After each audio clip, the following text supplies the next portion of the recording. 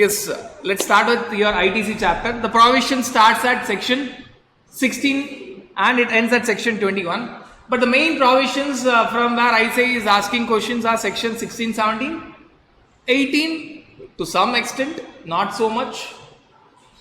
They are not focusing on 18 so much. Yes, there are special situations where it is there. 18 talks about ITC in special scenarios. 19, it talks about job work, not so much. 20 and 21 off late, input service distributor. Yes, IC have started asking the questions. ISD la, IC knows that okay, it is a kind of presentation is very complex, but answer is very simple. Presentation of ISD is very, very complex. But mathematics, the answer is the simplest ever that you can have in your input service distributor. Now, one thing that you have to understand about ITC is the normal presumption is that burden is shifted, and normal presumption is that whenever you talk about ITC, there is a section called a section 155. It tells that burden to prove that ITC is eligible is on the assessee. If you are telling that I want to claim this ITC and it is eligible, if you are claiming ITC, you have to prove that it is eligible ITC, which means department can anytime challenge that it is ineligible ITC. The burden lies on you to prove that it is eligible ITC. Now quickly talking about all the small definitions, inputs, capital goods, input services. Common in all the three definitions is they should be used in course or in relation to, in course or furtherance of business. In course or furtherance of business. That is a common point for inputs, input services, capital goods. Input service means any service. There is no input service and capital service. Any service. Inputs, capital goods. Inputs means any goods other than capital goods. And what is capital goods? Capital goods means goods which are capitalized in your books of accounts. Basic accounting. If it is goods, it can be inputs or capital goods. If you are taking to a trading account, a manufacturing account, trading account, profit and loss account, inputs. If it is taken to your balance sheet, capital goods. Input service, whether it is there in your manufacturing account, trading account, profit and loss account or in balance sheet, it is input service. With respect to ITC, even for capital goods, you can take 100% credit at the time of receipt itself. And friends, we are focusing only and only on inward supply. ITC means focus is on inward supply. It can be by way of receipt of goods or services, by way of purchase, acquisition or any other means. The consideration may be there, may not be there. It is not necessary that you have to pay consideration for taking ITC. May be there, may not be there. Outward supply is the repetition of supply, telling the same thing that you are talking about the supply of goods or services, whether by way of these 8 examples that are there in supply. Sale, transfer, disposal, barter, exchange, license, lease, rental. Same 8 examples are there, and it should be in course or furtherance of business. So it is a repetition of definition of supply given in outward supply. Now input tax again is important. Rather we were focusing on input tax. What is input tax? This has connection with your conditions as well. Input tax means what? Input tax means supposing there is a supplier who is paying GST under FCM. Whether that is input tax? Yes. Whether it is inside your state or outside your state, it is input tax. So tax on supply charged by the supplier. Tax on outward supply charged by the supplier. If there is a supplier who is under composition scheme, if there is a supplier who is under composition scheme, he will pay composition tax from his pocket. He cannot collect from you. So input tax will not include composition tax. Will not include composition tax. But whether input tax will include RCM? Yes. Input tax will include RCM. Always remember that RCM you pay by one hand, cash ledger you get the credit on other hand, credit ledger. Always remember, it is an inward supply. You first have to pay RCM by cash ledger. Immediately you will get the amount in your credit ledger. So it is your input tax. RCM output is never there. RCM can be only input. RCM input tax you pay by cash ledger. If you are eligible for credit, RCM input tax credit you will get in your credit ledger. Customs, if you are importing the goods, what is the duty that you will pay? BCD, SWS, IGST. On IGST you can take credit. You cannot take credit on BCD, SWS. That is cost. On IGST you can take the credit. That is input tax. These are all input tax. Understand that if you can take the credit on these input tax, they become input tax credit. Not necessarily that on all the input tax you can take the credit. Supposing there is a motor vehicle, car or purchase பண்ணிருக்கீங்க. That on that there will be input tax, but you cannot take the credit. It will be added to the cost. And ITC always has got two steps. One is availment of ITC and second is utilization. Availment is the first step, second step is utilization. Availment is upon satisfying conditions. Utilization has got no conditions, they have got restriction or sequence. That will be a sequence. Now availment has got a time limit. To take the credit as a time limit. Utilization is not having any time limit. Once you take the credit properly in time, you can use it after 1 month, 5 months, 1 year, 5 years, 10 years, 15 years. That is up to you. These are the two steps. And when you're talking about a registered person, input tax credit means you should be a registered person. You should be for paying output tax, you should be a taxable person, whether or not registered. But for ITC, you should be a registered person, means any person who is having GST number but will not include UIN. And when you talk about zero rated supply, there's a special focus on zero rated supply here. Normally in input tax credit, you have to understand this. If you pay output tax, you will get the credit. If you don't pay output tax, you will not get the credit. But for zero rated supply, which is equal to exports plus supply to SEZ. Exports plus supply to SEZ. Even though you are not paying output tax, you will get the credit. Normally, pay output tax, get input tax credit. Don't pay output tax, you will not get input tax credit. Zero rated supply, that is exports and supply to SEZ.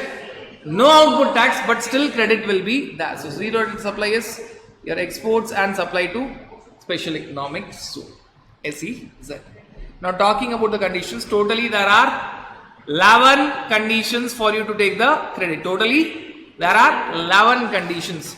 Condition number 1, you should be registered. You should be registered. Condition number 2, the input services capital goods should be used or intended to be used in course or furtherance of business. Condition number 2.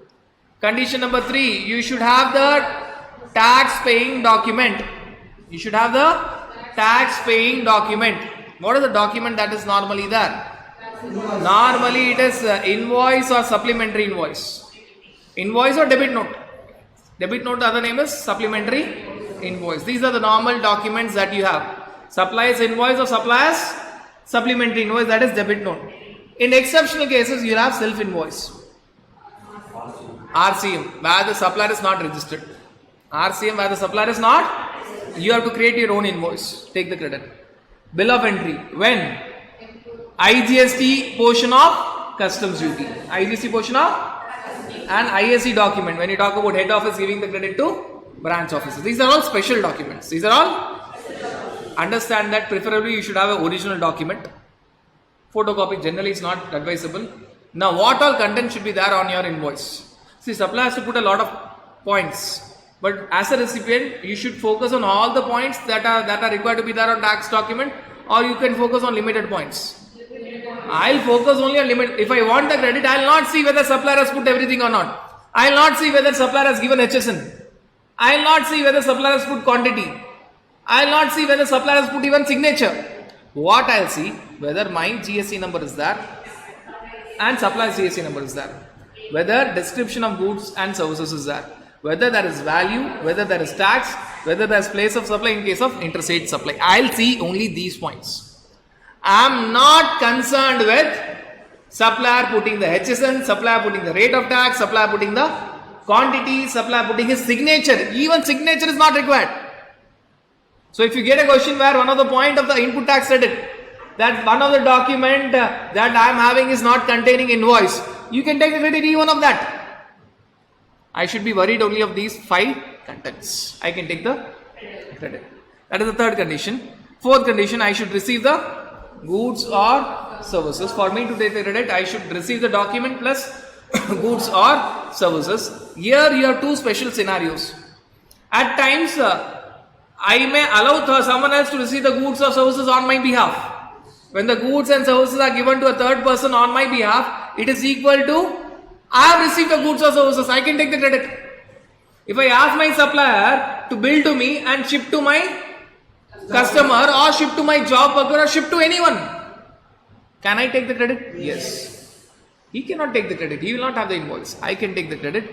Receipt of goods or services by third person on my behalf is equal to receipt of goods or services by me. Second important point, when the goods are received in loss. This point is only applicable for goods, not for services. First point is applicable both for goods and services. This point is only for goods. When the goods are received in lots or installment against a single invoice, then I cannot take the credit on the receipt of first lot. I cannot take proportionate credit also. I have to take full credit on the receipt of last lot. Unfair, but that is how. Supplier will pay entire output tax before removing first lot. Recipient will take entire input tax after receiving last lot. After receiving last lot. So that is the fourth condition. Now, the fifth condition and the sixth condition we are saying it together. Now, special point about fifth and sixth condition. Fifth and sixth condition. I am taking the credit as a recipient, but I am dependent on someone else. I am dependent on my supplier. My supplier should have paid output tax. My supplier should have paid output tax. This entire concept of provisional ITC that is given is not there. Even a note is mentioned that it is not applicable. How will I know whether my supplier has paid the tax or not? So this condition will be used by the department when they are doing scrutiny. You cannot find it now. This will be used by the department when they are doing the scrutiny. Right. Sixth condition is also dependent on my supplier. My supplier should have filed his outward supplies return, that is GSTR1 or IFF. GSTR1 or IFF.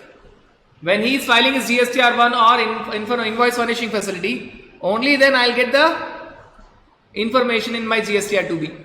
GSTR, I am not going to see 2A. 2A is dynamic, it keeps changing. I am going to see 2B. Which means on 14th of next month I have to download. On 14th of next month I will download and see what all credits I have. Whether I download on 14th or 15th or 16th, it will show the same information. Same information. Right. My supplier should have filed his outward supplies, that is GSTR1 or IFF, so that I get in my GSTR. I get in my GSTR 2B. Previously they gave the question of 20%, then 10%, then 5%. Now no question. Whatever is there in your 2B, only that you can take. Only that you can take. Now certain important points about that particular 2B, you will find the connection there. There is a little refer, note there. Now first important point, this 36, you call it as 36.4. 2B is called as 36.4. It is not applicable for RCM cases where supply is unregistered, for import of goods, that is IGST on import of goods, for ISD invoices, for NRTP invoices. What is meant by these? It means these four cases, whether or not I get in 2B, I can enjoy credit. Whether it has come in my 2B or whether it has not come in my 2B, I can take the credit. Balance portion, I can get the credit only if it is reflected in 2B. So first I have to compare. I have to compare my books and 2B. Take out RCM, ISD invoices, IGST and import of goods, NRTP invoices, both from my books, both from both. Only then it will be comparable from both. On that I can always enjoy credit. Balance in my books, balance in my 2B, I have to compare what has come in my 2B and then take the credit. Which means I have to keep a pending track. So there is an example which is given here. Obviously I am not going to test the basic thing. I have to keep a track. I will just test the first part. In June month, I have got 1 lakh credit in my books, but I have got in my 2B only 60,000. So I can take only, I have to keep track of 40,000. Next month I have to see whether I am getting the credit of that 40,000, and based on, so in next month I will be worried about my July credit as well as June credit. So in my July 2B, understand that July 2B will not contain only July 2B transactions. It will contain all the transactions of any month filed after 14th of the next month, before 13th of the next month, before that, after the due date of previous month, but before the due date of current month. Right, I have to keep track.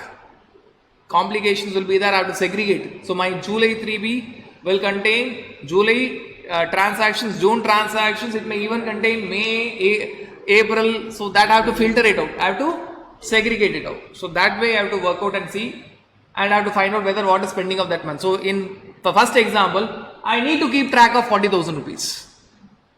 I need to keep track of. So if you see the entire example, out of 40,000, 35,000 has come in July and 5,000 has come in August. I need to keep track. So a July month, whatever credit I am going to take will be of July plus past month credit, which was not awaited. In August month credit I will take plus of July and June. So if you see this particular example, you will find that when you enter July, you find June and July credit that I am going to take. When you enter August, you find June, July, August credit that I am going to take. I need to keep it checked on the unavailed credit of earlier months also. I have to apply the same formula for current month. At the same time, I have to see whether unavailed credit of previous month has come now or not. If it has not come now, I'll again postpone it and see whether it is coming in the next month or not. So that way I have to work. So that is condition number 6. 5 and 6, I am dependent on my supplier. Basically 5, I cannot check it real time. That will be checked by the officer at the time of scrutiny. 6, I can keep a real time track myself. I have to check my GSTR 2B. 7 condition, I have to file my returns. This is my own condition. I need to file my returns. My book may have crores of credit, but only if I file my GSTR 3B, I will get the credit in my credit ledger. So that is my own condition. Unless I file my GSTR 3B, I will not get the credit in my electronic credit ledger. I need to file my returns as a recipient. Obviously, that will be my inward supply as well as outward supply. But as regards my credit is concerned, only if I file my GSTR 3B, my credit will be reflected. My credit will be reflected. So that one needs to be very, very careful about. This is condition number 7. And one more point that you have to be understanding here is, all these conditions are applicable for FCM as well as. But if you see, condition number 5 is applicable basically for FCM, not for RCM. 6 to some extent only for FCM, because RCM, whether I get in my 2B or not, I can take the credit to some extent. It's only FCM. All the other conditions, it is both for FCM as well as RCM. Condition number 8. I cannot, either on my GST portion, if it is my capital goods, either on the GST portion I can take the credit or claim depreciation. Depreciation can be claimed on price, but as far as GST portion is concerned, so 1 crore plus 18 lakhs GST, 1 crore I will claim the depreciation. On 18 lakhs GST, either I can take my credit or add it to the cost and claim depreciation. So that is condition number 8. Condition number 9. Time limit to avail ITC. What is the time limit to avail ITC? Due date of September month return of next financial year, or actual date of filing of annual return of that financial year, whichever is earlier. Due date of September month return of next financial year, or actual date of filing of annual return of that financial year, whichever is earlier. So we are standing in 2022-23. So if it is 2022-23, if at all you miss any credit of entire financial year, whether April 22 or March 23, due date of September 23 return, or annual return for financial year 22-23, actual date, whichever is earlier. That is condition number 9 for you. Condition number 10. I need to make the payment to my supplier within 180 days. Again, this is another condition where it is applicable only for FCM. It is not applicable for RCM. It is not applicable for RCM. If I need not wait for payment. The moment I get the invoice, I will take the credit.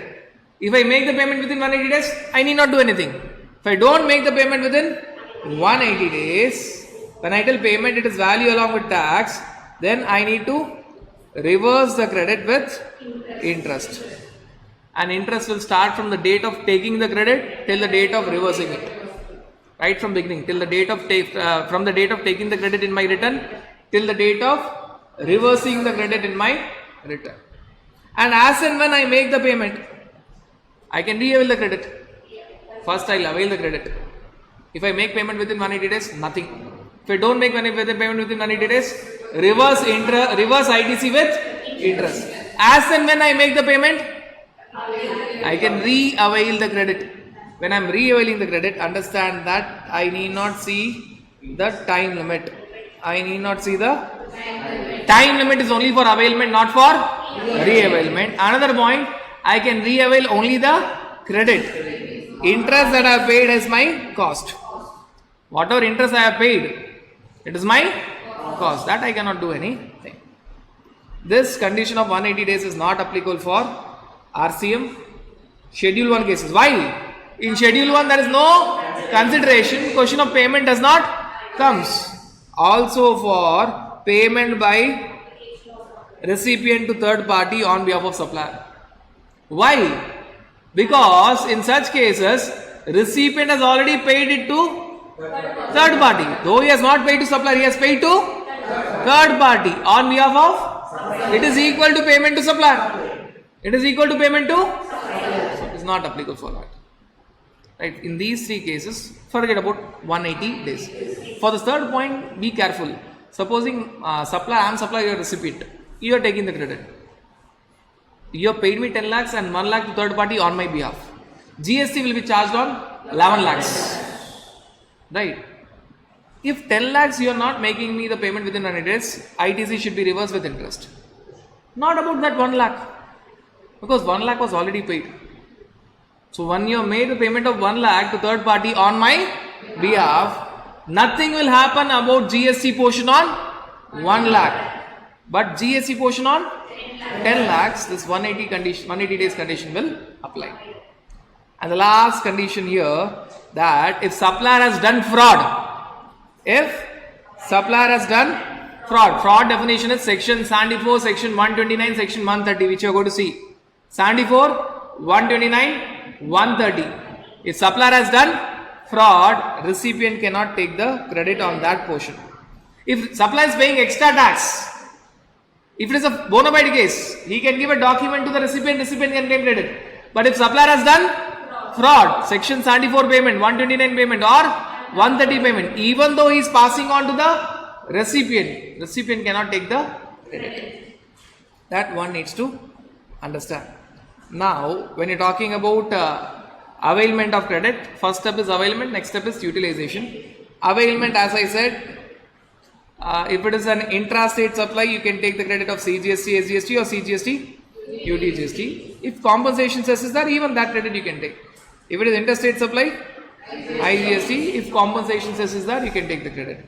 If it is import, only IGST and compensation cess. You cannot take the credit of BCD, SWS, special import duties. You cannot take that credit. That is added to the cost. How to use the credit? There's a particular sequence. Utilization has got a sequence. It is not talking about condition. It is having a sequence. IGST, CGST, SGST. It is going to go in that sequence. First you have to touch IGST input, then CGST input, then SGST input. Right, forget about the story. Let us finally get the answers. IGST credit first for IGST output, then for CGST output, SGST output in any ratio, any proportion. Once that is over, then CGST credit first for CGST output, then for IGST output. CGST credit, even if there is extra, you cannot use it for SGST output. Finally, SGST credit first for SGST output, then for IGST output. Even if there is more SGST credit, you cannot use it for CGST output. So that utilization formula one needs to remember. First touching IGST credit, then CGST credit, then SGST credit. And in all these three cases, first they are using for their own output. Right, so that you need to remember. Compensation cess credit is simple. Compensation cess credit can be used only for compensation cess output. Compensation cess credit can be used only for compensation cess output. So that is all about your availment and utilization of your ITC. Now let us focus on your blocked ITC. Blocked ITC, block credit. What all credits you cannot take? Section 70, Section 17 subsection 5 tells the list of items on which you cannot take the credit. Now first let us make it very simple. This entire first page is all about motor vehicles, vessels and aircrafts. It is only and only about that. Motor vehicles, vessels and aircrafts. Now how to bifurcate that? First we'll talk about motor vehicles. Right, then we'll talk about your vessels and aircrafts. Now motor vehicles, understand that motor vehicles, if it is for goods or if it is for any other purpose other than passengers and goods, you categorize motor vehicles into three. Used for passenger transportation, used for goods transportation, used for other than passenger and goods transportation, special purpose motor vehicle. Say dumpers, tippers, they are all special purpose motor vehicle. They are not used for transportation of goods, they are not used for transportation of passengers. So if at all you are talking about motor vehicle for transportation of goods or special purpose motor vehicles, including cash carrying vans, you can take the credit. You can take the credit. Why? They will be used only and only for business purposes. If it is passenger transportation vehicle, passenger transportation, you have to be very careful. Then you have to ask one question. What is the seating capacity? What is the seating? If the seating capacity is more than or equal to 14, if it is more than or equal to 14, take the credit. If it, including driver, if it is less than or equal to 13 or less, if it is 13 or less, basically you cannot take the credit. Basically you cannot take the exceptions are there. What are the exceptions? What are the exceptions? In which category you cannot take the credit? Motor vehicles used for passenger transportation up to 13 seating capacity including driver, that is 13 or less. You cannot take the credit. What are the exceptions? You are talking about further supply of such motor vehicles. Say dealer of motor vehicle. Dealer of motor vehicle. Or you are talking about transportation of passenger service sector. You are talking about red taxi. You are talking about KPN travels. Right. You are talking about even say Ola two-wheelers. Right. There seating capacity is less, but still they are used for passenger transportation service. They are used for Rapido. It's only two-wheeler, but they are used for passenger transportation service. You can take the credit. That is main item for their business. Or training, driving schools. Driving schools. In all these three cases, without that motor vehicle, you cannot do your business. Therefore, you take the credit. Same thing, exactly same thing is there for vessels and aircraft. Exactly same scenario is there. But what you need to understand is, if you see the first 3 points, these are all exceptions. These are all exceptions. Same points for transportation of passengers, but you are talking about further supply of such vessels or aircrafts, or transportation of passengers. Indigo airline is purchasing that airline for transportation of passengers. They can take the credit. Or imparting training, right? They can take the credit, because for them without these aircraft or vessels they cannot do their business. If it is for transportation of goods, you can take the credit. Other than that, now other than that means what? Basically you are talking about, say for example, a helicopter which is owned by Reliance Limited for business travel. Even though it is for business travel, forget about credit. Forget about credit. Or aircraft which is purchased by say SS Rajamouli and his team are purchasing an aircraft for their crew members. Their crew members. No credit. Though it is related to business and all, forget about that story. You cannot take the credit. You cannot take the credit. Are we guys clear with this understanding? That is all about purchase of motor vehicles or purchase of vessels and aircrafts. Now we are talking about what? We are talking about related services. The first related services that you can relate is renting or hiring of such motor vehicles, vessels or aircrafts. Renting. You are not purchasing it, you are taking it on rent. And whether you purchase or take on rent, these services will be always there. General insurance services, servicing and repair and maintenance services. So you understand this in a very simple chart. if there is motor vehicle 1 and motor vehicle 2. Please remember the simple concept. Motor vehicle 1, if you can take the credit, if you have purchased it, then you can take the credit, whether it is on rent, you can take the credit for general insurance service, you can take the credit for repair and maintenance service. And if you are talking about motor vehicle 2, if you cannot take the credit on purchase, then if you take it on rent or lease or hire, you cannot take the credit. Or if you are talking about general insurance service, you cannot take the credit. Or if you are talking about repair and maintenance service or servicing, you cannot take the credit. So that you need to know about. If you can take the credit while purchase, then other areas also you can take the credit. If you cannot take the credit while purchasing the same, then other items also you cannot take the credit. Are there exceptions for this? Yes, there are exceptions for the same. Exception. See, I am not going to talk about exceptions when credit is eligible. I am not going to talk about the exceptions when credit is eligible. I am going to talk about exceptions when credit is not eligible. When credit is not eligible for hiring or renting or leasing, credit is eligible if at all it is a statutory obligation. If at all it is a statutory obligation. You got the point. Normally, if I purchase a motor vehicle, I am not allowed to get the credit. The same vehicle I get on rent or lease or hire, I should not be getting the credit. But there is an exception if it is because of statutory obligation. Statutory, which means I can do tax planning. If in a state where employee transportation at night is mandatory, if I purchase that vehicle, I will not get the credit. But if I take it on hire or rent or lease, I will get the credit. And second exception is for your repair and maintenance and general insurance services. These two persons can take the credit always. One is manufacturer of motor vehicle, aircraft or vessels, and general insurance sector. They can take the credit on repair and maintenance and general insurance service, because for a manufacturer of motor vehicle or aircrafts or vessels, they will never purchase the vehicles. They will purchase the raw materials. They will purchase and for them insurance is very important.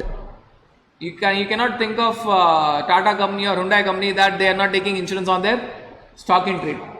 For them, insurance is very, very important. They will get the credit. And general insurance company, there is a concept of reinsurance, right? So, if I am the insurance company giving the insurance to you, a normal business sector for your two-wheelers and cars, you cannot take the credit. But if I am sharing the risk with another insurance company, that insurance company will pay output tax, I can take the credit, though it is for the same motor vehicle. You got the point? So that you are talking about subcontract or reinsurance. I can take the credit. So that is all about your motor vehicles, aircrafts and vessels related ITC. Now others, on what all other items you cannot take the credit. If it is food, beverages, outdoor catering, no credit.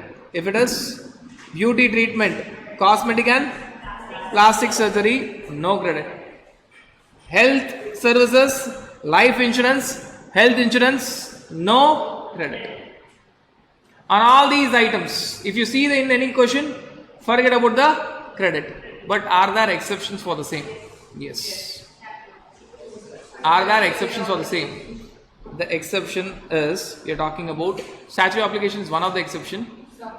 Subcontract. What is this subcontract concept? It means my inward supply, I'll just take a very basic example with say outdoor catering. If I am doing outdoor catering for Infosys company for its AGM, Infosys company cannot take the credit. But I cannot handle say this big contract. I get the help of another caterer. Right? So I am getting 1 crore from Infosys, I am going to give say 40 lakhs to another contractor. He is going to charge output tax. Can I take the credit? Yes. So one, you're talking about subcontract. So that exceptions, yes, you can take the credit. And second exception is you're talking about statutory obligation. Statutory obligation. So there are two exceptions. One is subcontract, second is statutory obligation. Right. There is another part on the right hand side which is given where you're talking about membership of a club, health or fitness center, travel benefits given to employees, not when they are on business tours, but on vacation, leave or home travel concession. Company is paying for the leave of employees. No credit. No. Only exception is statutory obligation. Here you cannot have subcontract. Only exception is statutory obligation. India obviously does not having any kind of such statutory obligation. But if it is there, then if it is not there, if it may come, then obviously you can take the credit. Just think of the scenario when government of India will tell that every company has to sponsor the vacation of all their employees. Then that company can enjoy the credit. Right, so provision is already there. Now friends, you are talking about works contract or construction. Works contract construction is designed in such a manner that only and only government can enjoy. Government does not want you to enjoy. Right, now why we are talking about works contract and construction together? Please understand this. I am constructing my factory for manufacturing. I have got two options. Either works contract, go to a contractor or builder, tell that goods services you give together, works contract. Or I'll tell that you give me only construction service. I'll get the goods. Whatever items you are telling me, how much quantity of cement, sand, bricks, I'll bring it. Now government tells that whether it is works contract or goods plus construction service, concept should be the same. You have to bifurcate that works contract and construction service plus goods into two categories. I'll make this more simple. One is for civil structure including telecommunication towers and pipeline outside the factory. Second is for normal plant and machineries. So you're talking about both works contract or goods plus construction service. If it is civil structure, that is including factory, branch office or your head office, anything, then what they tell, if you capitalize, no credit. If you take it to profit and loss account, take credit. And plant and machinery, if you capitalize it or take it to your P&L, you can enjoy the credit. So they tell that for normal plant and machinery they cannot play around. So for plant and machinery they tell that whether you capitalize it or take it into P&L account, you can take the credit. But when you capitalize it, make sure that there is an extra condition, it should be used for making outward supplies. There is some connection with your outward supply also, you can take the credit. But if it is normal civil structure including your factory or your branch or anything which is having direct connection with your business, then also you cannot take credit. And wait, when you are talking about capitalization, it's not only first time construction. It can also be renovation, repairs, additions, alterations which are major. So that also may be covered. Normal small repair and maintenance, small additions will all come in P&L account. But if it is major repairs, renovations, additions, alterations, that also as per your accounting standard needs to be capitalized. Right, so this is the summary chart that you need to remember. And more so over here also they carve out an exception. Same, subcontract means you can take the credit. Which means if I am a builder, I am doing construction of a factory for Tata Motors. Tata Motors cannot take the credit. But there is a huge plant, a huge factory. I am taking the help of another builder. So whatever output tax he is charging, I can take the credit. Whatever output tax I am charging, Tata Motors cannot take the credit. So that subcontract point is mostly there in all these cases. And finally, all other small points. Can you take the credit on composition tax? No. Composition tax is paid by the composition taxable person but never collected. Can you take the credit on goods which are used for personal use? No. When you're talking about NRTP, he cannot take any credit except IGST on import of goods. Except IGST on import. NRTP cannot take any credit except IGST on import of goods. If the goods are lost or stolen, if the goods are lost, credit taken should be reversed. If they are stolen, credit taken should be reversed. If they are destroyed, credit taken should be reversed. If they are written off, credit taken should be reversed. If you write back again, you can re-avail the credit. If they are given by way of gifts or free samples, two options. One, you take ITC, pay output tax, deemed supply. Second option, reverse ITC, no need to pay output tax. No need to pay output tax. And the last point we have already discussed in the conditions earlier. If it is a fraud case, you cannot take the credit. The fraud case definition was section 74, 129, 130. If supplier is paying tax by virtue of fraud, in terms of section 74, 129, 130, even though he is passing on to the recipient, which normally will not happen. But even though if he is passing on to the recipient cannot take the credit. So these are all the cases where you are talking about the blocked ITC concept. Blocked ITC concept. Now friends, we are talking about your next concept, which is proportionate ITC. Proportionate ITC. Section 17, read along with rule 42, 43 basically. Proportionate ITC. When you talk about your proportionate ITC, they again go with a very simple concept.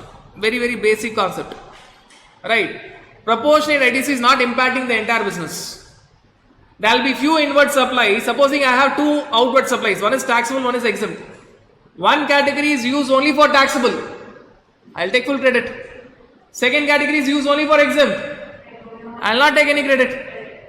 Third category, which is used both for taxable and exempt, I will have problem only there. That brings into the concept of proportionate credit. Right, partly for taxable, partly for exempt. One more category, partly for business, partly for non-business. So if certain items are used partly for business, partly for non-business, I'll enter into the ambit of proportionate credit. Or partly for taxable, partly for exempt, I'll enter to the ambit of proportionate credit.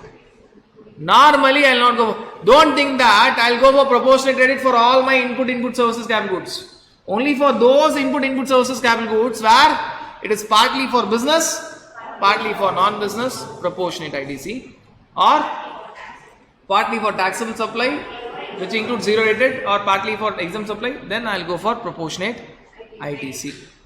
Now, one thing that they have given for banks in a very simple manner.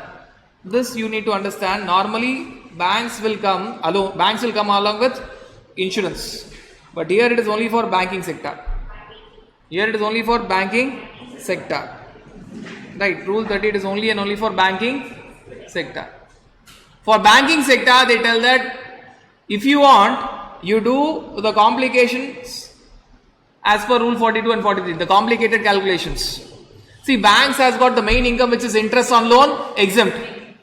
Other income, processing charges, documentation charges, etc., which is taxable. So banks will have always common credits. So banks can follow complicated 42, 43 or simplified rule 38. In simplified rule 38, categorize them into three. B. If it is blocked or non-business. If it is blocked or non-business, no credit. If it is branch to branch, 100%. If it is balance, 50%. That's it. Block category, no credit for everyone, including banks. Block non-business. Branch to branch. HDFC branch, Maharashtra providing services to HDFC branch, Tamil Nadu. And we are talking about Tamil Nadu. Tamil Nadu can take full credit. If it is other supplies other than above 50%, 0, 100, 50. Block 0, branch to branch 100, balance 50. Balance 50%.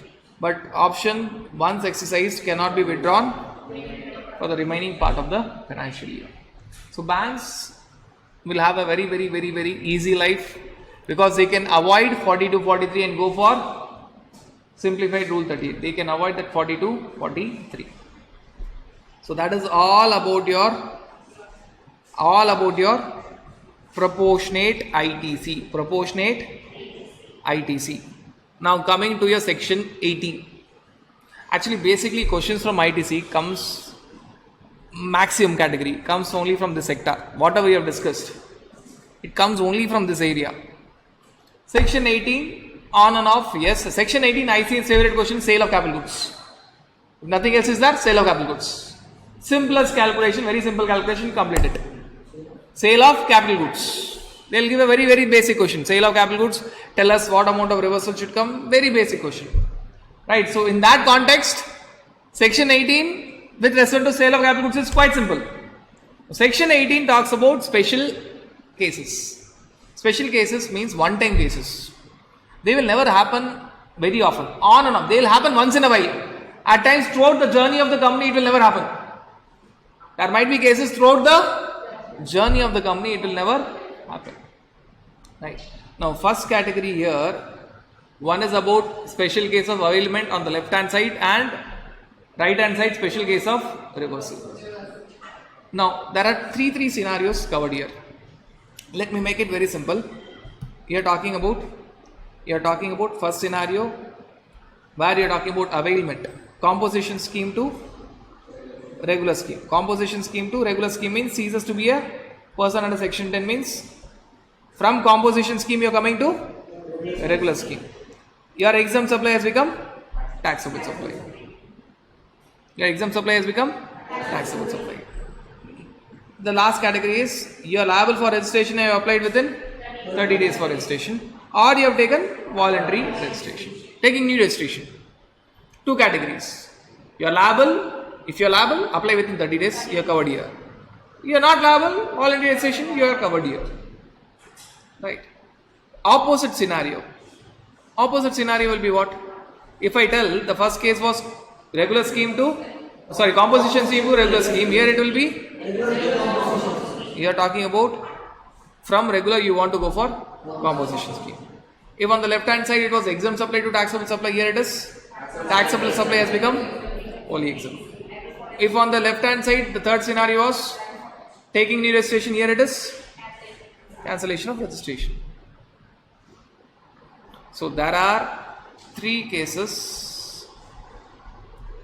here, again three cases here, ulta cases, exactly three ulta cases, reverse cases here. The left hand side three cases is all about taking the credit. Right hand side is all about reversing the credit. So when you talk about taking the credit, you can take the credit on what? Simple. Whether it is taking the credit or reversing the credit, it is taking the credit or reversing the credit on stock as on the date of conversion. And stock can be only of inputs and capital goods. Stock can be only of, supposing this all conversion is happening on say 31st of March. Right, so stock as on 31st of March we are talking, it can be only of inputs or capital goods. If it is inputs, understand that my inputs may be lying as such or in form of work in progress or in form of finished goods. I have to apply my costing. Right. So if I am a manufacturer of shirt, fabric is say 1 lakh meters, shirt is 2 lakh pieces. And for one piece of shirt I require 2 meters of fabric. Then what will be my input quantity? 1 lakh meters of fabric is 1 lakh meters of fabric. But 2 lakh pieces of shirt is 4 lakh meters of fabric. How? Input output ratio is 2:1. For one piece of shirt I require 2 meters. input output ratios. If I have 2 lakh pieces of shirt, 4 lakh meters of fabric would have been. So that ICA has played with it. Your costing. ICA has played with your costing. So inputs. On that, inputs. Whether inputs are lying as such or in form of work in progress or in form of finished goods. And even on capital goods. Capital goods has a special working which we'll discuss. That's a special working. For inputs, whatever ITC is on those inputs, I'll take it. For capital goods, there's a working. There's a particular working that I have to do. I'll take that working later. That's a working. Now, so why have you given 2 cases and 3rd cases?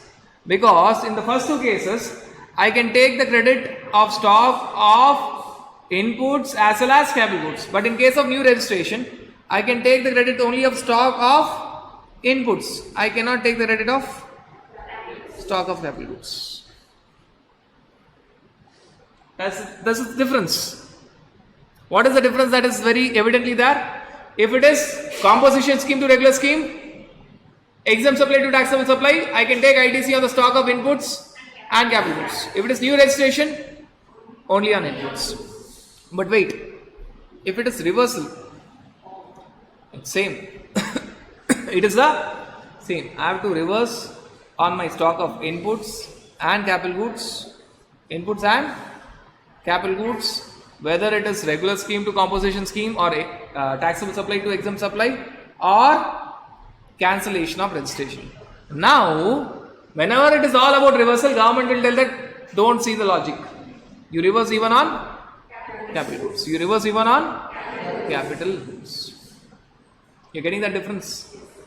Right? Reversal, there's no difference. You have to reverse it on stock of inputs as well as stock of capital goods. But availment, normally you get the credit on stock of inputs as well as capital goods, but for new registration, you get the credit only on stock of inputs. That is the first point that you need to remember. And whenever you get the credit on inputs, you have to see the corresponding invoices and decide. Even for reversal, you have to see the corresponding invoices and decide. So that remains the same. There is no change in that particular analysis. It is the same.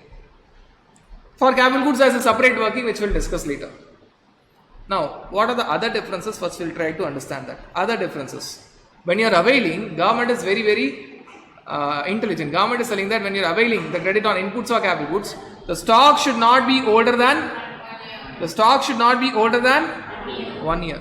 If it is older than 1 year, you bifurcate the stock. Within 1 year, older than 1 year. Within 1 year, you take the credit. Older than 1 year, whether it is inputs or capital goods, no credit. And these points are common for all the 3 categories.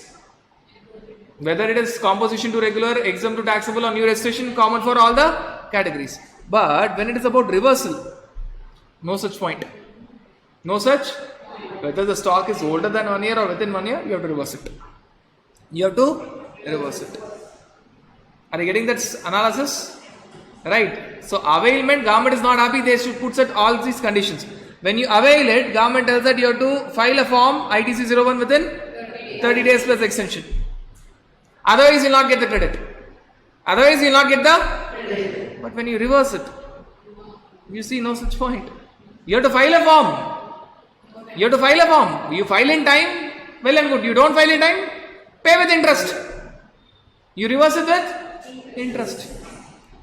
When you avail it, if the value is more than 2 lakhs, get it certified from CA/CWA. CA? When you reverse it, they don't talk about CA/CWA except if at all market values are not available, then you get CA/CWA certificate. You cannot link it with invoice, market values are not, then you link it. But not for the amount. When you avail it, if government thinks that okay, more than 2 lakhs means get CA/CWA certificate. Reversal, whether you get CA/CWA certificate is not important. This is a very special scenario. This CA/CWA certificate is for a different reason. Because you are not aware of the market value. Right, normal scenario, there is no need of CA/CWA certificate. If you do less reversal, they will catch hold of you and ask you to reverse with interest and penalty. So they are telling that we will cross verify. We ourselves will cross verify.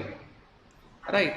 Now, when you avail the credit, you will get the credit in your electronic credit ledger. When you reverse the credit, you can pay it from your electronic credit ledger or cash ledger. Supposing you have to reverse 10 lakhs. In your electronic credit ledger, there is 8 lakhs. Pay 8 lakhs using credit, 2 lakhs by cash. But if in your electronic credit ledger, there is 12 lakhs. You have to pay 10 lakhs, it is 12 lakhs. So pay 10 lakhs by credit ledger, there is extra credit of 2 lakhs, right? That will lapse. That will lapse. So that you need to understand. And in case of reversal, if you don't have the invoice, as I said, you have to go with market value, which have to be supported by CA/CWA certificate. And there are forms even for reversal. If you're talking about cancellation, the form is GSTR 10 final return. If you are talking about switch over from your regular scheme to composition scheme, or taxable supply becomes exempt supply, it is IT. There are forms, but whether you file in time or not has got nothing to do with reversal. If you don't file this form also, reversal will be there. If you file this form also, reversal will be there. If you file late, reversal will be there. All is, if you don't do it on time, you have to reverse it with interest. The only thing that is left out is how to find out availment of ITC on capital goods. Here we will not discuss. For new registration, you cannot take ITC on capital goods, so we will not discuss. And reversal of ITC in relation to capital goods. We'll take the same data to understand it. Supposing capital goods was purchased on 1st of April. Whatever changes happens on, say, 15th of July. 15th of July. Supposing ITC on capital, the tax on capital goods is, say, 1 lakh. This was the purchase date. This is the conversion or transition date. Supposing on the left hand side I write conversion of say composition scheme to regular scheme.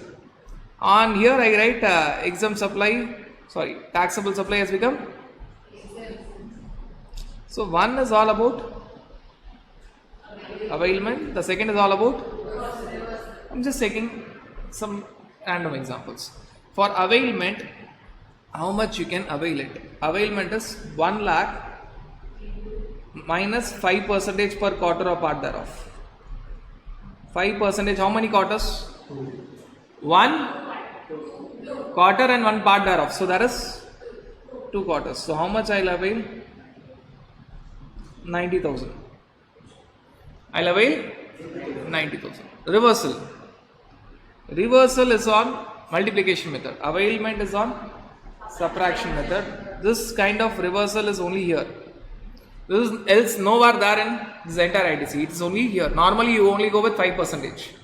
Here it is 1 lakh multiplied by balance months. How many months it has been used? It has been used for 3 months, 15 days. So even if I write this 15 days as say 7th July, 3 months, 7 days will be treated as 4 months. So whether it is 3 months, 1 day, 3 months, 2 days, 3 months, 3 days, 3 months, 28 days, it will be treated as 4 months. What is the balance life? 56. 60 minus. Capital goods life is always treated as 5 years, that is 60 months. So balance life is 56 divided by 60. How much amount you will get? 93,333. You're getting the answer? The ICA can play with this. ICA can only touch capital goods and play with this. Right. Important aspects of capital goods. Very important aspects. We have already discussed. Just a revision. When you talk about availment, ITC availment on capital goods is only available in composition scheme to regular scheme, exempt supply to taxable supply. Not in case of new registration. But reversal is all there in all the cases including cancellation of registration. Second important point. Availment, you have to see 1 year. It should not be older than 1 year. But reversal, you need not see 1 year. Supposing I tell that the 1 year old was there, availment will be 0. But reversal still will be there. You have to be very, very cautious with the data and the numbers. And the last point to complete this, when you talk about reversal, we have discussed in our supply chapter. When you talk about reversal, cancellation of registration, there's one special formula. Cancellation of registration is deemed supply. Vishal Jain registered is different from Vishal Jain unregistered. So reversal will always be in this way. For inputs also, ITC on invoice or output tax payable, whichever is higher. For capital goods also, that formula that we have taken, multiplication method, or output taxable payable, whichever is higher. Same that multiplication formula, whatever we have calculated now. In our example, it was 1 lakh multiplied by 56 divided by 60. But output taxable. This output tax payable is coming because of deemed supply. It is coming because of? So this will be there only at the time of cancellation of registration, not in first two cases. It's coming because of deemed supply. And that is all about your section 18 first part. Now section 18 other part, small other part, favorite question of ICA. It is a bonus question if you get. Sale of capital goods or plant and machinery. What amount of tax you are required to pay or ITC you are required to reverse? Right, when you talk about capital goods, they always talk about output tax liability only. And strictly speaking, sale of capital goods is technically also output tax only. Right, they tell that you have to pay higher of tax on transaction value. What is tax on transaction value? Normal calculation. Selling price multiplied by rate. First calculation, keep it aside.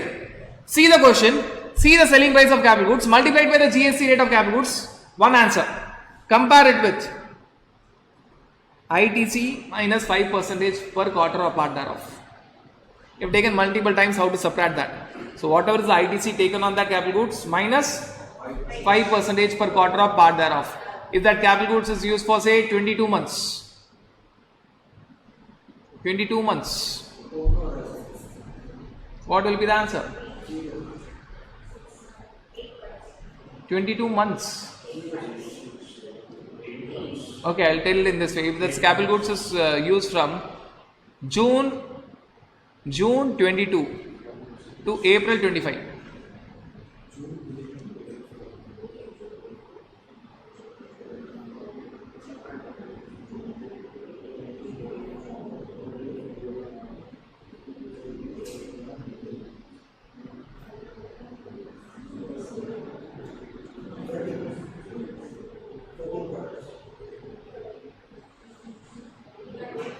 It will be 13. See, June 22, it starts from April only. Part of the quarter is one quarter. So you can start with April 22 to March 25. 3 years. 3 years means 12 quarters. And part of the quarter, April 25. Right. June 22 to? So you are talking about 22, 23, 23, 24, 24, 25 and one part. So totally 13 quarters. So it will be 1 lakh minus, supposing amount is 1 lakh, 1 lakh minus how many percentage? 65 percentage. So you'll get answer as 35,000. 35,000 compare it with tax on transaction value. Tax on transaction value. So this you need to easily understand. So very simple calculation. First take the selling price multiplied by tax rate. Second, take the ITC minus 5% per quarter or part thereof. For GST, quarter is calendar quarter. So even June will be treated as one quarter. Only even June 22 will be treated as one quarter. April 25 will be treated as one quarter. Special cases. Now special case means you are talking about molds, refractory bricks, molds, dies, jigs and fixtures. Special capital goods. Refractory bricks, molds, dies, jigs and fixtures. First condition. Second condition, they are sold as scrap. In that case, forget about ITC minus 5% and all. Very simple calculation. Tax on transaction. Selling price multiplied by the tax rate. Selling price multiplied by the tax rate. That's it. Right. This happens to be one of the favorite area of ICA, mainly the general case. They'll give the purchase date of capital goods, purchase value, tax, sale date, sale value, tax rate, then tell you find out what amount you are required to pay. Now the last area of your section 18. Section 18. Right, when you talk about the last area of section 18, you are talking about that transition effect, special cases. Right. I'll make it simple. Totally 4 scenarios are there. Totally, I'll make it very simple. First scenario, you are talking about one person is selling the business to another person. VJ Limited selling the business to PJ Limited. Right. First. So whatever ITC is available with PJ Limited, it can give to PJ Limited. Only condition, transfer of liability. Transfer of liability. PJ Limited should agree to take the liabilities of VJ Limited. Second, VJ Limited and PJ Limited merges into say SRK Limited. Amalgamation or merger. First is a case of sale, transfer, lease or death of proprietor. First was a case of sale, transfer, lease or death of a proprietor. Second is a case of amalgamation or merger. VJ Limited, PJ Limited gets merged into SRK Limited in that scenario. Whatever ITC is there with VJ Limited and PJ Limited, they can give it, simple addition to SRK Limited.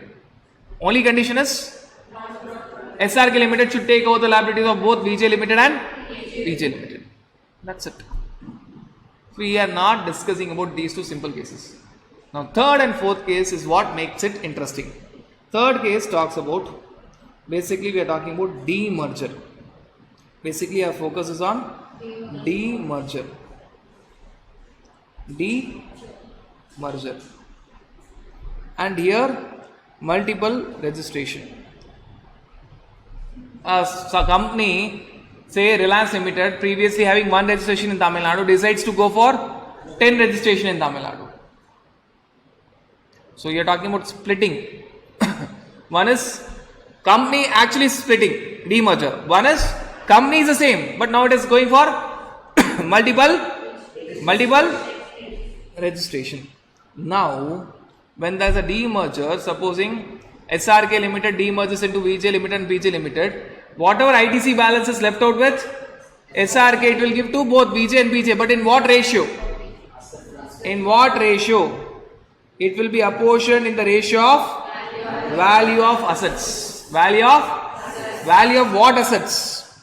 Value of assets means all the assets, whether or not ITC has been availed on them. Though it is all about transferring the ITC, but when you are seeing value of assets, don't see whether ITC was availed or not availed. So on what ratio it will give? In the ratio of value of all assets given to VJ Limited and PJ Limited. Don't see whether on that asset ITC was taken or not.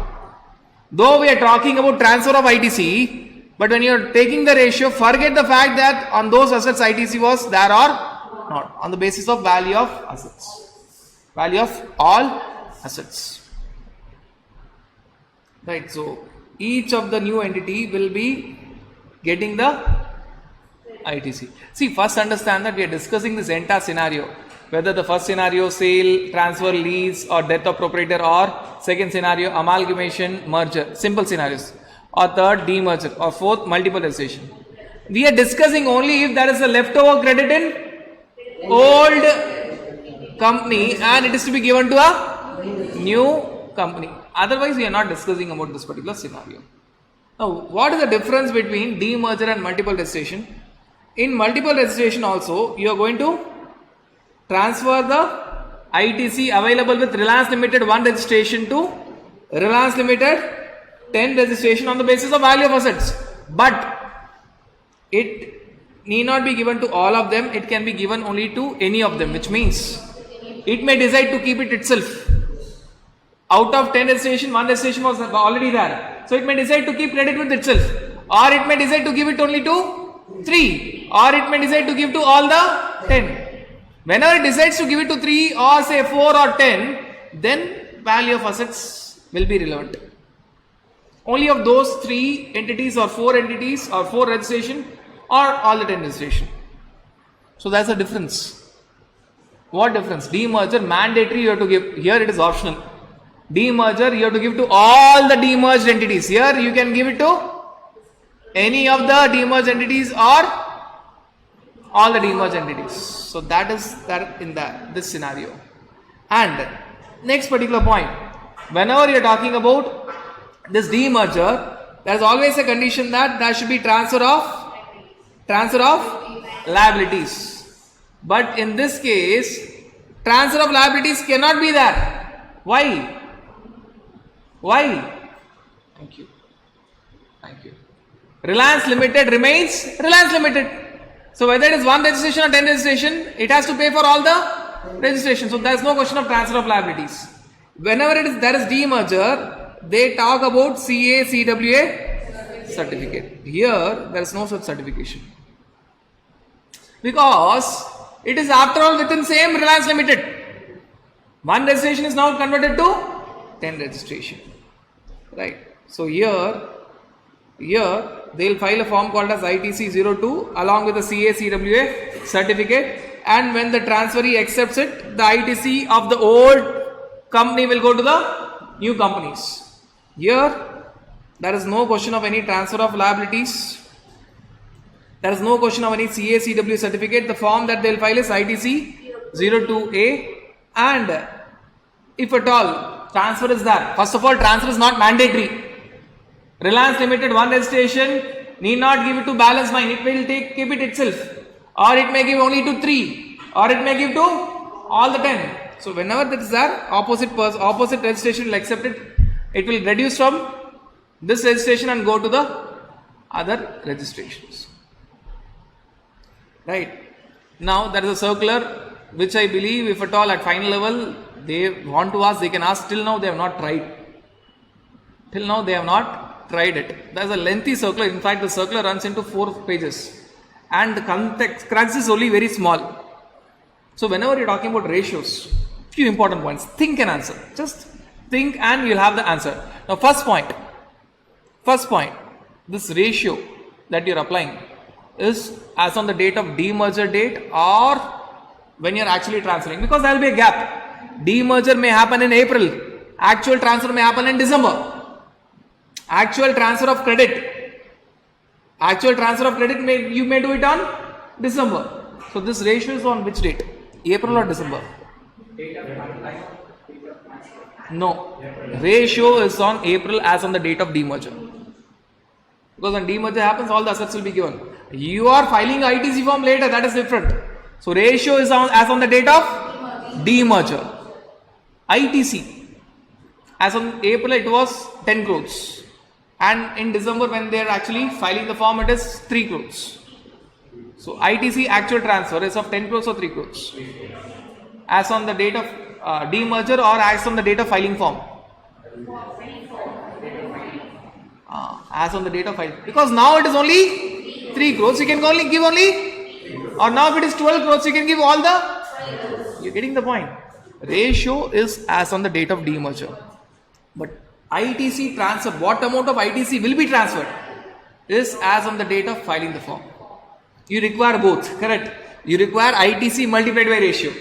So this ITC what you are taking is as on the date of filing the form. The ratio that you are going to take is as on the date of demerger. 2 special points. Another 2 special points.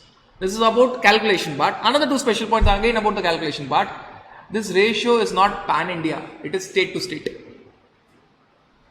Which means a company which was into existence in 5 states is now demerged. It is demerged in all the 5 states. Do you think that when demerger happens, SRK Limited will give VJ Limited, PJ Limited same ratio of assets in all the 5 states? In one state it may give 1 crore to VJ, 2 crores to PJ. In another state it may give 5 crores to VJ, 5 crores to PJ. Ratio will be different. Correct? So these ratios, calculations are all state-wise. Why? Forms are also will be filed state-wise. There is no one form. In all the 5 states you are registered. So forms will also be filed in all the 5 states. So ratios will be different in each of the states. In one state the ratio may be 1:2. In other state the ratio may be 1:1. In other state it may be 2:1. So ratios, that you're doing. And obviously this ITC is also different in different states. Out of 5 states, 3 states may have ITC, balance 2 states may not have ITC. So you're going to transfer only those 3 states. So this is state calculation, not pan-India calculation. State calculation, not pan-India calculation. And last and the most important point, you have to, when you give it to ratios, now you have understood everything. Supposing in Tamil Nadu, the ratio is 2:1 to VJ Limited and PJ Limited. Right. So value of assets to VJ is 2 crores and to PJ is 1 crore. And ITC is so that ITC in total it's a 10 lakhs. So 10 lakhs will be given in the ratio of 2:1. 2:1, which means it will be 6,66,667 and 3,33,333. So when 10 lakhs ITC is given to VJ Limited and PJ Limited in the ratio of 2:1, this ITC is total ITC. Correct? This ITC is total ITC. Now supposing I give the breakup IGST, CGST, SGST. What ITC was available was say 5 lakh, 3 lakh, 2 lakh. How much will be given to VJ Limited? How much will be given to PJ Limited? How much is already decided? Should you apply these ratios to CGST, SGST, IGST separately or not? Is the question. How much should to be given is decided. Inside CGST, IGST, inside IGST, CGST and SGST, you can give anything to the extent what is available. Which means one scenario, I will tell that 5 lakhs IGST I'll give only to VJ. 1,66,667 CGST I'll give it to VJ. So total should be 6,66,000. Balance IGST is not at all available. It cannot be given to PJ Limited. Out of 3 lakhs, balance of 1,33,333 can be given to PJ Limited, and entire SGST 2 lakhs will be. So inner calculation you can decide. Outer calculation is fixed. Inner, what you want, what you don't want, that you can decide. Otherwise, if it is not said, you will apply this 2:1 for IGST separately, for CGST separately, for SGST separately. Correct? If this statement was not given, what you will do?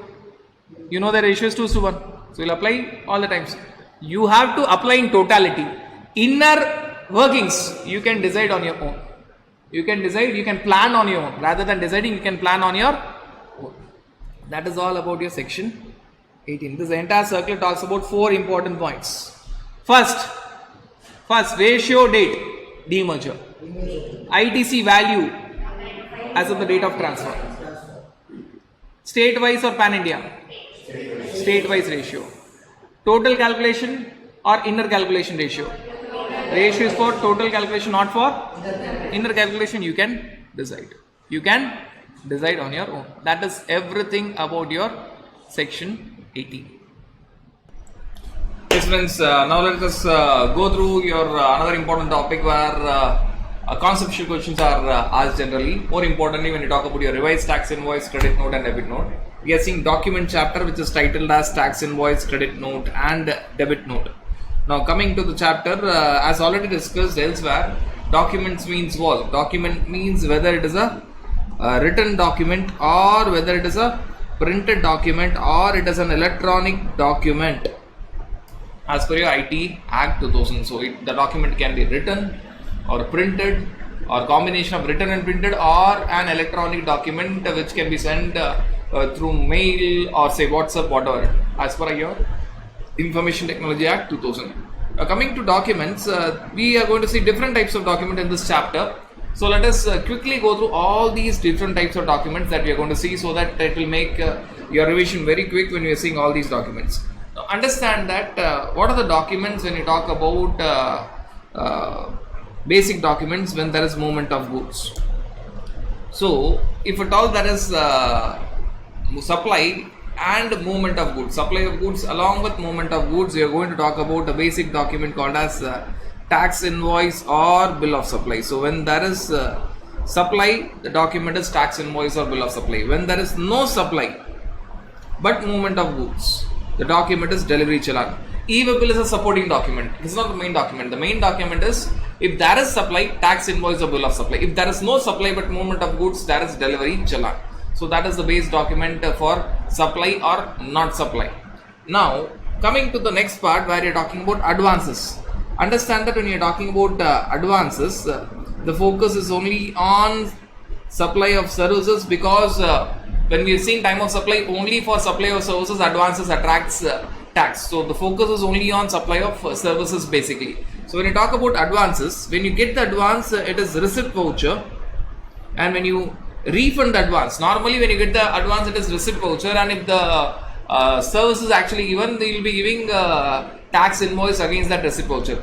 But in the worst scenario, if you have received the advance, you have given receipt voucher, and the contract is cancelled and you refund the advance, then you will be giving refund voucher. So at the time of receipt of advance, receipt voucher. If the contract is successful and you supply the service, then you will be giving tax invoice. By any chance, if contract is not successful and the advance is refunded back, then it is refund voucher.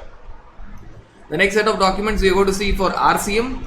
Understand that when you talk about reverse charge mechanism, if at all the supplier is not registered, RCM plus supplier is not registered, you will give self invoice, which means tax invoice given by the recipient. Self invoice is nothing a special document, it is nothing but tax invoice given by the recipient. So RCM plus supplier is unregistered, it is self invoice to be raised by recipient. Normally when you talk about document, it is from the angle of supplier and it is from the angle of opposite person. Now you are creating your own document, so we are calling it as self invoice or purchase invoice. Technically it is still tax invoice raised by the recipient.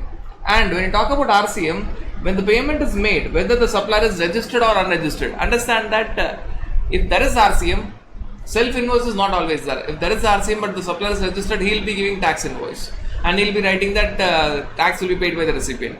If there is RCM and the supplier is unregistered, you yourself as a recipient have to write self invoice. But when you are talking about making the payment, when the recipient is making the payment, whether the supplier is registered or unregistered, he has to give payment voucher. Payment voucher. There is only one condition, RCM. Supplier may be registered, may not be registered, payment voucher should be given. And the last category you are talking about documents where you are talking about amending tax invoice. Amending your tax invoices. When you are talking about converting your accounting invoice, that is financial invoice, to tax invoice, this happens basically in two scenarios. When you are taking registration for the very first time, or when the suspension which was there is revoked, revocation of suspension. So birth and rebirth cases, you are converting your accounting invoice to tax invoices. It is called as revised tax invoices. Revised tax invoice, please don't confuse with the name that you are revising your tax invoice. No, it is the process of converting your accounting invoice to your GST invoice. It happens two times, birth, rebirth, that is new registration and revocation of suspension of registration. If at all you have raised invoice and you have to change the value or tax on the invoice, whether to increase or decrease, then you do it by way of credit note or debit note. For reducing the value and tax, credit note. For increasing the value tax, it is debit note, which is otherwise called as supplementary invoice. So these are all the documents that we are going to discuss. Now coming to the next point that we are having, there are some general things that you need to understand for this chapter. Understand that all the documents that we have discussed are raised by registered person. Whether it is tax invoice, or bill of supply, or delivery challan.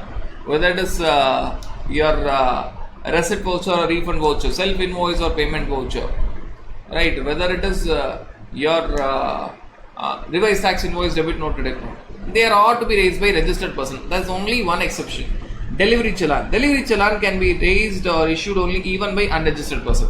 So as far as delivery challan is concerned, even an unregistered person can give delivery challan, right? All the other documents that we have discussed in a summary nutshell, they have to be raised only by registered person, but delivery challan can be raised even by unregistered person.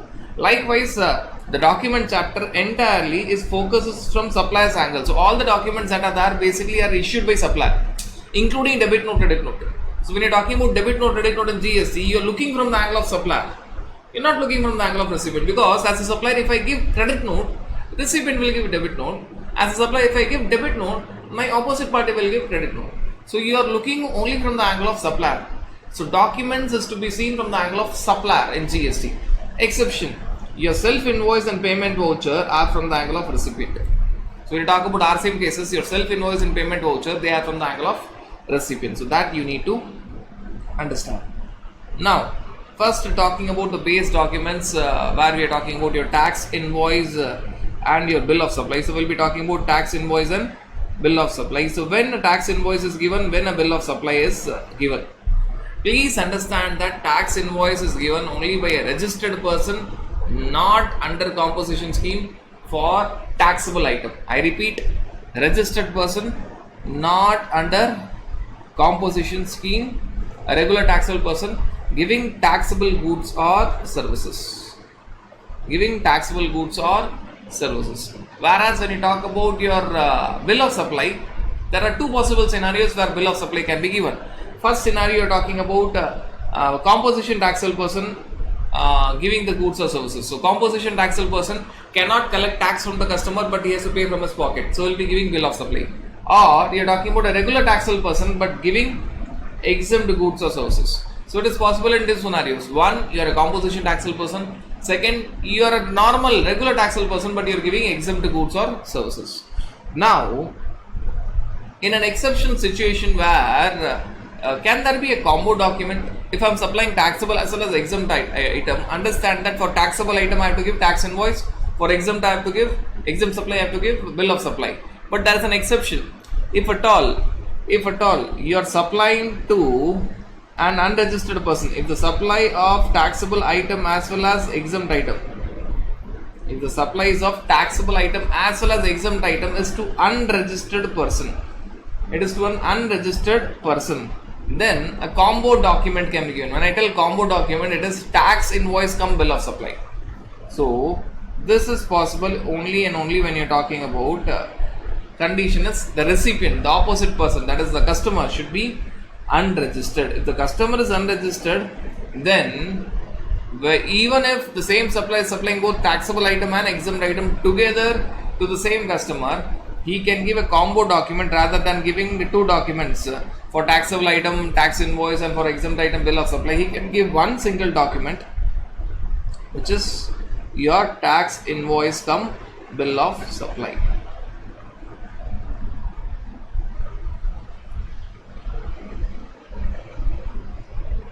Right, so this is given in rule 46A. There's some technical problem, this is not being highlighting. Okay, let us talk about other scenarios where you don't require separate independent tax invoice or independent bill of supply. So there is a point where you're talking about the value of the goods is less than 200 rupees, very small. The customer is unregistered. Plus one more scenario. You're talking about a scenario where the customer is not demanding a separate tax invoice or bill of supply. In such a case, at the end of the day, you can raise a consolidated tax invoice or bill of supply, which need not be given to any particular customer, but it is only for your records, only for the purpose of your records and your return filing. So that is also a possibility where you don't require separate tax invoice and separate bill of supply to be given to each of the customer. So supposing I have hundreds of customers, out of which 60 are registered, to them I have to give separate tax invoice bill of supply. Out of which say another 20, the value is more than 200 rupees. So for them also, though the customers are unregistered, but I need to give separate tax invoice or bill of supply. So 60 separate tax invoice or bill of supply, 20 separate tax invoice or bill of supply.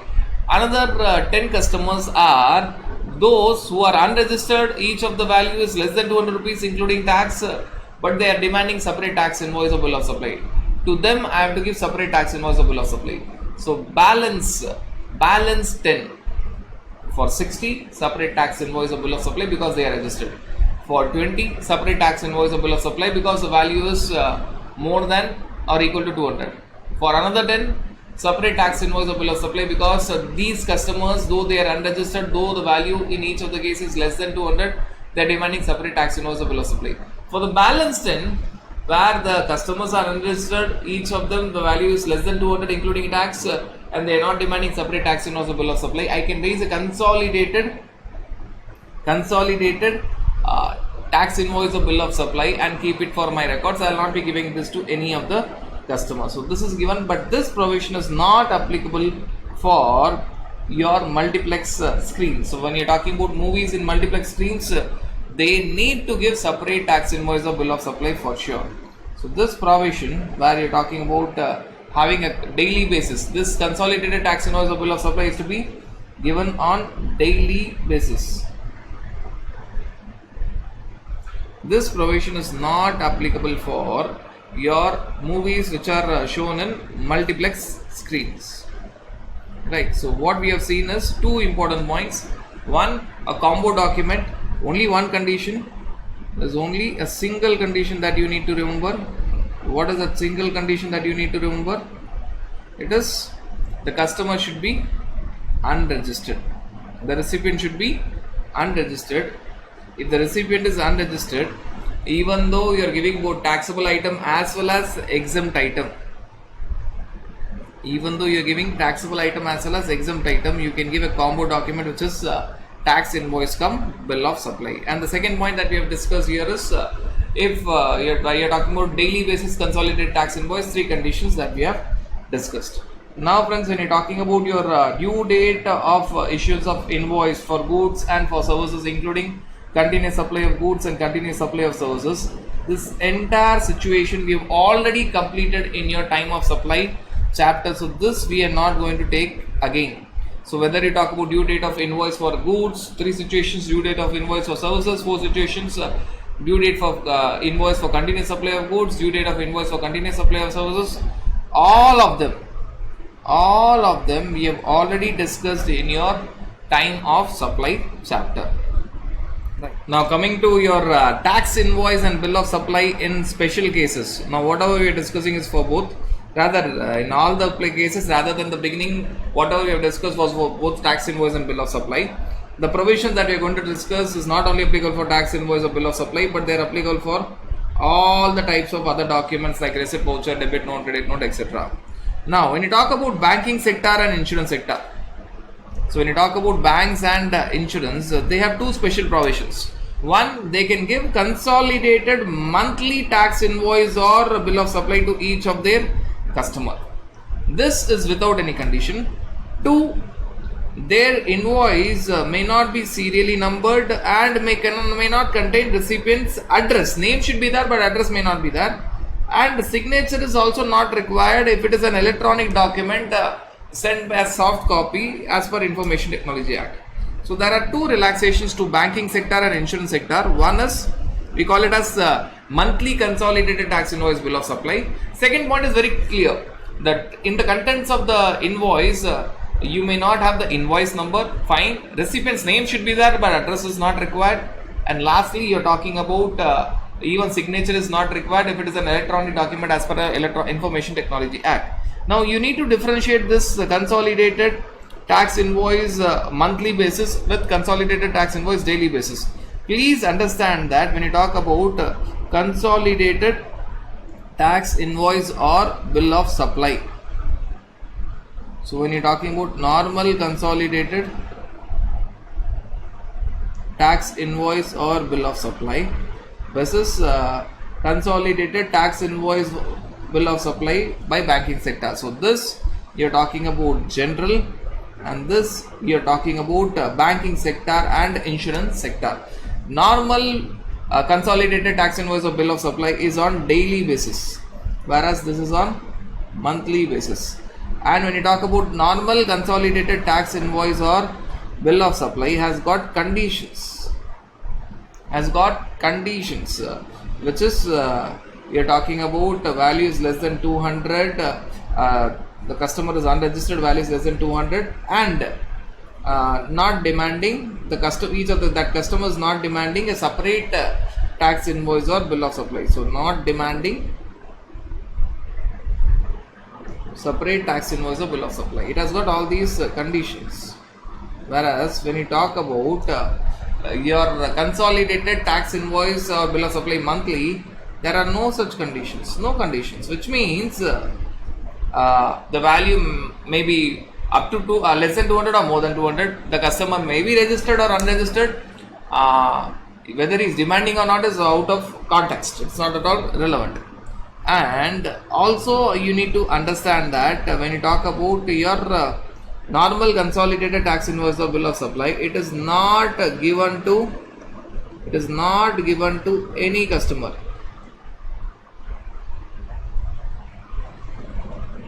Whereas this is given to each of the customer. To each customer it is given. And more important point, when you talk about normal consolidated tax invoice or bill of supply, it is consolidating all transactions of all customers satisfying conditions. All transactions of all customers satisfying conditions on daily basis. Satisfying conditions means the three conditions we have discussed. Whereas here it is to consolidate all transactions of a particular customer.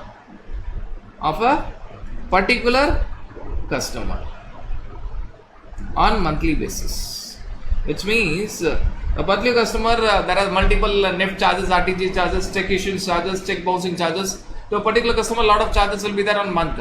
On month end, to each of the customer, whether you are registered or unregistered, bank or insurance will give a separate tax invoice or bill of supply to each of the customer. So this, understand that when you talk about banks and insurance, they are consolidating multiple transactions of a particular customer. And each of this consolidated monthly tax invoice will be given to each of the customer. Supposing banks or insurance is having lakhs of customers, this monthly consolidated tax invoice will be actually given to each of the customers, all the lakhs of customers. Whereas when you talk about daily consolidated tax invoice or bill of supply, it has got conditions where the value is less than 200, not registered customer, and he is not demanding. Then this daily consolidated tax invoice is not given to any of the customer, it is kept for documentation purposes only. So that you need to differentiate. That is all about your banks and insurance, two special relaxations. Now we are talking about your goods transportation agency. When you talk about your GTA, goods transportation agency, you need to understand that they don't have any relaxation. Additional details that they have to give. What are the additional details that they are required to give? The details of consignment note. That is, what are the goods transported? Point number 1. What is the good gross weight of the consignment that is transported? Point number 2. Name of the consignor, consignee. Point number 3. Place of origin, destination. Point number 4. Registration number of the goods carriage, in which vehicle it is going. Point number 5. And last point, who is going to pay? GST, whether consignor, consignee, or whether GTA. So these all extra details are nothing but details of consignment note. Details of the goods transported, gross weight of the goods transported, name of the consignor, consignee, origin, destination, vehicle number, goods carriage number, and who is going to pay GST, that person's name and GST number, extra details. And when you talk about passenger transportation service, again the relaxation is very similar to banks and insurance. Second point relaxation, your serial number may not be there, recipient's name should be there but address may not be there, and it need not be signed if it is an electronic document as per Information Technology Act.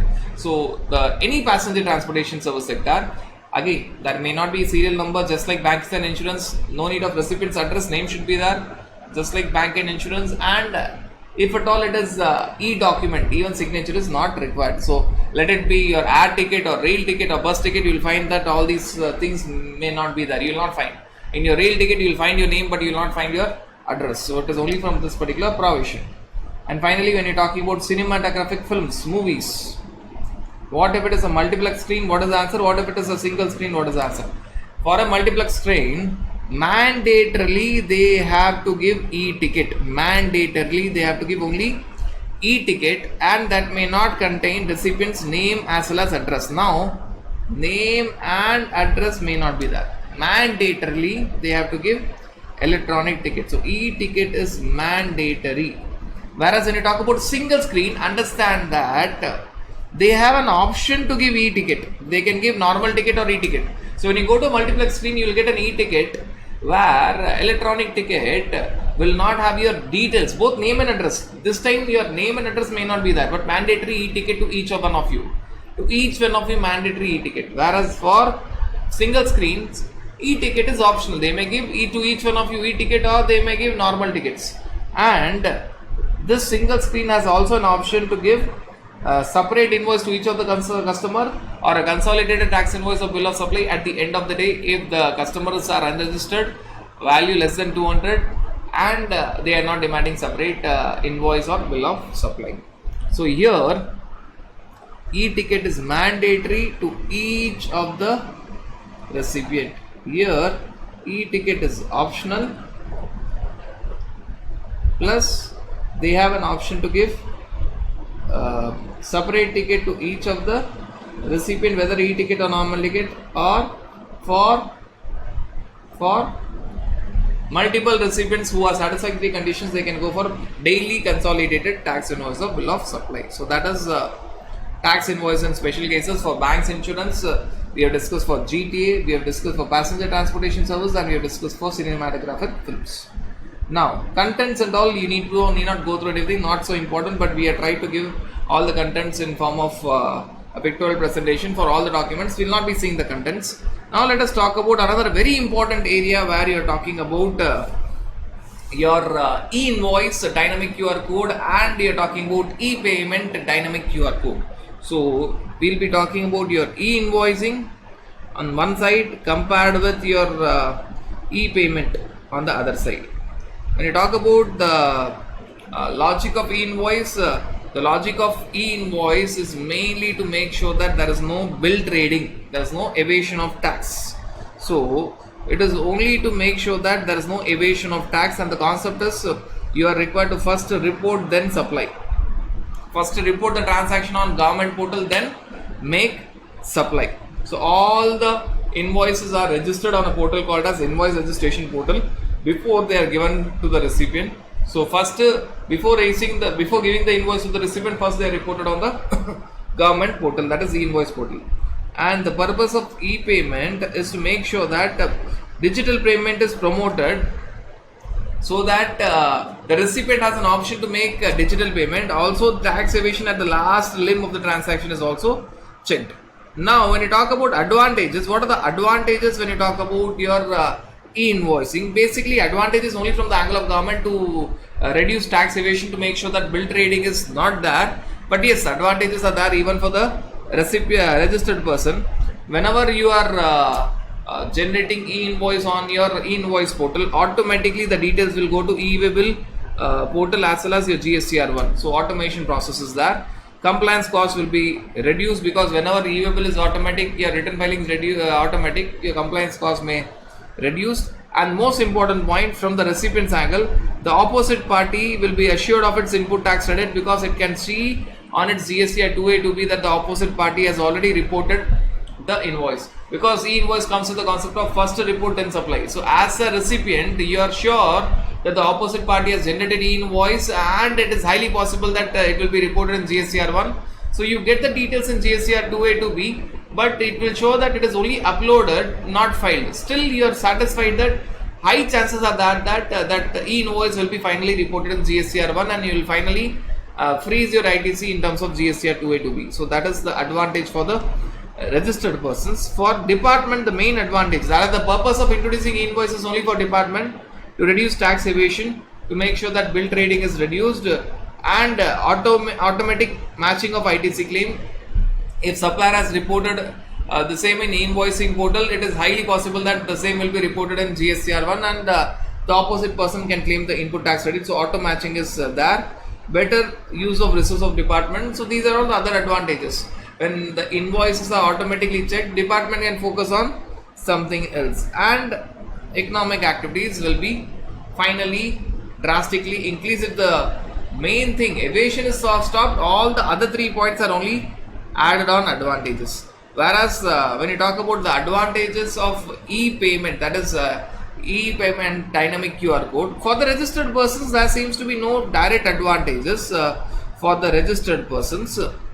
Only thing is, the more you promote digital payment, government may give you some payments from lottery scheme, which means government may promote. Government wants you to give the facility to the customers for e-payment, and if at all you are giving the facility for digital payment, and if the digital payments are actually made, if the recipients are actually making digital payments, they may get some benefit from the lottery scheme organized by the government. So those recipients who are making e-payment, digital payment, they might get some lottery benefit from the government.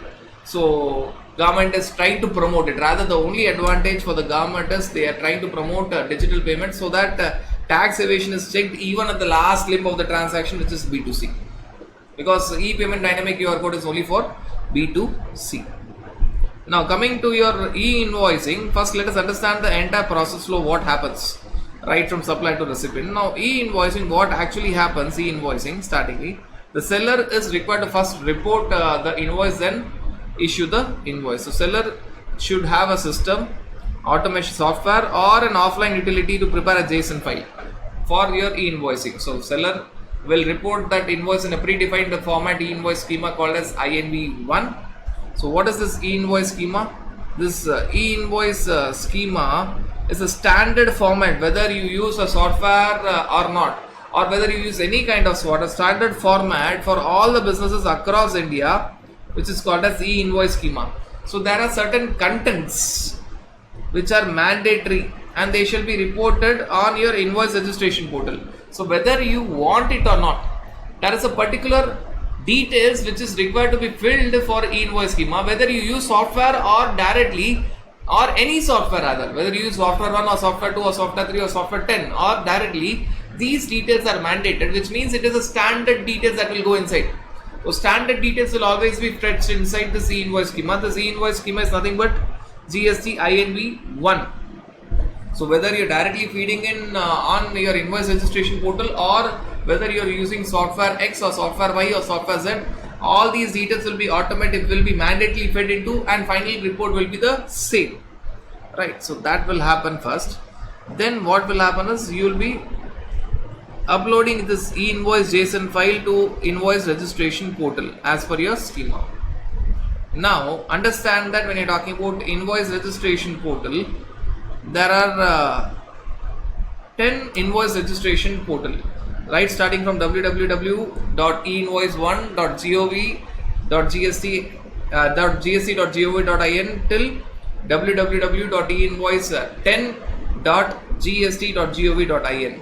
So any of the 10 e-invoice portal you can use. Rather, when you're directly giving the details of INV1 e-invoice schema on portal, you will be using the first portal, www.einvoice1.gst.gov.in. Balance 9 portals are used by the different softwares who will communicate on the back end with the balance portals. Now what supplier will do, will prepare an offline utility, will directly through a software or through offline utility will prepare the JSON file, that is your INV. Then he will upload the e-invoice JSON file to your invoice registration portal as per your standard e-invoice schema, that is INV. So all the details which are mandatory will be fed in for sure, whether you're feeding it directly or through a software. Then the details will go to invoice registration portal, and invoice registration portal will validate the data, generate invoice reference number, send that invoice to the normal GST system. So it will do what? It will first validate the data, generate IRN. IRN is nothing but your invoice reference number, which is unique for that particular invoice. 64-digit coding will be there, alphabets and numbers will be there, and it will send that invoice to the normal GST system. The normal GST portal will do what? Your normal GST portal will rule out that the same IRN is there in the GST portal. It will just check for the duplication of IRN. It will check the system whether there is any duplicate IRN, because lakhs and lakhs of people will be generating your invoice on the same time. So it will just check whether already this IRN is existing or not.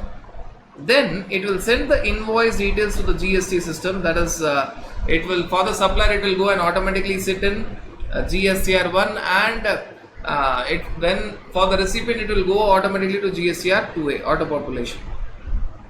After the same is checked, it will add a QR code. It will come back to your invoice registration portal, a QR code which will incorporate the invoice reference number, a QR code, dynamic QR code which is incorporating the invoice reference number. It will be there, and signature will be done to that e-invoice. Now it is technically e-invoice. There was invoice registration number which was there, Now it is that invoice registration number, which is a 64 digits number, it will be incorporated within the dynamic QR code. Signature will be done, and it will push the data to e-way bill system if required. If at all automatically you want to push the data, part A will be automatically pre-filled. If we are giving the vehicle details, even e-way bill will be generated. So e-invoice portal, it's talking to normal portal first for checking whether there's any duplication. Then e-invoice is generated. Also to the normal portal, it will go and sit in supplies GSTR1 and recipient GSTR2A. And then if required, if at all you are giving the vehicle details, it will also talk directly to the e-way bill portal. Finally, supplier gets the signed copy of your invoice registration number and e-way bill. If at all you have opted for e-way bill automatically will be generated. Part A will be pre-filled. If you are giving the vehicle details, e-way bill will also be there. It will give you your e-invoice for sure. It will give you back your e-invoice for sure. If at all e-way bill data is also filled, part B details, vehicle details is also filled, or e-way bill number also will be generated. So it is nothing but e-invoice with QR code embedding your IRN. So it is nothing but e-invoice is nothing but that will be a dynamic QR code which will have within itself your IRN. So now you can issue to the buyer. Your GSTR1 is automatically uploaded. Now to the buyer, the moment your e-invoice is ready, buyer can view the details in GSTR2A. Now buyer is very sure about the authenticity of e-invoice. So when the QR code invoice copy, the QR code which embeds IRN invoice copy is given by the supplier to the buyer, or where the buyer can directly see that view the details in GSTR2A, it is only uploaded, not filed. GSTR1 will be filed in next month, but it is only uploaded, even that will be shown in GSTR2A. He is very much rest assured of his input tax return, because normally when someone is generating invoice, it is normal that he will be reporting that in his GSTR1. So that surety will be there. Now invoice registration number, as discussed, invoice registration number is nothing but your 64 digit unique reference hash number generated by your invoice registration portal on successful registration of e-invoice. So that is nothing but invoice registration number. E-invoice. So the moment you get invoice registration number, that 64 digit number will be converted to a dynamic QR code. So the moment you scan that QR code, you will get that 64 digits invoice registration number.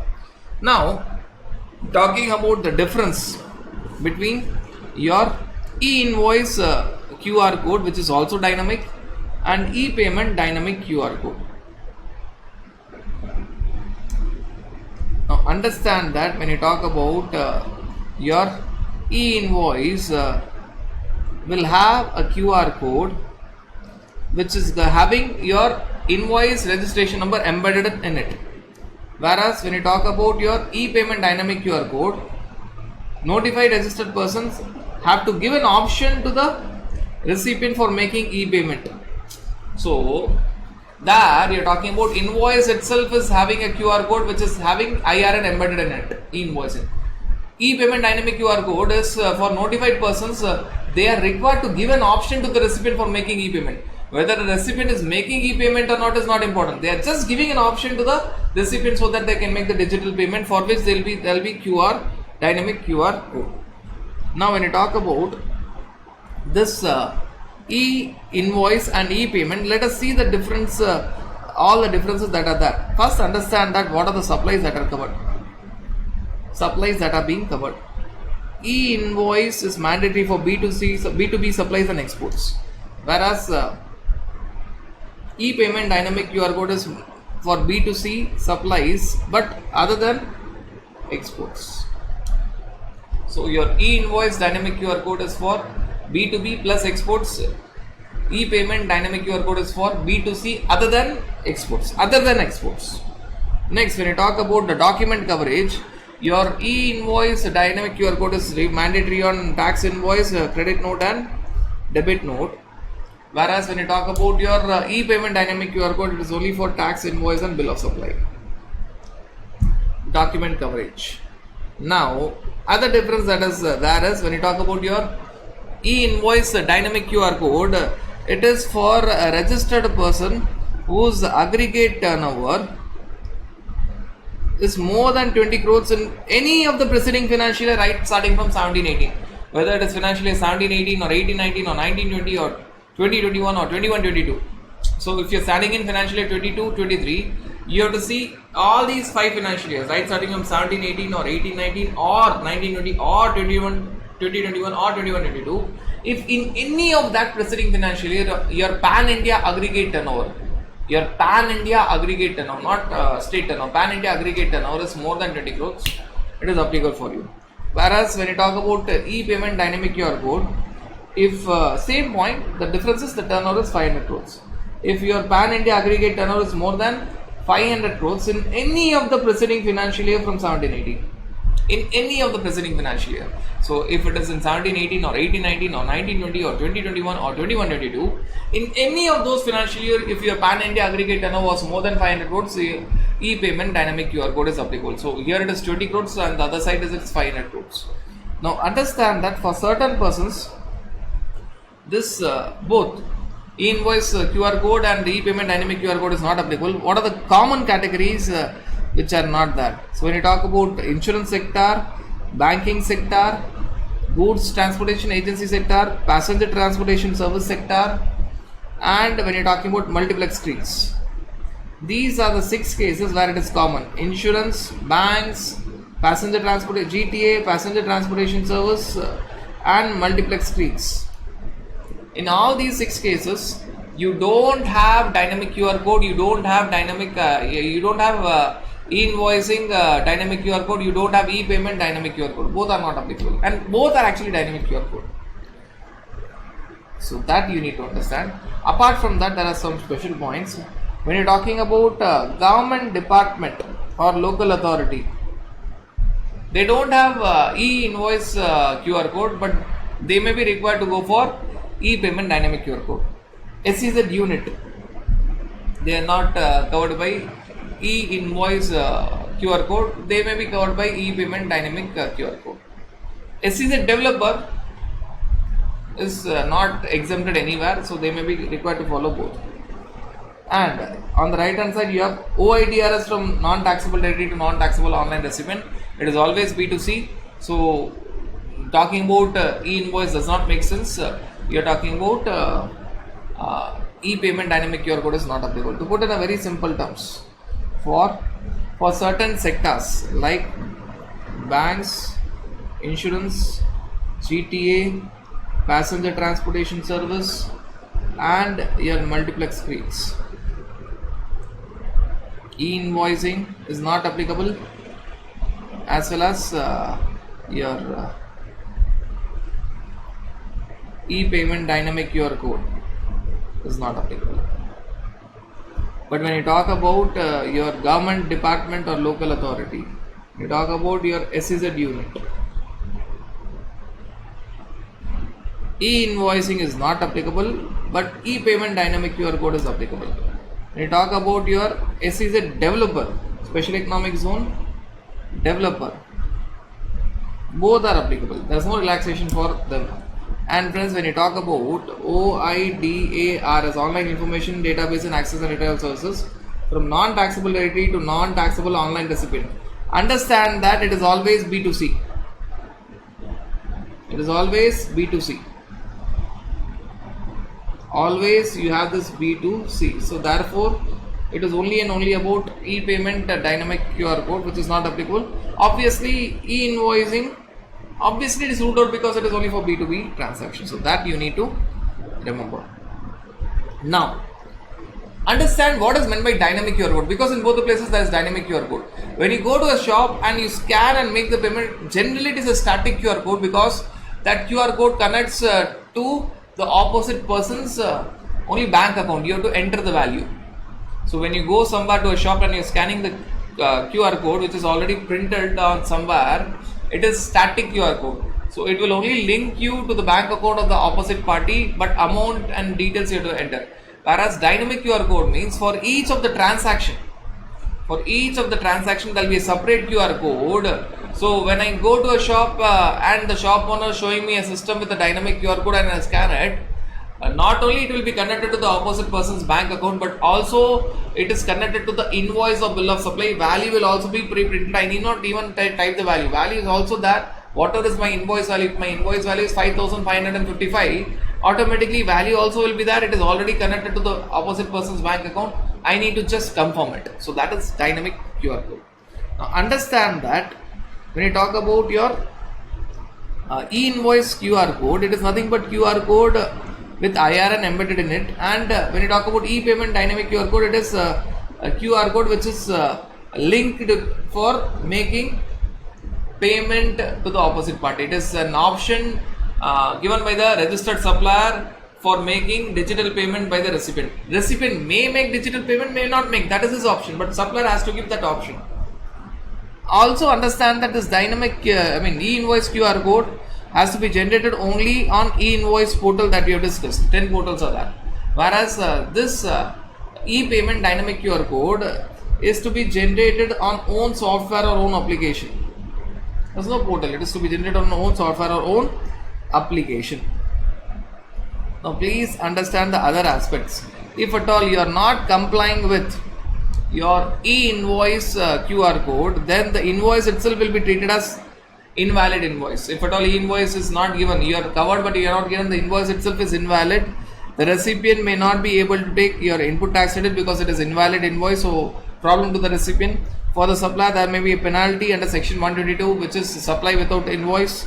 Also there may be detention of goods and penalty under section 129 for transportation without proper document. So for the supplier, there may be a penalty as per section 122 and 129, supply without invoice and transportation without proper documentation. And for the recipient, the problem is he may not be eligible to take ITC, though there is a mistake done by the supplier. When you talk about though you are covered by e-payment dynamic QR code but you are not generating, there may be a general penalty as per section 125, which is CGST maximum 25,000, SGST maximum 25,000. So that is all about both the points. One small aspect which is given in the end. Can you be relaxed from e-invoicing? Yes, commissioner may relax you from e-invoicing. But when you talk about can you be relaxed from e-payment dynamic QR code, now understand that if the payment is already made by cash or using digital QR code, so as a supplier I have an option that I show the digital QR code on my system to the recipient, he scans and he makes the payment. So payment is already made.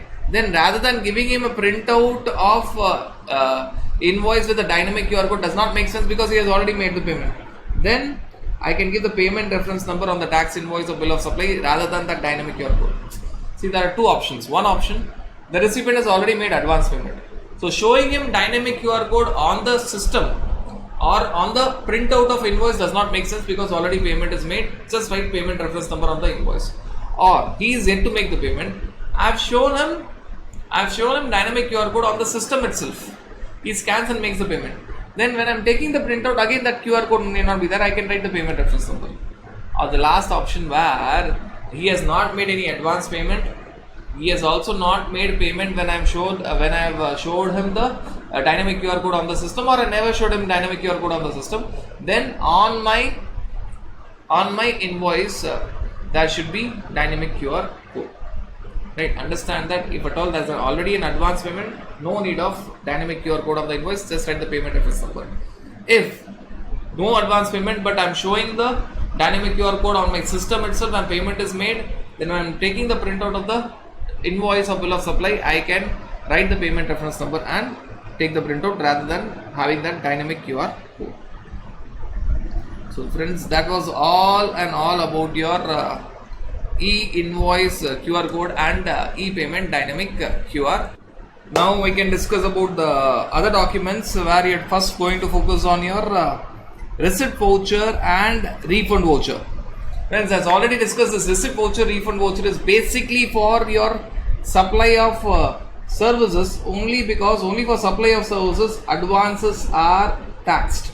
You've seen that in time of supply that only when you talk about supply of services advances are getting taxed. When this receipt voucher is to be issued, at the time of receipt of advance payment. When this refund voucher is to be given, now conditions are very important for refund voucher. Understand that there was receipt of advance, you have given receipt voucher, but there is no supply made thereon, plus there is no tax invoice which is given, and the advance received is refunded back. In that case, refund voucher will be given. So there are three conditions basically: no supply is made, no tax invoice is given, and the advance received is refunded back. Then you are going to give refund voucher at the time of refund of advance. So you received the advance, you gave receipt voucher. There was no supply made thereafter, no tax invoices was raised, and finally, important point, whatever advance you have received, you have given back refund voucher. Now understand that when you talk about receipt voucher, we are not going to see the contents of any of the documents, but few important points about receipt voucher. When you are receiving the advance, if you are not sure of the rate of tax, which means if you are not sure which item you are going to give, because you are dealing with multiple item and the rate of tax is separate. If you are not sure with the rate of tax, you have to go with 18%. If tax is not determinable, you have to go with 18%. And supposing if you are not sure with the type of supply, whether it is intrastate supply or interstate supply, because your customer is located in multiple states, you don't know whether he's going to take in the same state where you are, or he's going to take the goods or services in other state. If you're not sure with the place of supply, then you have to pay IGST. So if you're not sure with rate of tax, go with 18%. If you're not sure with whether it is CGST, SEC or IGST, go with IGST. Now, there's a circular which has explained many things, and we are going to see that particular circular. Now, understand that when you're talking about advances, the second part of the circular talks about your credit note. So we'll be discussing that later. So we are focusing on the first part of the circular. When you talk about advances, what are the options that you have? So you have received advance for your supply of services. The contract gets cancelled before the supply is given. So you're discussing about a scenario where you have received the advance and the contract is cancelled, and you are going to give the refund of that advance. Now, option 1, you have raised receipt voucher in the beginning. If at all you have raised receipt voucher in the beginning and you have paid GST, then later on you have to give refund voucher. If you have initially given receipt voucher and paid GST, later on you have to give refund voucher. But the important point here is, when you are giving refund voucher, it will not be automatically adjusted in your return. You have to apply for refund of excess payment of tax. You have to separately apply for refund, which is a bit complicated, expensive also. But if at the time of receipt of advance, you give tax invoice and paid GST. See, whether you give receipt voucher or whether you give your tax invoice, you have to pay GST. But assume that if you have given tax invoice and you have paid GST, later on you can give credit note, and rather than applying for refund, even here you can apply for refund, but rather than applying for refund, you can adjust it against your GST liability in the month in which credit note is given, which means automatic adjustment by yourself can be done in returns. So if you have raised the invoice in April and credit note is given in December month there will be reversal of your output tax. Whatever is the tax payment in December month, that will be reduced by this tax in the credit note. So it is highly clear that giving tax invoice is highly better, because when you talk about advances, if at all, if you have received the advance and if you have given receipt voucher and paid GST, later on you have to give refund voucher at the time of cancellation of contract and giving the refund. You have to apply for refund. Automatic adjustment is not there. But in case where you have given tax invoice initially and paid GST, later on, either if you want refund, you can go for refund, but no one will go for that. Better option is you can adjust this against your GST liability in the month of in which credit note is being given. So that second option is always a better option. Now the circular also talks about credit note. So this part actually does not deal with your receipt voucher, refund voucher. It is a separate thing.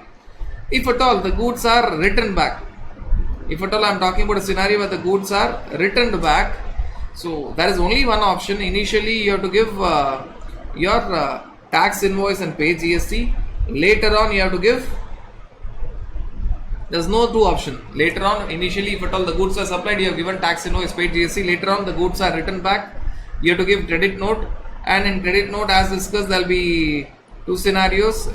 Either apply for refund, which is not a wise option, or adjust it against the GST liability in the month in which credit note is given.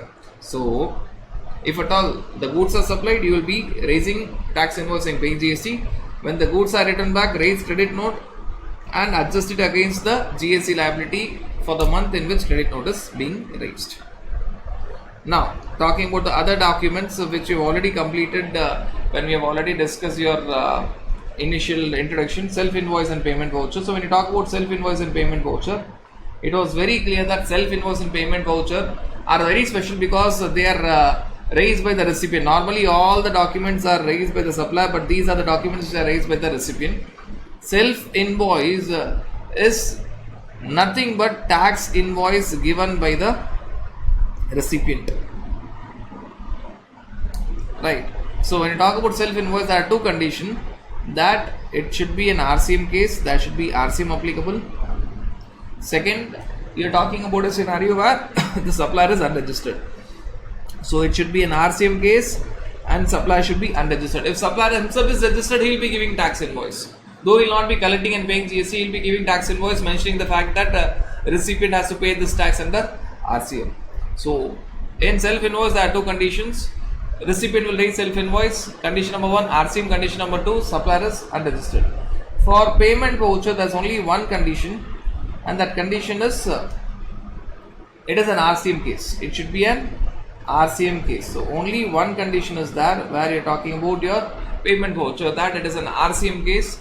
Supplier may be registered, may not be, may be unregistered. That really does not make any difference when you talk about your payment voucher. So payment voucher, there is only and only one condition, that there is an RCM. Supplier is registered or unregistered, not relevant. Self-invoice is raised at the time of receipt of goods or services, and payment voucher is raised at the time of making the payment. So that is all about your self-invoice and payment voucher. And as regard you are talking about your invoice of ISD, as already discussed in your ITC chapter, normally ISD will give invoice to your branches, that is units. Understand one important point, that ISD, when it is giving invoice, it will not write the value, it will only write the amount of credit distributed. Only and only amount of credit distributed. Also understand that if at all the ISD happens to be a banking sector, right, in that scenario, if ISD is a banking sector, serial number is not required. Serial number is not required. This relaxation is not for insurance, only for banking sector. So this is normally the invoice given by ISD to the branches for distribution of credit. At times, branches can give invoice to ISD. Normally, when it happens, when the supplier is wrongly billed to the branches instead of ISD, or when it is an RCM case where ISD cannot pay RCM, one of the branch has to pay RCM tax and take the credit, then give the credit to the ISD, and ISD later on will distribute the credit. So two scenarios are there. In this scenario, understand that you have to, this branch has to give the details even of the supplier who is giving that particular invoice, because branch has got that invoice wrongly, or branch has paid RCM, took the credit and again transferring to ISD. So it has to give the details of the supplier as well. Right. Other contents are not so important. Other contents per se is not important for your exams. Now let us discuss about your revised tax invoice. When you talk about your revised tax invoice, you need to understand that revised tax invoice is there in two scenarios. One at the time of taking registration, and the other at the time of revocation of suspension. Revocation of suspension. So birth and rebirth. So when you're talking about taking registration, this is applicable for those who have applied for registration within 30 days from the date they are liable. So this first you need to understand that this will be applicable only and only if you have applied for registration within 30 days from the date you are liable for registration. In that case, your effective date of registration is right the date when you are liable for registration. So for all the supplies made between the date you are liable for registration, which is your effective date of registration, till the date of grant of registration, you would have given accounting invoices without GST. Now, within 1 month after the date of grant of registration, you can give revised tax invoice. Now let us see this in this scenario. Supposing you have started your business on 1st of June, and you have crossed the turnover of say 20 lakhs on 10th of September. So you are liable for registration on 10th of September. Supposing your threshold limit is 20 lakhs, you have applied for registration on 25th of September. You have applied within 30 days. You have applied for registration within 30 days. So your application for registration was within 30 days, which means your effective date of registration is date when you are liable for registration 10th of September. Now for all the transactions between the date when you are liable for registration till the date registration is granted. Supposing registration is granted at a later point of time, which is 2nd of October, till that time. So for all the supplies made between the date when you are liable for registration 10th of September till the date you are getting the registration certificate, which is say 2nd of October, you will be converting your accounting invoices to your revised tax invoice, and that revised tax invoice has to be given within 1 month of 2nd of October. That is, it has to be given on or before 2nd of November. Also understand that in this case, whenever you are taking new registration, you will be filing your first return. First return will contain the details right from 10th of September till your 31st of October. Not only 2nd of October till your 31st of October. Now also understand that these are all special points. You will be having something called as first return containing all these details. When you apply for registration within 30 days, you can take the ITC on inputs as on the date you are liable for registration. So as on the stock which was there on 9th of September, even that ITC can be availed. All these points will be there. Now if I make a small change, you started your business on 1st of June, you crosses the threshold limit of 20 lakhs on 10th of September, but the change is you did not apply for registration within 30 days. You did not apply for registration within 30 days. You applied on 15th of October and you got it on 20th of October. So now your effective date of registration will not be the date when you are liable for registration. It will be the date of grant of registration. So your effective date of registration is now date of grant of registration, that is 20th of October. Can you give revised tax invoice? No. Can you take the stock ITC of the stock of inputs as on 9th of September? No. But still you will be filing your first return. But first return will have all the output tax details right from your 10th of September till 31st of October, because you have got the registration certificate on 20th of October. So that output tax will be the same, but input tax credit you will be eligible only from 20th of October. So if you talk about the previous example, you will be giving the details of output tax as well as input tax credit right from 10th of September. Whereas in the second example, your output tax will start right from 10th of September, but your ITC will be eligible only from 20th of October. Your ITC will be eligible only from 20th of October. That you need to remember. Now talking about the second scenario where you are going to have revised tax invoices, suspension of registration followed by revocation of suspension. So who is covered here? The persons whose registration has been suspended. And also understand that during the period of suspension you would have made supplies but without GST. Now once your suspension is revoked, it is retrospective revocation. You have to issue revised tax invoice within 1 month from the date of revocation of suspension. Right. So again understand that we are talking about a person who has obtained registration on 1st of June. His suspension is his registration is suspended on 10th of September and it is revoked on 2nd of October. So for all the transactions between 10th of September to 2nd of October, he would have given normal financial invoices without GST. Now he can give your revised tax invoices. He is required to give your revised tax invoices, and that needs to be given within 1 month from the date of revocation, which is 2nd of November. Also When you talk about revocation of suspension, again first return will be there for all the transactions, right, starting from 10th of September till 31st of October, not 2nd of October, the month end, till 31st of October, first return will be there for group of months. Also understand that when you're talking about this suspension of registration may not be revoked.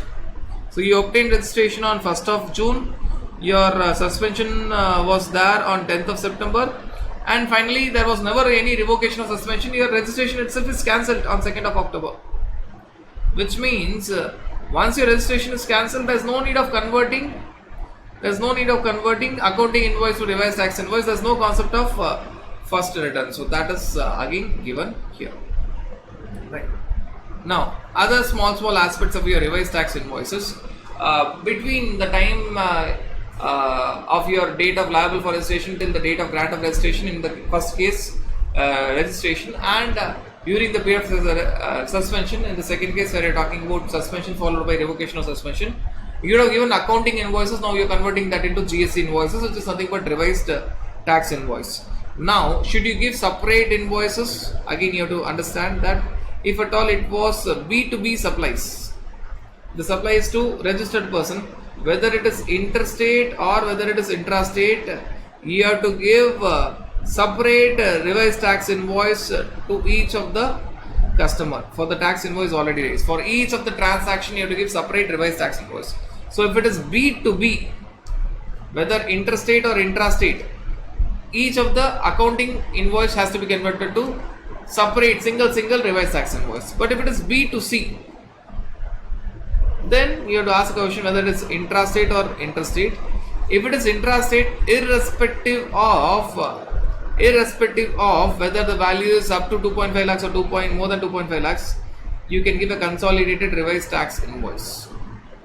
Because B2C recipient is not worried, you can give a consolidated revised tax invoice for all the supplies given to that particular recipient. Consolidated revised tax invoice for multiple transactions, single consolidated revised tax invoice for your records. If at all it is interstate supply, then ask yourself a question whether the value is up to 2.5 lakhs or more than 2.5 lakhs. If it is if it is up to 2.5 lakhs, again you can give consolidated revised tax invoice for all such transactions in that state-wise. It is to be seen state-wise. Consolidated revised tax invoice for each of the state. So if we are interstate supplies in 10 states, where in each of the states there are few transactions which are up to 2.5 lakhs, for all the transactions you can give a single consolidated tax invoice for that particular state, each of the state. And if it is B2C and it is interstate and the value is more than 2.5 lakhs, then you have to give separate tax invoice to that particular recipient. So understand that if it is B2B, separate revised tax invoice. B2C, within the state, consolidated revised tax invoice. B2C, interstate, amount up to 2.5 lakhs, consolidated revised tax invoice.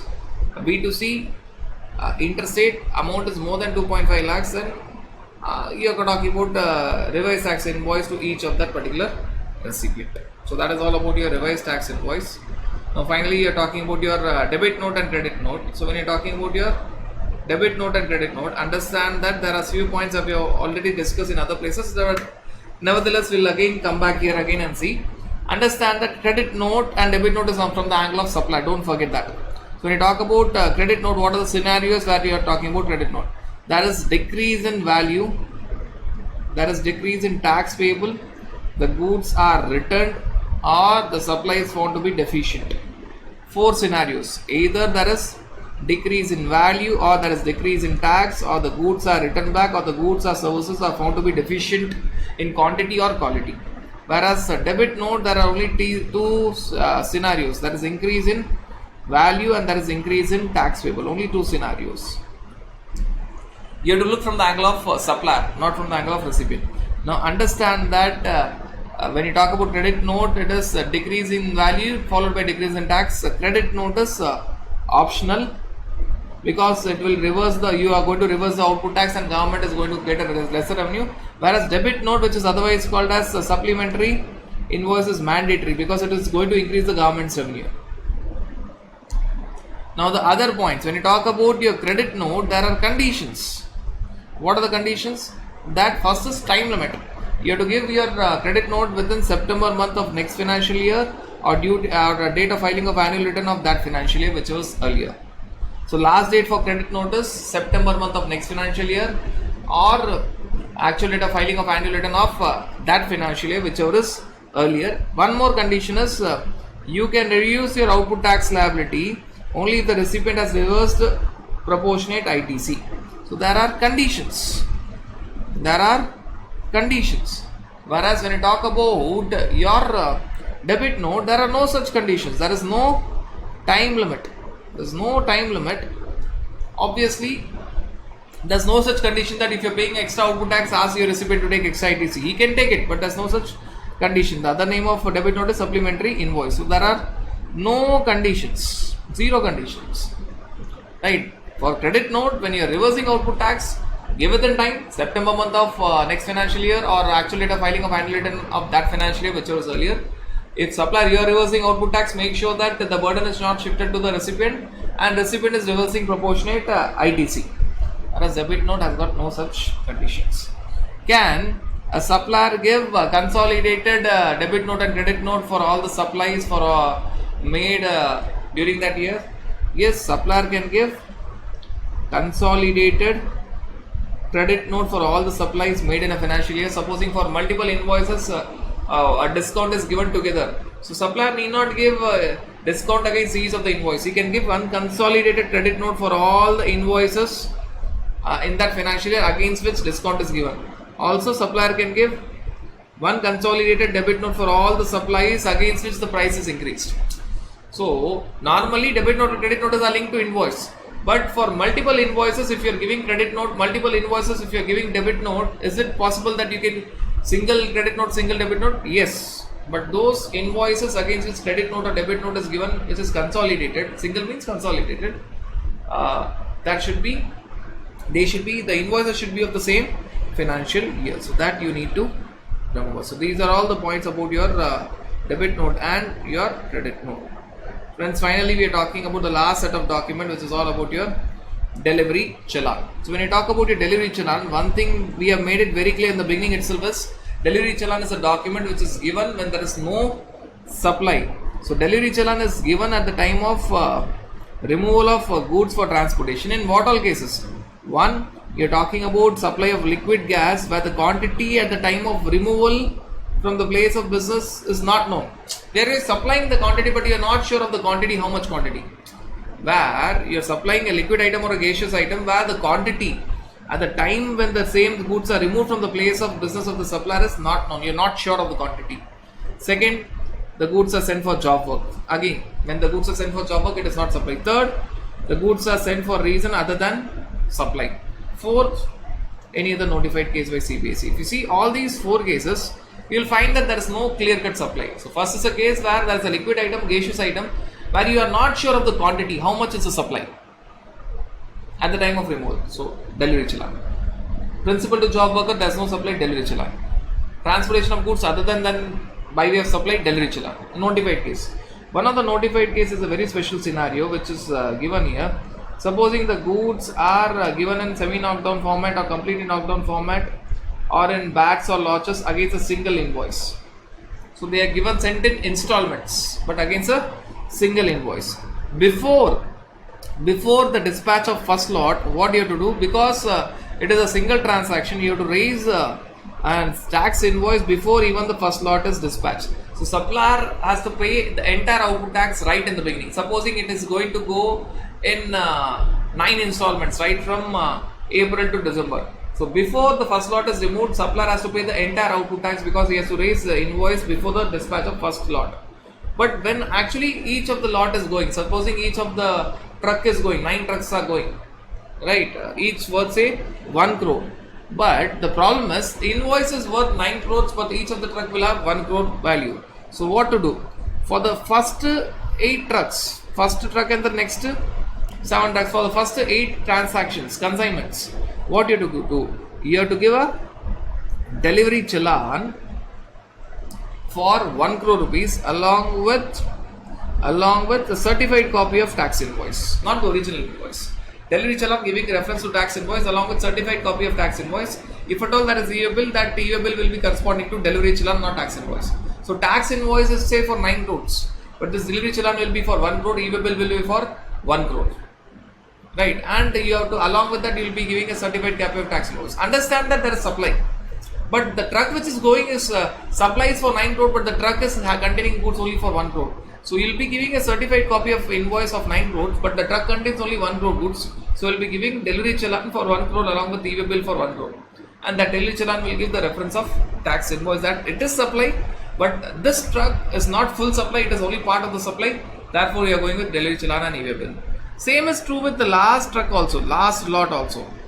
The only change that is there in the last lot, same thing. You have to understand that there will be delivery challan giving reference to the tax invoice, but in the last lot you will be giving the original copy. For the first 8 lots, only certified copy will be there. For the last lot, original copy. Understand that supplier will pay tax on the entire 9 crores right in the beginning, April month. But recipient can take credit only at the time of receipt of last lot when he has received all the lots. So therefore only in the last lot original copy of invoice will be given. So that you need to understand. Now there are other points which is given. Now what is the other point that is given? So if you see this next point, tax invoices versus delivery challan, assume there is a scenario where the goods are transported for the purpose of supply. You are actually supplying it, but tax invoice was not given. The goods are given for the purpose of supply, but you fail to give tax invoice. But you fail to give tax invoice at that point of time, at the time of removal of goods.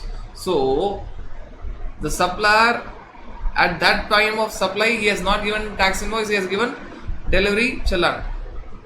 Immediately after delivery of goods, he shall issue a tax invoice. So this is only a clarification that there was supply, but for some reasons you could not give a tax invoice. So there was clearly supply, but for some reasons tax invoice could not be issued at the time of removal of goods. The moment the goods are delivered, please raise tax invoice. So that is the point which is given here. Another point which is telling that, what is it is telling?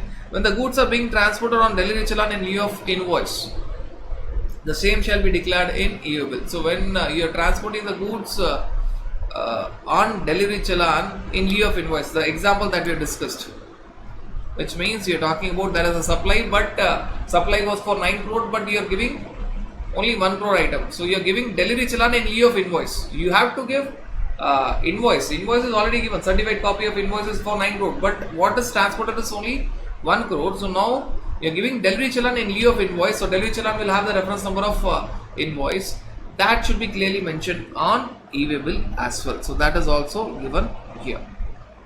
Now friends, we are done with all the different types of documents, whatever is there in this particular chapter. Now let us discuss about the circulars which are there. If you see the circulars, you will find that the initial set of circulars are for your delivery challan. So circular 1 to circular 4 are for delivery challan. Circular 5 and 6 are for your e-payment QR code, dynamic QR code. And the last circular is all about your mainly basically about your documents and input tax credit note and input tax credit. So when you see the first circular, it is telling that in a scenario where you are supplying something to your customer through a dedicated pipeline, you are dedicatedly giving say 100 units to your customer, but you don't know whether he is going to accept 100 or not. At the end of the time, he is accepting say only 15 units. So you have supplied him 100 units dedicatedly. Every morning you supply him 100 units. You don't know whether he is going to accept 100 units or not. At the end of the day, he tells that I want only 15 units, say for example, and finally 85 units are returned back. So what is the document? When the initial 100 units went, they were not supplied, so it is delivery challan. So for the initial 100 units, there is delivery challan. When the 15 units are accepted at the end of the day by the recipient, then for that there will be a tax invoice. When the 85 units are returned back, again there will be delivery challan. So when you are sending something to customer but you are not sure how much it will be accepted, it is not supplied, delivery challan. When he has accepted some quantity, say 15 units out of 100, for those 15 units alone, tax invoice. When the balance 85 units are returned back, again there will be That will be your delivery challan. Now, second point talks about a scenario where you're talking about chain sales. Supposing I'm taking 10 sets of jewelry to say Joy Alucas. I don't know how much they are going to accept. They select say 2 sets of jewelry and they keep with them. So I have supplied them 2 sets. And when I come out of their premises, I have only 8 sets of jewelry. So what will be the documents? So when I go from my place to Joy Alucas, I'll be raising delivery challan for 10 cents. Why? When I don't know how much will be accepted by the customer, there is no supply. So that is delivery challan. So when I'm taking 10 cents to Joy Alucas without knowing how much they will accept, that will be delivery challan. When 2 sets of jewelry accepted by Joy Alucas, for that I'll be raising tax invoice, for which I have to carry a manual invoice book. I don't have an option, but I have to carry a manual invoice book for a very simple reason that I may be having all my invoices on my software, but when I came out of Joy Alucas, I'll be having only 8 sets of jewelry. So if an officer is stopping me, I have to explain. I have to tell that 10 sets of jewelry I brought from my office, delivery challan for 10 sets. 2 sets accepted by Joy Alucas, supply was there, tax invoice. So I have to carry a manual invoice book where I am going to give tax invoice to Joy Alucas at that point of time itself. Again, later part of the day, I may go to my system and I may put that invoice on my software as well. So that is a different story. But I need to carry manual invoice book. So this is not only true for jewelry sector. This is true for all the sector where you have the concept of chain sales, where you go to customer place, door to door, but you don't know how much quantity they are going to accept. On the next circular, this is all about second circular. The next circular is all about artist and art galleries. Supposing you are talking about an artist who's exhibiting his paintings in art galleries. Now understand that normally art galleries are like agents who will get commission. So when artist is sending his paintings to art gallery, there is no supply, delivery challan. When say hundreds of paintings are sent to art gallery, there will be delivery challan. One set of painting is selected by one of the customer. So there will be tax invoice. So artist to art gallery, there is no supply, delivery challan. When one set is selected, then there is supply by artist to the customer, tax invoice for that one painting. So that is first scenario. But what if I tell that art gallery is acting like special agent as per schedule 1, which means art gallery has the right to raise invoice under their own name. Then artist becomes the principal, art gallery becomes the special agent as per schedule 1. Then artist to art gallery, 100 paintings. It is not actual supply, but it is deemed supply. I have to give tax invoice for 100 paintings. One painting is selected by the customer. Then art gallery to customer, that is tax invoice. Understand the entire flow changes. If it is normal agent, if art gallery is normal agent, then for 100 paintings by artist to art gallery, there is no actual supply, no deemed supply, delivery challan by artist. For one painting that is selected by the customer, artist to customer, tax invoice. So artist to art gallery, delivery challan, artist to customer, tax invoice. Now, if I tell the art gallery is a special agent as per schedule 1, which is having the right to raise invoice under their own name, artist to art gallery, it is not actual supply, but it is deemed supply. Artist will give tax invoice for 100 paintings. And art gallery to customer, because now art gallery will be acting like the owner of the goods. Customer will always think that art gallery is the owner. Art gallery to customer, art gallery will give it tax invoice to customer. So entire flow changes. This you already discussed in your supply discussion. Now, the last circular about delivery challan. When you're taking something outside India for exhibition purposes, understand that when you're taking something outside India for exhibition purposes, taking goods outside India for exhibition purposes, there is no supply. When there is no supply, the document is delivery challan. So when you're taking goods outside India for exhibition purposes, there is no supply, delivery challan. Understand that when there is no supply, there cannot be zero rated supply. Right, so whether you are going on payment or under LUT does not make any point. So again, talking about delivery challan, when you are taking goods outside India for exhibition purposes, there is no supply, so the document is delivery challan. When in the exhibition few goods are selected, then there is supply. Supposing you are taking 100 units outside India for exhibition purposes, for 100 units delivery challan. Out of 100 units in outside India, say in USA, 10 units are selected. For those 10 units, you have to give tax invoice. But understand that when goods are taken on approval basis, the time limit which is there is 6 months. Within 6 months, either you have to sell it or again bring back the goods. So 6 months is the time limit which you have seen in due date of invoice for goods right at the time when we have seen your time of supply. So when you're talking about you are taking the goods outside India for exhibition purposes, no supply, delivery challan, 100 units. Out of 100 units, 10 units are selected, that is supply, you have to give tax invoice. Initially when there is no supply, there cannot be 0 date supply. So on payment or under duty does not make sense. Later point of time, 10 units, that is supply. So then it becomes 0 date supply. Going on payment is not possible because going on payment can be done only when you're filing shipping bill. Shipping bill was filed some time back. So now only under LUT is the option. You can go only under LUT. When the balance 90 units are brought back, again there's no supply. Delivery challan is only the answer.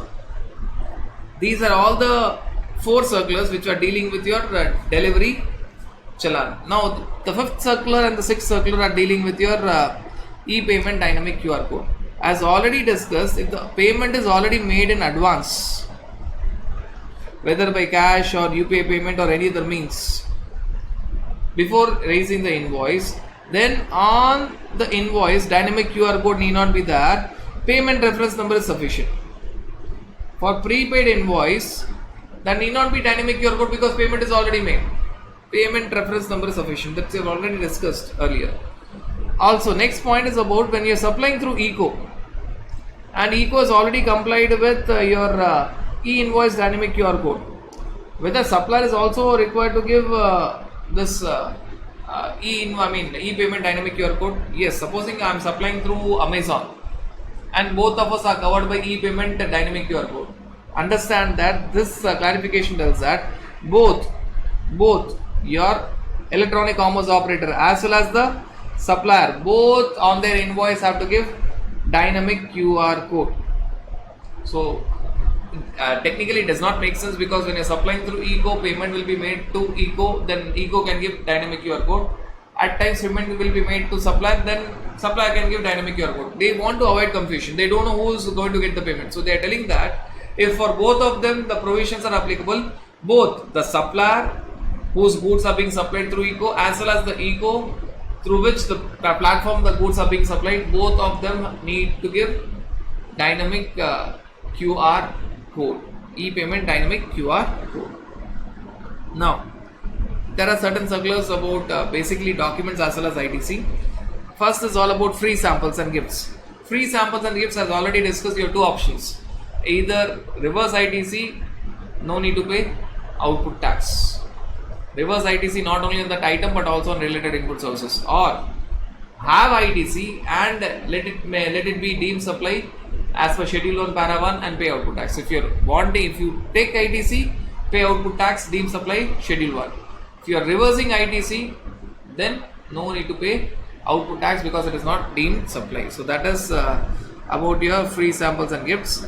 Buy 1 get 1 free. Understand that when there is a buy 1 get 1 free or buy 2 get 3, it is technically not free, because when I am having a marketing strategy where I am selling 2 and giving 1 free, technically it is not free. When technically it is not free, it is only marketing strategy. When technically there is nothing free, there is no need of reversal of ITC. So here the important point is ITC need not be reversed, right? And as far as rate of tax is concerned, say buy 2 get 1 free or buy 3 get 1 free or buy 1 get 1 free.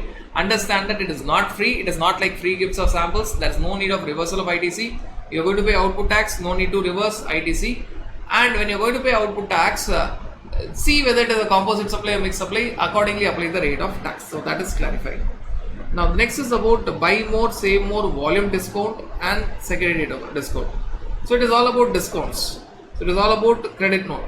So what are they telling? If the discount is given on invoice, then you are going to pay GST on net selling price directly. If the discount is not on invoice, later on discount is given by way of credit note, you have 2 options. Either give GST credit note where you have to reverse output tax and recipient has to reverse proportionate ITC, or you have an option to give financial credit note where you need not reverse your output tax, recipient need not reverse input tax credit. So understand that whenever you are talking about discounts, whether at the time of invoice or later on, at the time of invoice there is no issue at all. Directly it is on the invoice, you pay GST only on the net selling price. So recipient will get only the corresponding ITC. But if it is later on, so when you are talking about giving credit note later on, you have two options. Giving GST credit note, you reverse your output tax, recipient will reverse proportion ITC, or you give financial credit note because credit note is optional. GST credit note is optional. You don't reverse output tax, recipient need not reverse any proportionate ITC. Now certain other common provisions which are common for all the documents that we have discussed. Section 32 and section 33 have to be read together. Section 32 tells that unregistered person cannot collect tax. Section 33 tells that registered person only can collect tax and that too as per law. Also, it should prominently indicate what is the tax amount on all the documents. So, section 32 tells that unregistered person you cannot collect tax. 33 tells that registered person you can collect tax as per law, and please show the breakup of price and tax separately on all the records, all the documents. Is there any format of any of the documents? No. There is no format of any of the documents that we have discussed. Contents are there, and that is not important for exams. What is important to know is when you talk about all the documents, there will be serial number or the invoice number or the debit note credit number, that or the credit note number, which is a maximum of 16 characters. So your serial number of invoice or delivery challan or credit note or debit note etc. maximum of 16 characters. It can contain alphabets, numbers, but only two special characters, which is dash, which is nothing but hyphen and slash. Hyphen and slash. So maximum serial number can be of 16 characters containing alphabets, numbers, and only two special characters, hyphen and slash. And the last part of this chapter is all about document by the department. This entire chapter we have discussed document by the assessee. Now we are talking about document by the department. For every communication that department is having, department should mention document identification number in all their communication, including emails. Right, so department is said by CBSE that any communication that you have with the assessee, including mail communication, please have document identification number, which will make sure that recipient is aware of the genuineness of the document. So recipient need not be worried that it is a fake document of something, someone is trying to play a fool out of that assessee, or someone is trying to manipulate something. Now there is an exception given. What is that exception given? If at all there is a communication by the department, it is not having DIN, normally it is treated as invalid.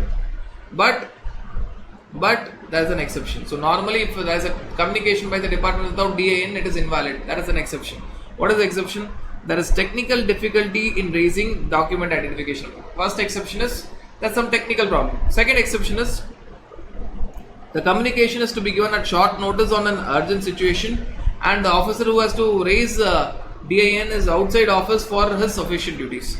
So in these two situations, whether there is some technical problem, portal issues is that DIN is not being generated, so there is a system issue, or this communications is to be given to the assessee on a very short notice or an urgent situation, and the officer who is giving communication is not in his office, is outside office for his official duties. Then you can give the communication to the assessee without DIN. But even in that exception, they are very clear. In the above two exceptions, one thing is very clear: DIN has to be generated within 15 days. So you have given a communication to the assessee without DIN. Now you have to give that DIN, and under these two scenarios, you have to give DIN within 15 days, and you have to get the approval of the senior officer, post facto approval of the senior officer. So in these two situations, you can give a communication to the assessee without DIN, but even in these two cases, make sure that within 15 days you generate DIN and take the approval of the senior officer. So that is everything about your document chapter. Okay friends, now let us quickly go through your e-waybill provisions, which is all about inspection during the movement of goods. Covered by your section 68, read along with rule 138 is the main rule. 138 A, B, C, D, E are all other rules. Now when you talk about your e-waybill, the portal which governs e-waybill is www.ewaybillgst.gov.in. So this is a portal from where e-waybills are being generated. So this portal only functions for e-waybill. Now understand that e-waybill is the supporting document. It is not the main document. It is a supporting document, not section 68 is telling. It is telling that the person in charge basically means the person who is having control over the truck over when the goods are being transported, or either truck or railway or airplane, as the case may be. Now, if the consignment value in that particular conveyance exceeds a particular limit, understand that the wordings are consignment value. We'll be discussing what is consignment value. So, where the consignment value of the goods which are going in that particular conveyance is exceeding a particular limit, person in charge shall carry the documents and devices as prescribed. Now, what are the documents and devices that are prescribed? Understand that the document that they are telling is the base document and the supporting document. So, when you talk about documents, let us see documents mentioned here. So, the moment you are talking about documents and devices are given here in Rule 138A. Document is basically the main document. The base document is either tax invoice or delivery challan or bill of supply. If there is supply, you are talking about tax invoice or bill of supply. If there is no supply, you are talking about delivery challan. This is the basic document. Primary document, tax invoice or bill of supply. If there is supply, if there is no supply, delivery challan. And the supporting document which is from government portal is e-way bill. Now understand that certain clarity about the base document and the supporting document. Certain other points. This is the base document and this is a supporting document. So you have to be very clear with what is base document, what is supporting document. Base document, as discussed, when there is supply, it is tax invoice or bill of supply. When there is no supply, it is delivery challan. Now certain clarifications. Now, if at all for those persons who are covered by e-invoicing provisions, they will not give a normal invoice, they will be giving invoice with IRN, QR code containing IRN. So, they will be giving e-invoice. Normal person will give invoice, but the persons who are covered by e-invoicing, they have to have QR code which is embedding the invoice reference number. So, that is a special point. Another special point, when the goods are imported, the base document is bill of entry. So that is the second special point. That is for the base document. When you talk about the supporting document, friends, as I said that the supporting document is e-way bill, which is through government portal. Please understand that when you talk about the supporting document, either you can write the e-way bill number on the main document, or there can be a physical copy of e-way bill. So normally e-way bill is a physical copy, or if you want, e-way bill can be mapped on a special device that is called as radio frequency identification device, which is embedded on the conveyance, which is fitted on that particular conveyance. So either have a physical copy of e-way bill or have the e-way bill number which is embedded on a particular special device, which is radio frequency identification device, which is fitted on the conveyance. And there's a note mentioned when we are going to see in the end of the chapter. There may be certain cases where e-way bill may be relaxed. So we are going to see the list of exemptions where e-way bill is relaxed. Now, talking about the device. This is a device which we have discussed just now. E-way bill can be a physical copy of e-way bill, or it can be mapped on a special device called as radio frequency identification device. Now, this device is not required to be fit by everyone. This device is required to be fit by only transporters who are notified by the commissioners. They should have a particular device called as radio frequency identification device, which is there on the conveyance. And before the movement of the vehicle starts, all the e-way bill should be mapped on the radio frequency identification device before the movement of the goods or before the movement of the conveyance starts. So this point, understand that this radio frequency identification device is not for all the transporters. It is only for notified transporters by the commission, which means big transporters. What they will do, they will have a special device on each of their conveyance, which is called as radio frequency identification device. And every time when the conveyance starts, each time when the conveyance is starting, there will be the goods, lot of goods inside the truck. So every time, whatever e-way bills are there for the goods inside the truck, they will be mapped on that particular device. So that the officer at the check post will have a device reader. He can easily find out what are the e-way bills for the goods carried by that conveyance. So that is the entire objective. Now talking about the other point mentioned in section 68, please understand that what is the power given to the proper officer with respect to section 68 read along with rule 138. This is trying to tell that proper officer has the power to intercept the conveyance and check the documents and devices that we have discussed now. He can check the documents and devices, whether documents are proper, whether it is a base document or the supporting document, and he can, if required, he can inspect the goods. If he is having not satisfied with the documents and devices, he can even open the goods and inspect the goods. More powers. Just not stopping at the normal part, going into the depth and finding out what goods are inside, what goods are mentioned on the document, and what goods are actually inside the container. So that is also possible. Now talking about your basic provision of e-bill, that is rule 138. What it is trying to tell? Understand that when you are talking about your e-bill, it is all about consignor, consignee. The person who's starting the transportation or who's starting the movement of goods is a consignor, and the person who's getting the goods is a consignee. E-way bill is required for specified movement of goods. It is not for all the movement of goods, it is required for specified movement of goods. Now what is specified movement of goods? If the movement of goods is specified, then e-way bill is required. If the movement of goods is not specified, e-way bill is not required. Now, movement of goods that we have in your syllabus is only interstate movement. Interstate movement. We are not talking about intrastate movement, we are only talking about interstate movement. Why we are not talking about intrastate movement? For a very simple reason, that intrastate movement limit will be different for each state. So for your exams, they cannot talk about intrastate movement, they will focus only on interstate movement. It is not that e-way bill is not required for intrastate movement, it is required. Say for example, for interstate movement, the limit fixed for e-way bill is 50,000. Intrastate movement within the state of Maharashtra, or say within the state of Tamil Nadu, or say within the state of Delhi, the limit will be different. So for your exams, the limit is relevant only for interstate movement of goods. Now understand that for e-way bill, please make one thing very clear. We are focusing on movement, we are not focusing on supply. This point, please make it very clear. It's movement, it is not about supply. Now this can be explained clearly with the help of a point which is given below. We will come back to specified movement of goods. Please understand that if at all that is a supply by domestic tariff area to special economic zone. So DTA to special economic zone in the same state. So when you are supplying to special economic zone, it is always interstate supply. IGST will be there. But the movement is intrastate. The movement is not interstate, but the movement is intrastate.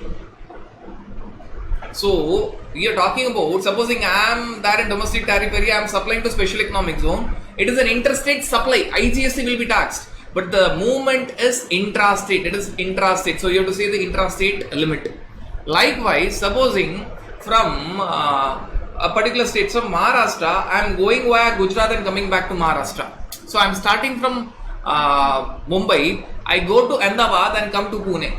So the supply is from Mumbai to Pune.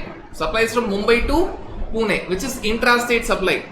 So goods are going from Mumbai to Pune, which is within the state of Maharashtra, but it is touching state B. In transit, it is going via Gujarat. Now understand that supply is intrastate. Why? Supplier is in Mumbai and recipient is in Pune, so both are in Maharashtra. It is CGST. But while the goods are going, the truck is going via Gujarat for some reasons. Now it is interstate movement. It is interstate movement. So that point you need to understand. E-way bill is all about movement. It has got nothing to do with supply. So we are taking two extreme examples where the supply may be interstate but movement is intrastate, or where the supply may be intrastate but the movement is interstate. Also understand that when there are three parties involved, which is called as bill to ship to. When there are three parties involved, which is called as bill to ship to, which means I am Mr. A, you are Mr. B, and the supply is to Mr. at the moment, delivery is to Mr. C. So I am supplying to you, you are supplying to C. So A to B, B to C. But B, you are telling me that directly you hand over the goods to C. So what is happening? What is happening? It is like a triangle. So I am supplying to you, you are supplying to C. Now I am there in say Tamil Nadu, you are there in say Maharashtra, and C is there in say Delhi. So supply, there are two supplies. There are two supplies, A to B and B to C. There are two supplies, but movement is only one. Directly you ordered me to give the goods from A to C. This is called as bill to ship to. This is called as bill to ship to. Now understand that who has to generate e-way bill. Supposing I have sold you for 10 crore plus GST and you have sold for 11 crore plus GST. So I have given you tax invoice for 10 crore plus GST. You have given tax invoice for 11 crore plus GST. Who is to require to generate e-way bill? Please understand that e-way bill is only for movement. So there are two supplies. There are two supplies. Supply 1, supply 2. But the movement is only one. So e-way bill is only required for movement. So there will be only one e-way bill. That is first option. What you can do? First option, e-way bill can be generated by Mr. A. Now when Mr. A is generating e-way bill, he will go for bill to ship to concept. Bill to Mr. B, Maharashtra, and ship to Mr. C, Delhi. Mr. A generating e-way bill, that is option 1. Now this option is very risky because in this option when Mr. A is generating e-way bill, that will show the value of 10 crore plus GST, which means C may know that what is the profit of B. So that is very, very, very risky. There is another option, option 2, where Mr. B can generate e-way bill. Right, when Mr. B is generating e-way bill, he'll go for bill from dispatch from option. Bill from, it is Mr. B's place, its own place, bill from Maharashtra. Billing is happening from Maharashtra. That is Mr. B's billing. But dispatch is happening from, the goods are moving from Tamil Nadu. So there are two options. Option 1, either Mr. A will generate e-way bill to ship to. But the risky part is Mr. A is generating e-way bill. The profit element of Mr. B will be known to Mr. C. Therefore, option 2 is always a better option, where Mr. B can have confidentiality. He can hide both Mr. A and Mr. C from each other. So he can generate a bill from Mr. Billing will happen from Maharashtra, Mr. B, but dispatch will happen from Tamil Nadu. So when you are giving dispatch from, you have to give only the address of Tamil Nadu. Even the same is true for ship to. When you are giving ship to, you have to only give the address. Right, so that is a very safe option, and obviously in the second case, this e-way bill will be for value of this, because Mr. B is generating, it is for value of 11 crore plus GST. So confidentiality is maintained. For practical purposes, second option is a better option, but obviously you have two options. Again, the summary here is e-way bill is for movement. You are only seeing the movement. Though there were two supplies, there was only one movement, only one e-way bill. Either bill to ship to option by Mr. A or bill from dispatch from option by Mr. B. Now coming back to specified movement of goods, for your exams we have to discuss only interstate movement. This interstate movement, there may be supply, there may not be supply. If there is supply, the base document is tax invoice or bill of supply. Supporting document is e-way bill. If there is no supply, the base document is delivery challan. Supporting document is again e-way bill. Now movement can be by way of what? It can be by way of road, rail, air or water. It can be by way of anyone. Either by way of roadways or airways or waterways or railways. But when it is by way of roadways, it should be by motorized conveyance. Non-motorized conveyance, e-way bill is exempted. So conveyance should be motorized. So if the goods are going via bullock cart or by hand delivery, there is no e-way bill. Now generally, who is required to generate e-way bill? It is registered consignor who is required to generate e-way bill.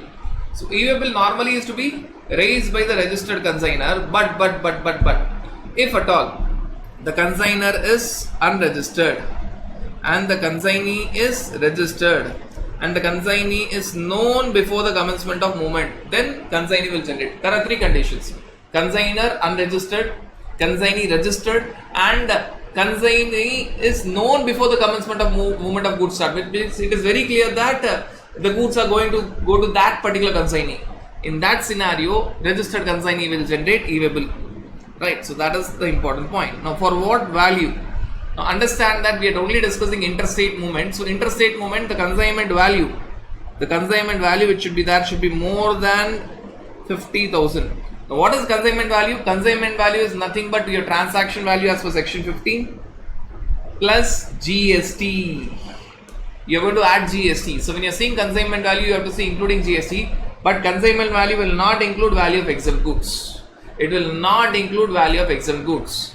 So if you are transporting two items, item A and item B, If you're transporting two items, item A and item B, item A is 45,000 plus your 5% GST. Item B is for 15,000 and there is no GST. Consignment value. Consignment value will not include item B value because it is exempt. It will include 45,000 plus GST, which is 5%. So 2,750. In our example, this will come out as 47,750. So consignment value includes GST but excludes the value of exempt goods. So our consignment value will be 47,750. If it is interstate movement, e-waybill is not required because it is within the limit. Intrastate movement, you have to see state by state. Now coming back to exceptions here, please understand what is meant by exceptions. Exception means even if the value, consignment value is less than 50,000, e-waybill is mandatory. When the goods are sent by principal to a job worker outside the state, e-waybill is mandatory irrespective of value. When I am telling exception, it means that whether the value is more than 50, consignment value is more than 50,000 or up to 50,000, e-waybill is mandatory. So principal of Maharashtra sending the goods to job worker of Delhi, there is no supply, but Delhi challan will be there. E-waybill is mandatory even if the value is less than or equal to 50,000 rupees. If at all the movement happens within the state, then you are going to see the limit. But for interstate movement by principal in one state to job worker outside the state, even if the value is less than or equal to 50,000, e-waybill is mandatory. Second exception, interstate movement of handicraft goods for a person who is unregistered who has taken the benefit of section 23. If you recall registration chapter, if at all you are dealing with notified handicraft goods, even though there is an interstate movement, but if your turnover limit, but if your aggregate turnover is up to 40 lakhs, 50 lakhs, 10 lakhs, as the case may be, you need not take registration. Now, what is happening here? There is interstate movement of handicraft, notified handicraft goods by an unregistered person, which means you are getting relaxation from registration. There is no requirement of registration, but e-waybill will be there. This we have already discussed in your registration chapter. Though you are unregistered, but you are mandated for generating e-waybill, which means even an unregistered person can generate e-waybill. Here also it is mandatory e-waybill. Whether the value is more than 50,000 consignment value or up to 50,000, e-waybill is required when there is an interstate movement of handicraft goods and the movement is by unregistered person. Now this is all about specified movement of goods. Now coming back to when you have to generate e-waybill is very clear. Now what will be the content of e-waybill? So when you are filling up e-waybill form, which is e-waybill 01, there's part A. When you fill up part A, you will get e-waybill unique number, and part B, which will finally generate your e-waybill number. So part A is unique number, part B is your e-waybill number. Part A will contain the details of the base document. Part B will contain the details of the vehicle in which the goods are being transported. So part A will contain the details of the base document, which means it will contain the details, whatever details are there in your tax invoice or bill of supply or bill of entry or delivery challan will be there in part A. Copy paste replication. Part A. Normally, if at all you are using software, the moment you generate your invoice or your delivery challan or your bill of supply, automatically part A will be filled. Part B will contain your vehicle details. So it will have the details of vehicle number. So when the movement is by road, it will have the details of vehicle number. When the movement is by your rail, air or your ship, then you will have transport documents. So if the movement is by road, that is only vehicle number. But if the movement is by railways or airways or waterways, then you will have the transport document. Right. So you are talking about document of title to goods, railway receipt or airway bill or bill of lading. Now, who is required to furnish part A and who is required to furnish part B? Understand that when you talk about part A, who is required to furnish part A? It is the register, the consignor or consignee, the person who is causing the movement of goods. Even part B is required to be filled by person who is causing the movement of goods. Normally it is the consignor. In case the three conditions are satisfied, consignor is unregistered, consignee is registered, and there is consignee is known before the commencement of movement of goods starts, then it is the consignee. So normal situation is the person who is causing the movement of goods, which we have discussed. But please understand that when you talk about part A, normally it is the person who is causing the movement of goods who will fill up part A as well as part B. But part A, the person who is causing the movement of goods can authorize either a transporter or a courier agency or ego through whom the supply is made. So there can be authorization given by the person who is causing the movement of goods to transporter, or when the goods are supplied through courier agency or electronic commerce operator like your Flipkart, Amazon, etc. You don't know through which vehicle the goods are going to go. So you can authorize courier agency or electronic commerce operator through whom the supply is being made. So this is specific authorization. Transporter or courier agency or electronic commerce operator through whom the goods are being supplied. Now part B. Please understand that part B, automatically when you are authorizing these three persons for part A, they are automatically coming for part B. But normally part A is only filled by the person who is causing the movement of goods. So normally part A authorization is rare. It is maybe there, but it is very rare. It is generally filled up by the registered person causing the movement of goods. But part B, there is an automatic authorization. What is this automatic authorization? Transporter can fill up part B. Here you are talking about automatic authorization can fill up part B condition if the movement is by road first, plus if the details of such transporter are given by the person who is causing the movement of goods while furnishing part A. So this is automatic authorization. This is automatic authorization, which means if I am filling a part A and if the movement is by road and if I have given the transporter details while filling a part A. So when I am filling a part A, I tell that VR Logistics is the transporter. Automatically the portal will, the details will go to VR Logistics and he can automatically fill up part B. So this is called as automatic authorization. This is automatic authorization, automatic. But the conditions are the movement should be by road and while filling up part A, the registered person has given the details of the transporter. Why is it so? Because the registered person will not have the vehicle details through which the goods are going to go. That being the case, it is automatic authorization. So if you see part 8, normally it is fully filled by the registered person who is causing the movement of goods. Rarely there will be a special authorization to the transporter or courier agency or electronic commerce operator through whom the supply is made. Now part B, there is an automatic authorization if the movement is by road and the registered person while filling up part A tells that he is the transporter who is going to transport the goods and I don't know the vehicle number. Automatically transporter will fill the vehicle details while filling up part B, automatic authorization. Now coming back to the next question, when should e-way bill be generated? We have discussed when e-way bill is required, what is part A, what is part B, who will fill up part A, who will fill up part B. Now we are discussing when should it be generated. Understand that e-way bill should be generated before the commencement of movement. If at all before the commencement of movement e-way bill is not filled, then the movement itself is invalid. So normally e-way bill should be filled up before the commencement of the movement of goods starts. Now there is a point where they are giving exception. What is this exception? They are telling that movement will be valid with part A, which means you have to fill up part A before the goods are being moving starting. Part B is not required in following two cases. The first is a scenario where you are talking about road. In the first scenario, the discussion is only about road. In the second scenario, the discussion is all about your rail, air and waterways.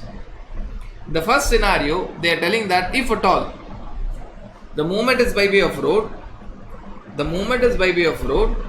and the movement is between the consignor and the transporter.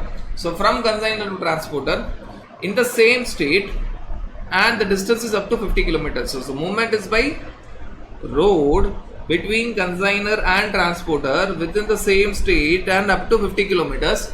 Please understand that it does not mean that e-way bill is relaxed. It is only telling that before the movement of goods starts, normally they tell that fill up part A, part B. But now they are telling that fill up part A before the movement of the goods starts. Part B will be filled later on. Many of them confuse this with relaxation or exemption of e-way bill. No.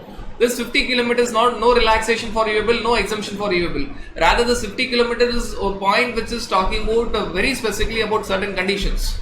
and it is telling that part A you fill it before movement starts, part B you may fill later on, right? And that too the conditions are movement is by road between consigner and transporter, nothing else. If the movement is between the consigner consignee and the distance is only 200 meters, forget about kilometers, 200 meters, e-waybill is mandatory, both part A and part B is mandatory. So there are conditions by road between consigner and transporter, because consigner is not knowing which vehicle transporter will use. Consigner will send his goods in his own vehicle and then transporter will change the vehicle. So they are telling that consigner, you don't give your vehicle details, otherwise validity will start. Let the transporter fill the details, vehicle details, his vehicle details directly in part B. So it is by road, consigner, transporter, same state, 50 kilometers. Part B, you don't fill it now, don't give your vehicle details. Part B can be filled later, but fill up part A. So part B, when the transporter is taking the goods in the vehicle decided by him, he will fill up part B. Now second exception, as I said, it is for railways, waterways and airways. For railways, waterways and airways, you can fill the part B later on, but for railways they have said very clearly, generally when they will fill up part B, on receiving the documents, that is railway receipt, airway bill and bill of lading, you will fill up part B and generate e-bill. They are telling that you will not have the details of railway receipt, airway bill or bill of lading, therefore you cannot fill up part B. Before the movement starts, fill up part A.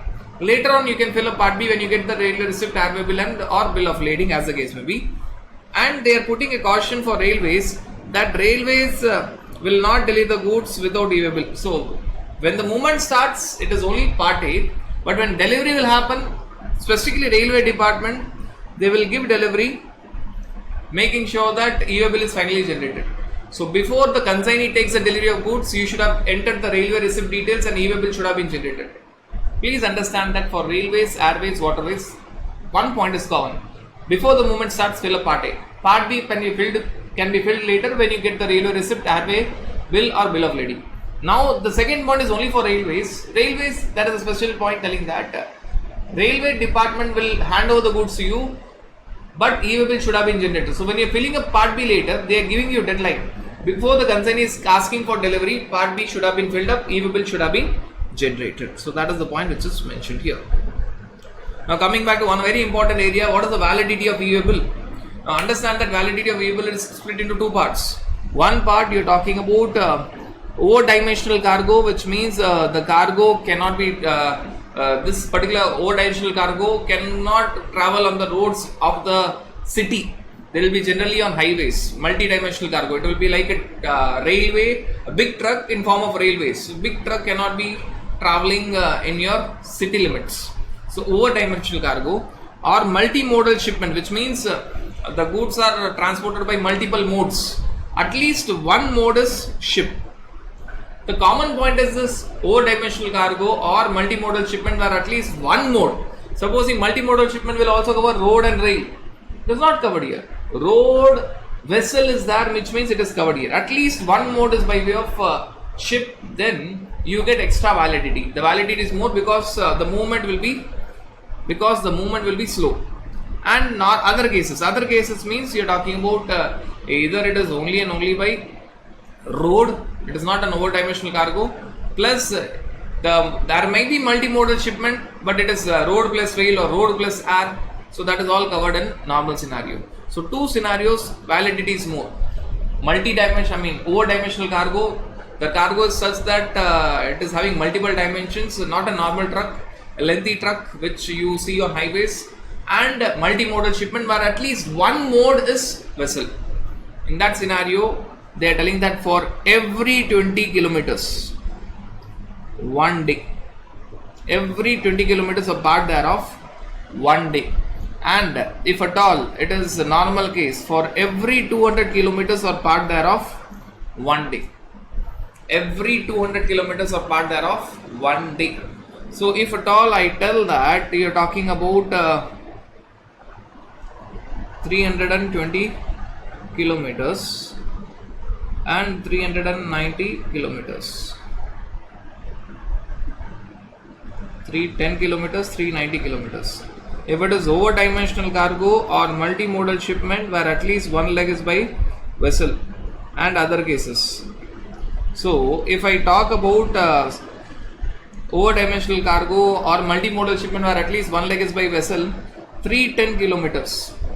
You'll have 16 days. 390 kilometers, you'll have 20 days. Other cases, 310 kilometers, you'll have only 2 days. Even if it is 390 kilometers, you'll have only 2 days. And from when this will start? From when this time limit will start? Understand that first day will always be more than 24 hours. Other days are all 24 hours. So, if I generate e-way on midnight, say supposing e-way is generated on 13th March and one is e-way generated on 14th March. 13th March 11:58 PM, 14th March 12:02 AM, and assume that validity is say 3 days. Assume whatever. This is second example. Assume that validity is 3 days. Now in this scenario, one day will end on. One day will always. First day will always be more than 24 hours. So first day will end on this 13th, 14th midnight is going on. So first day will not end on 14th, 15th midnight. First day will end on 14th, 15th midnight March, because 2 minutes is extra.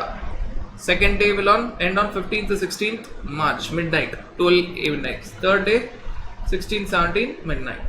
First day will have 24 hours 2 minutes. So it will end on 16th, 17th March.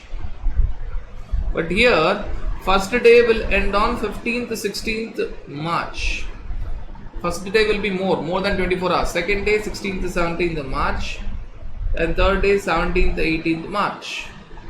Why? First day here it will be 24 hours and rather not 24 hours, rather it will be 47 hours 58 minutes.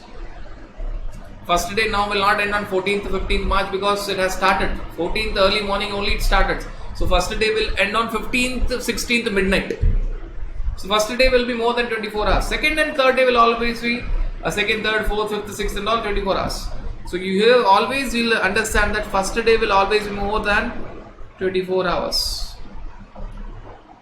So difference was only 4 minutes, but the validity is changed up to your 1 day. So that you need to remember. Now, can this validity be extended? Yes, this validity can be extended by commissioner for notified goods. Also, transporter can extend the validity himself in exceptional situations. Supposing there is an accident or breakdown of vehicle, or there is a strike, or there is a lockdown. So, within 8 hours of the expiry of validity, in exceptional circumstances, transporter can apply for extension, but within 8 hours. So, that is extension of validity. Now, when you talk about other small aspects of your e-way bill, when you talk about first part A is filling up of base document details. Part A validity is 15 days, which means within 15 days you have to fill up part B. Within 15 days you have to convert unique number into e-way bill number. Understand that validity will be counted only from part B filling up. Validity will not be counted from part A, it will be counted only from part B. Validity will be counted only from part B, only when you fill up part B. Now, understand that when you talk about part A, it is unique number. You will give the base document details. Part B will contain the vehicle details. Right. So, now, understand that you are talking about communication between different portals.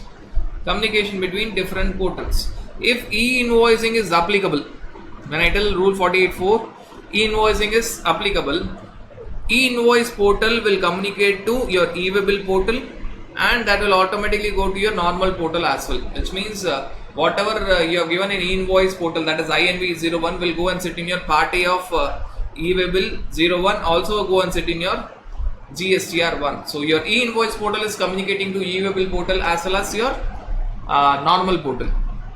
If e-invoice is not applicable, obviously then INV01 is not filled up. Whatever details you give in part A of EW01, now you will be giving the details in part A of EWB01, that will automatically go to your normal portal GSTR1. So now there are only two portals, e-way bill portal talking to normal GST portal. So that is all about auto communication between different portals. Now, can part B be uploaded multiple times? Can you update part B? Yes. Every time whenever you're talking about your conveyance number changes, vehicle number changes, you can update part B. So once the goods are transferred from one conveyance to another conveyance, you can update part B. You have to update. You don't have an option. You have to update part B. So supposing the movement is between Mumbai to Delhi, and in say Ahmedabad there is a change of conveyance, you have to update part B. You have to update part B. So you have to understand that part B will be updated every time when the conveyance changes. Now there's one relaxation or exception. Part B need not be updated for the last journey. What is the last journey?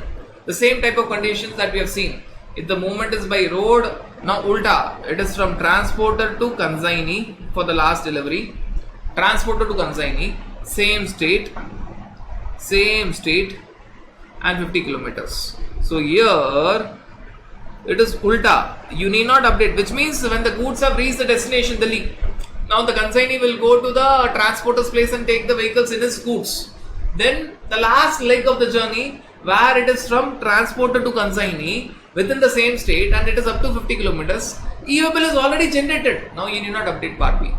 So friends, when the movement is from say Mumbai to Delhi, if the conveyance is changing in Ahmedabad, obviously you have to update part B, because again from Ahmedabad it is going to go to Delhi. But when the conveyance goods have reached Delhi at the transporter place and consignee is going in his vehicle and getting the goods, so we are talking about transport to consignee's movement within the same state up to 50 kilometers, you need not update part B. Now here there is no relaxation in not filling up part B, because part B is already filled up, EO bill is already generated. You need not update part B. So if it was ulta scenario, starting of movement, end of movement, starting of movement consignor to transporter, same state 50 kilometers, part A you fill, part B may be filled later on. Now end of journey, transport to consignee, same state 50 kilometers, already part B is filled, EO bill is generated, you need not update part B. You may fill part B later on for the first scenario, now you need not update part B. So that is the difference in both the cases. Now the other small aspects. Can EO bill be cancelled? Yes. If at all EO bill is wrongly generated, then EO bill can be cancelled within 24 hours of generation or verification in transit, which was earlier. So if at all you have given wrong details in EO bill, or there is a wrong generation of EO bill, whatever reason, then you can cancel it. The moment it is incorrect, you can cancel it. Condition is it should be done within 24 hours of generation of EO bill or verification in transit, whichever is earlier. This is from the angle of the person who is generating EO bill. Can the opposite party reject the EO bill? Can the party who has generated EO bill cancel it? Yes. Can the opposite party reject the acceptance? Yes. The opposite party can accept or reject the EO bill on portal, but for them also there is a time limit, 72 hours or actual delivery of goods, whichever is earlier, you have to reject it. Now, supposing I am generating EO bill, from my angle, it is all about cancellation, 24 hours or verification in transit, whichever is earlier I can cancel it. Supposing you are the opposite party, you are not generating EO bill, so it is not about cancellation, it is either about acceptance or rejection. Now, you can reject it within 72 hours or actual delivery of goods by you, whichever is earlier. Otherwise, if you don't take any action, it is deemed to be accepted. So that is the point. Can EO bill be assigned to some other transporter? Yes, assignment is also possible. See, one was updation, now second thing is assignment, which is more than updation. Can VRL Logistics hand over the goods to Navka Transport? Yes. Assignment is also possible, for which updation will be done. Either it is by a registered person to transporter or one transporter to another transporter. Right, so it is nothing but updation of part B. But what is happening is with the only vehicle changes but the transporter is the same, it is normal updation. If the vehicle changes, transporter also changes, it is assignment.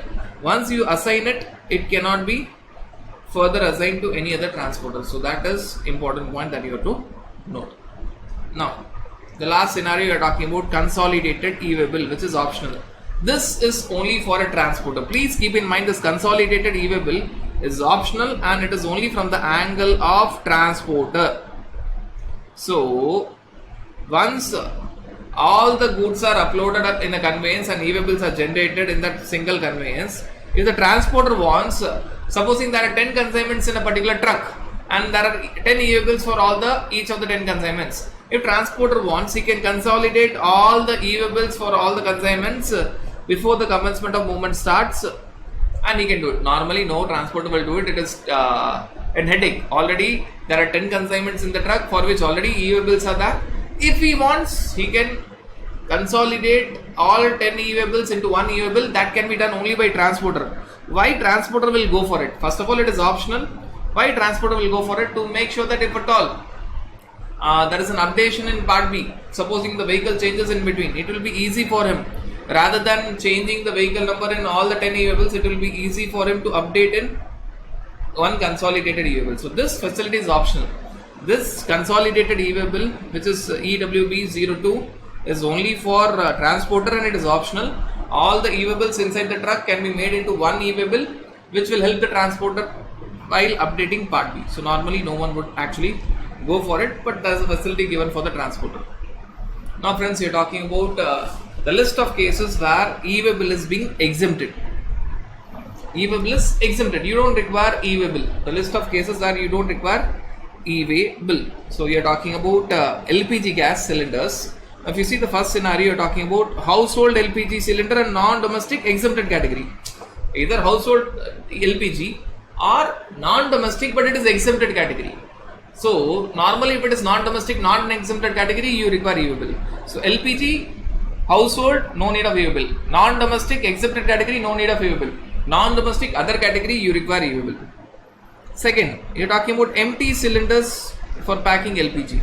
Now you are not talking about LPG gas, you are talking about packing that empty cylinders.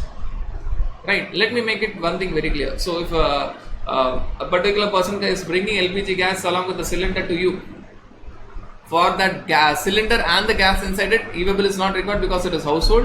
When he is taking the empty cylinder back, e-way-bill is not required. Supposing if the same cylinder is for hotel, when he is taking the gas cylinder with gas in it, e-way-bill is required. But when he is taking an empty cylinder, e-way-bill is not required.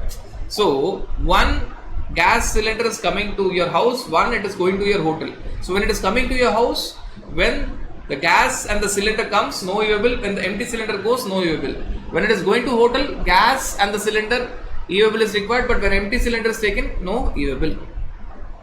Next, kerosene sold in public distribution system, that is ration shop. If kerosene is sold in normal shops, e-way-bill is required. Used and personal household effects. So if you are shifting your home and you are transferring your used and personal household effects from first house to second house, e-way-bill is not required. But if you are shifting your office and all the old goods from old office to new office are transported, e-way-bill is actually required. Currency, for money, e-way-bill is not required. You are talking about precious stones and metals, jewelry sector, e-way-bill is not required. Even gold and silver silverwares, it is not required. And one more special item, worked and unworked coral, e-way-bill is not required. So special goods, let it be currency or jewelry sector, goldsmith, silver silverwares or coral, whether it worked or unworked, e-way-bill is not required. Non-GST goods and Schedule 3 goods, which means for alcoholic liquor for human consumption, no e-way-bill. For your petroleum, 5 notified petroleum products, no e-way-bill. Schedule 3 listed items, 8 cases, no e-way-bill. Exempted items other than de-oiled cake, no e-way-bill. Postal baggage, which is Department of Post, postal baggage, no e-way-bill. Empty cargo containers inside a vehicle. Supposing you are transporting fish or vegetables in a vehicle, so there will be a refrigerator or special container. So when the vehicle is going along with the refrigerator and the vegetables, e-way-bill is required. When the vehicle is coming back with the empty cargo container, so vehicle will still contain empty cargo container. For that empty cargo container, e-way-bill is not required. So this was all about your goods based exemption. Now when you are talking about person based exemption, only government is covered, but two special points are covered. When you are talking about Ministry of Defence, whether Ministry of Defence is acting as consignor or consignee, whether the movement is by way of road, rail, air or vessel, e-way-bill is not required. Confidentiality, secrecy is required when you talk about Ministry of Defence. When you talk about other department of government, other department of government should be acting as consignor and it should be in rail, then e-way bill is not required. See, when you talk about taking the goods to Ministry of Defence or bringing the goods from Ministry of Defence by road or by rail or by air or by vessel, no e-way bill. But when you're talking about other department of government, if they are acting as consignor, if they are sending the goods by rail, e-way bill is not required. If they are receiving the goods, e-way bill is required. If they are sending the goods by road, air or vessel, e-way bill is required. So that is the difference that you need to understand. Area based exemption. When you talk about area based exemption, if the goods are under customs control, both the origin and destination both are under customs control, e-way bill is not required. So if the goods are going from customs port to inland container depot, both are under customs control, e-way bill is not required. If the goods are going from customs station to special warehouse, both are under customs control, e-way bill is not required. But if the goods are going from customs station to importer's place is not under customs control, e-way bill is required. The goods are going from customs station to public warehouse or private warehouse. Public warehouse, private warehouse are not under customs control, e-way bill is required. Transit cargo from what to Nepal, Bhutan. Assuming that the goods are coming from Nepal, Bhutan or going to Nepal, Bhutan from some other country. So if the goods are coming from Myanmar to Nepal, Bhutan or from Nepal, Bhutan to Myanmar and it is only going via India, touching India and going back, e-way bill is not required. And notified areas by government. So in a state there may be area where net connection is not there. In that area e-way bill may not be required. Not relevant for exams. Miscellaneous exemption. If at all the movement is between consignor's place and weighment bridge, understand that this relaxation is very specific. The movement is between consignor and weighment bridge and the distance is up to 20 kilometers. And obviously that movement will be on Delhi reach land because there is no supply, then e-way bill is not required. Now friends, this 20 kilometers is exemption from e-way bill. We have seen 50 kilometers, that was not exemption from e-way bill, that was relaxation from part B. Now this 20 kilometers is exemption from e-way bill. But understand that this 20 kilometers is not exemption for everyone. The movement should be from consignor place to weighment bridge or from weighment bridge to consignor, only between them. And the distance should be up to 20 kilometers. And finally, we have already discussed this point. If the goods are going in non-motorized conveyance like your bullock carts or tricycle or by hand delivery, e-way bill is not required. So goods-based exemption, person-based exemption, then we have seen area-based exemption, then other miscellaneous exemption for e-way bill. Now you are talking about your other points where e-way bill is where the vehicle will be intercepted and where you will be having some problems. Now understand that what rights officer has got to do when you are talking about interception. Now first point, when you are talking about interception and verification of e-way bill, any authorized officer, that is authorized by commissioner or authorized by an officer empowered by commissioner, who can stop and check the e-way bill, who can check the documents. It should be either an authorized proper officer. Who is authorized proper officer? Authorized by commissioner or authorized by an empowered officer by commissioner, he can stop do that. Who can physically verify the conveyance? That is the next step. See, first step is only checking the documents. Second step is checking the conveyance and the goods. Generally, it is done by authorized proper officer that we have discussed, authorized by commissioner or authorized by empowered officer by commissioner. But if it is specific tax evasion case, which means a particular officer who is not an authorized officer, who is not a squad officer, he is having special information about tax evasion, he can get approval from the commissioner or empowered officer and do that. So normally there are squad officers who will do the verification of conveyance and the goods. But there is a special tax evasion case, we have a special tip. So you are not a squad officer, you can take the approval of commissioner or empowered officer and you can do and check the conveyance and the goods. Now please understand this point, this is a very basic thumb rule. Once physical verification is done, further physical verification will not be done in that state or in any other state. So once physical verification is done in say Maharashtra and the goods are going from Maharashtra to Delhi, for the second time physical verification of conveyance will not be done except where there is a special tax evasion information available. So what they are trying to tell, once your physical verification is done in say Maharashtra, then again second time physical verification cannot be done in Maharashtra, cannot be done in any other state. exception that second officer having a very special tip that there's a special tax evasion case which is there. Now there is some reporting to be done by proper officer, because once they are, see, one is a basic check, document check, second is a special check, opening the conveyance, checking the conveyance and the goods. So once the conveyance is checked and goods are checked, officer is required to report it. Officer has to report two things. One is a summary report which is to be given within 24 hours of inspection, and one is a final report which is to be given within 3 days plus 3 days extension by the commissioner. So whenever there is a physical verification of conveyance and the goods, then officer is required, officer has to do something more. He has to give the report, summary report within 24 hours and final report within 3 days plus 3 days extension given by the commissioner.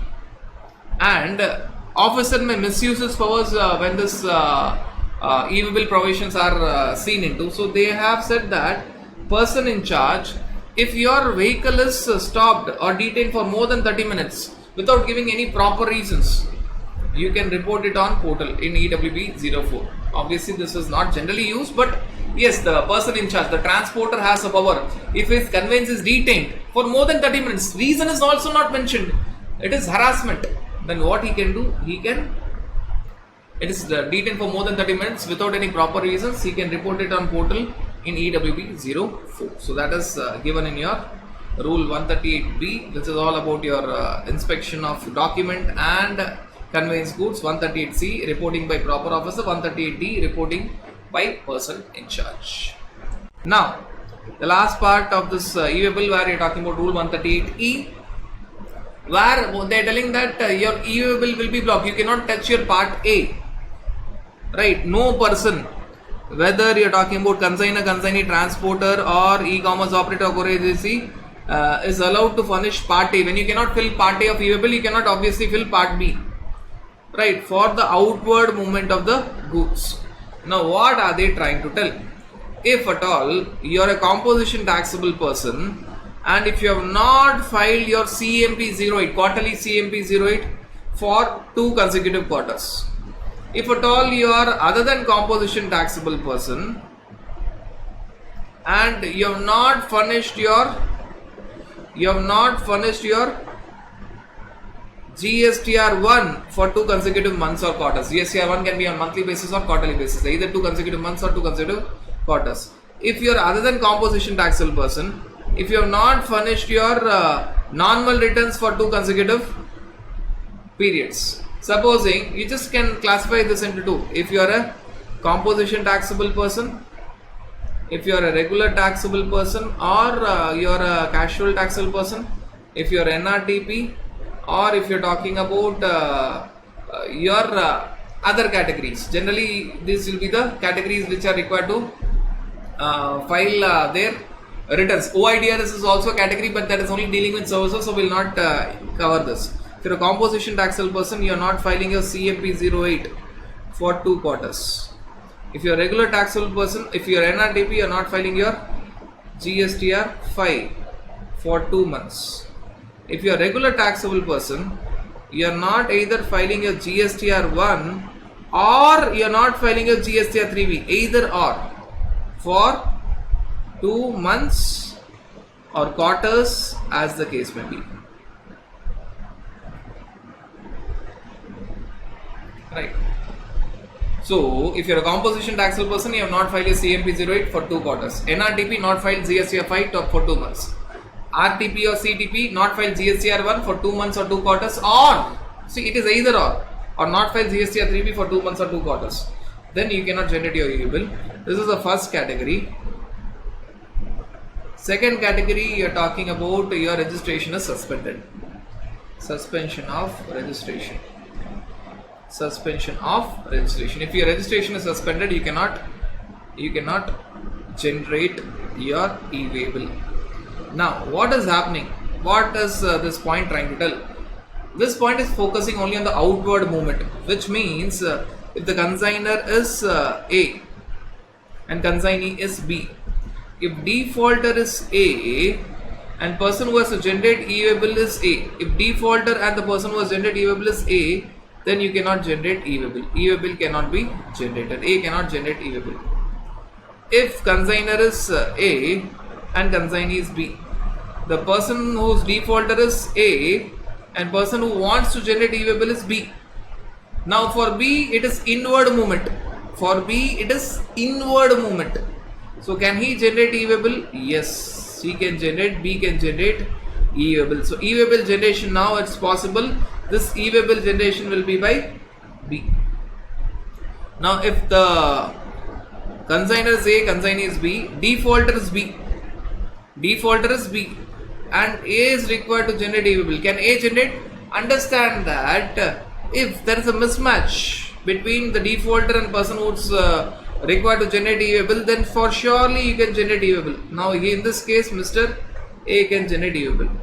In the last scenario, if at all you are talking about consignor being A, consignee being B, defaulter is B and person wanting to generate e-way bill is B, which means both defaulter is B and B wants to generate e-way bill. Even then e-way bill can be generated. Why? Because it is for inward movement. It is for inward supply, inward movement. It is not for outward movement. Inward movement generation of e-way bill is allowed. So understand that when it is restricted, when the defaulter is A and person wanting to generate e-way bill is A and it is for outward movement. So conditions are defaulter and the person who wants to generate e-way bill should be the same. Second condition, it should be for outward movement. If both these conditions are satisfied, then you cannot generate e-way bill. In other cases, generation of e-way bill is possible. If we see the last case, it is some other case. Consignor is A, consignee is B, defaulter is A or B. A or B. Can transporter generate your e-way bill? Can a transporter generate e-way bill? Yes, he can do. Right. Understand that you have to be very clear. The defaulter and the person who wants to generate e-way bill should be the same person. Condition number 1. Condition number 2. It should be for outward movement. So if the defaulter and the person who wants to generate e-way bill are not the same, you can generate e-way bill. If they are the same but it is for inward movement, again you can generate e-way bill. So that is everything about your e-way bill. Yes friends, when you are talking about your registration, you can categorize the registration chapter into 4 parts. 1. Basics of registration. 1. Taking registration. 1. Amending registration, and finally cancelling registration. So whenever you are registered, you have to ensure that you are putting your name board. On your name board you are putting your GST number in all places of business. In all places of business. So on your name board there should be GST number, not only at your principal place of business but also at all other places of business. What is principal place of business? Any place of business that you have selected as principal place of business on your registration certificate. It can be any office. It cannot be head office. It can be any office. What is additional place of business? All the other place of business becomes your additional place of business, which are also reflected on your registration certificate. And inside all these places of business, you have to display your registration certificate. Supposing you have 10 places of business. First, in all the 10 places of business, on the name board there should be GST number. And when you enter inside in a prominent place, there should be copy of registration number. Copy of registration number, GST IN. Right. Next. Definitions, whenever it is relevant, we'll be taking the definitions and completing that. Now we'll first touch the basics of your registration. Your GST number is PAN based. Without PAN, you cannot have GST number. Are there exceptions? Yes. Yes. When you talk about your TDS number or TCS number, it is not based on your PAN, it is based on your income tax stamp. Your GST, TDS, GST, TCS number is not based on your income tax PAN, it is based on your income tax TAN, tax deduction account number. Second, when you talk about your NRTP, non-resident taxable person, who is not having any place of business or residence throughout India, who is not having any place of business or even residence throughout India, who's coming to India for permanent purposes or temporary purposes? Occasionally. He is coming to India for occasionally having supply of goods or supply of services. Occasionally. Now, he will not have any place of business in or residence in India. Obviously, he will not have even PAN.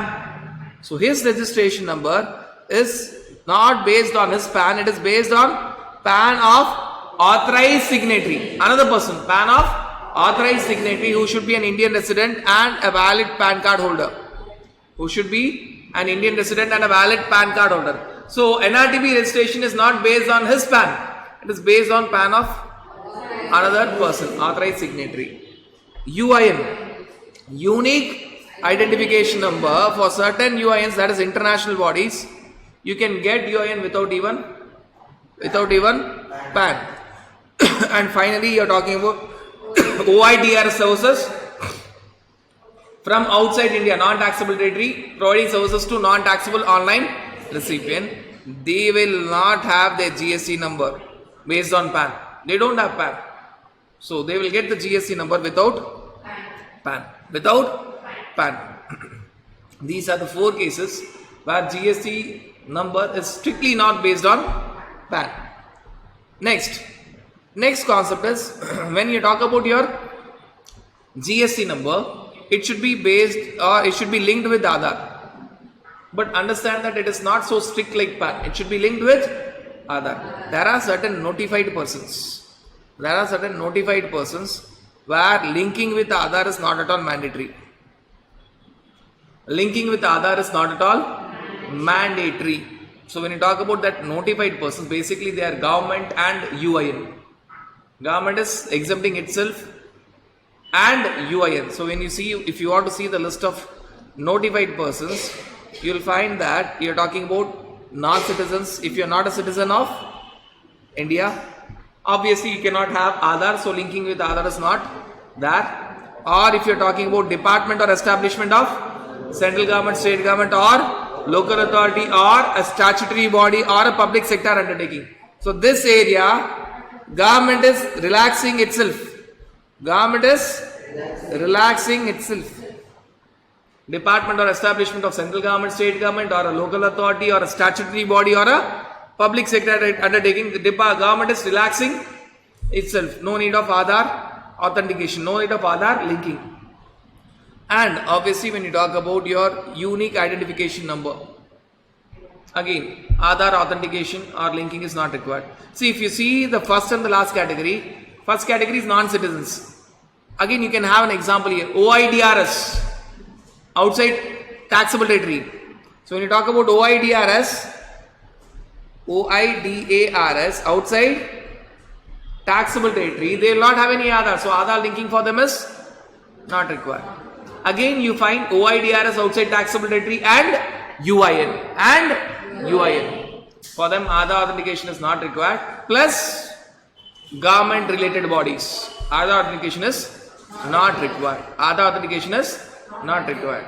For others you do require Aadhaar authentication. Now for others, when I tell you do require Aadhaar authentication, if you are an individual, Aadhaar authentication is of individual itself. If you are not an individual, if you are HUF, Aadhaar authentication will be of Karta. If at all you are talking about partnership firm, Aadhaar authentication will be of partners.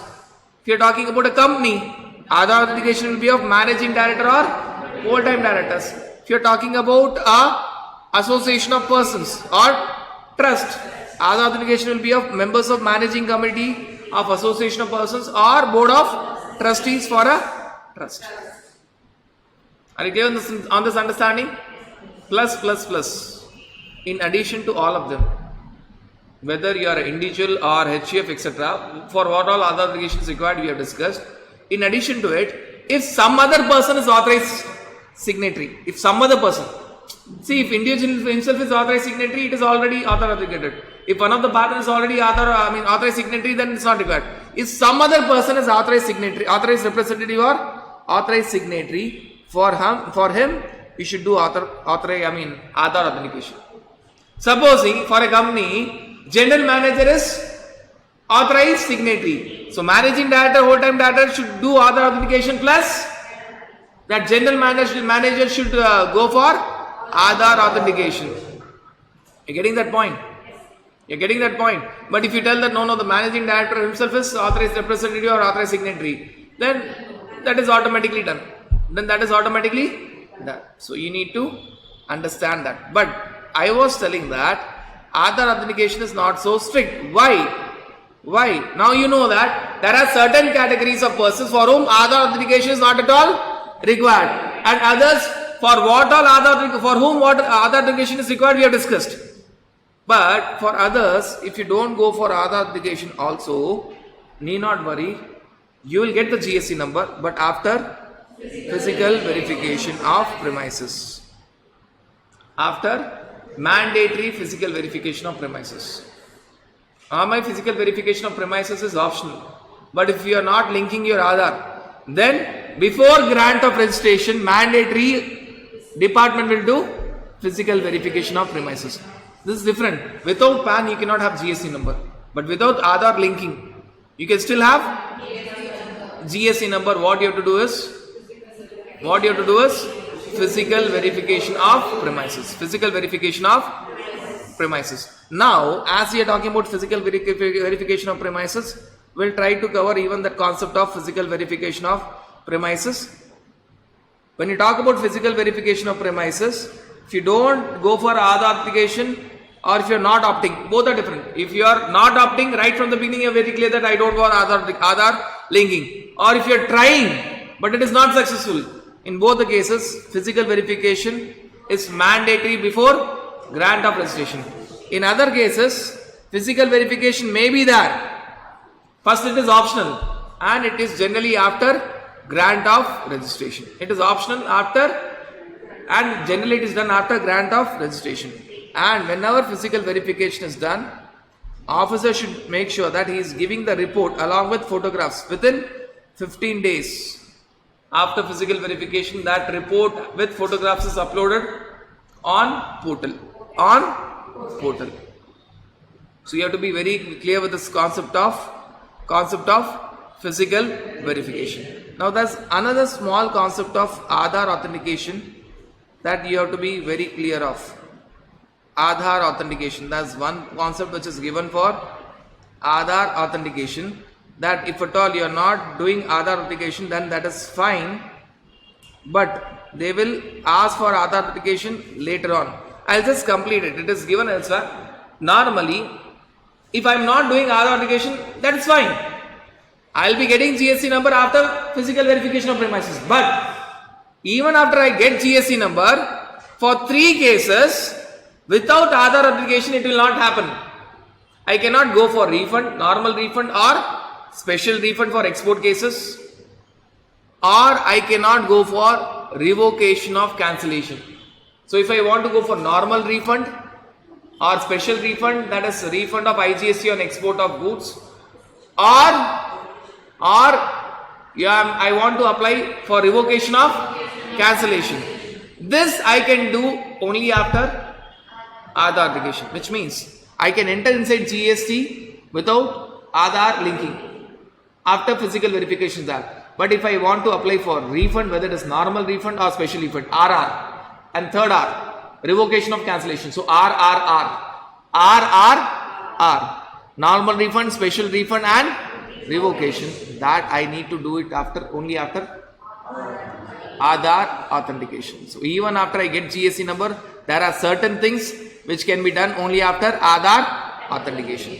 Now coming back here, the next category, state-based registration. GST number is state-based. GST number is state-based.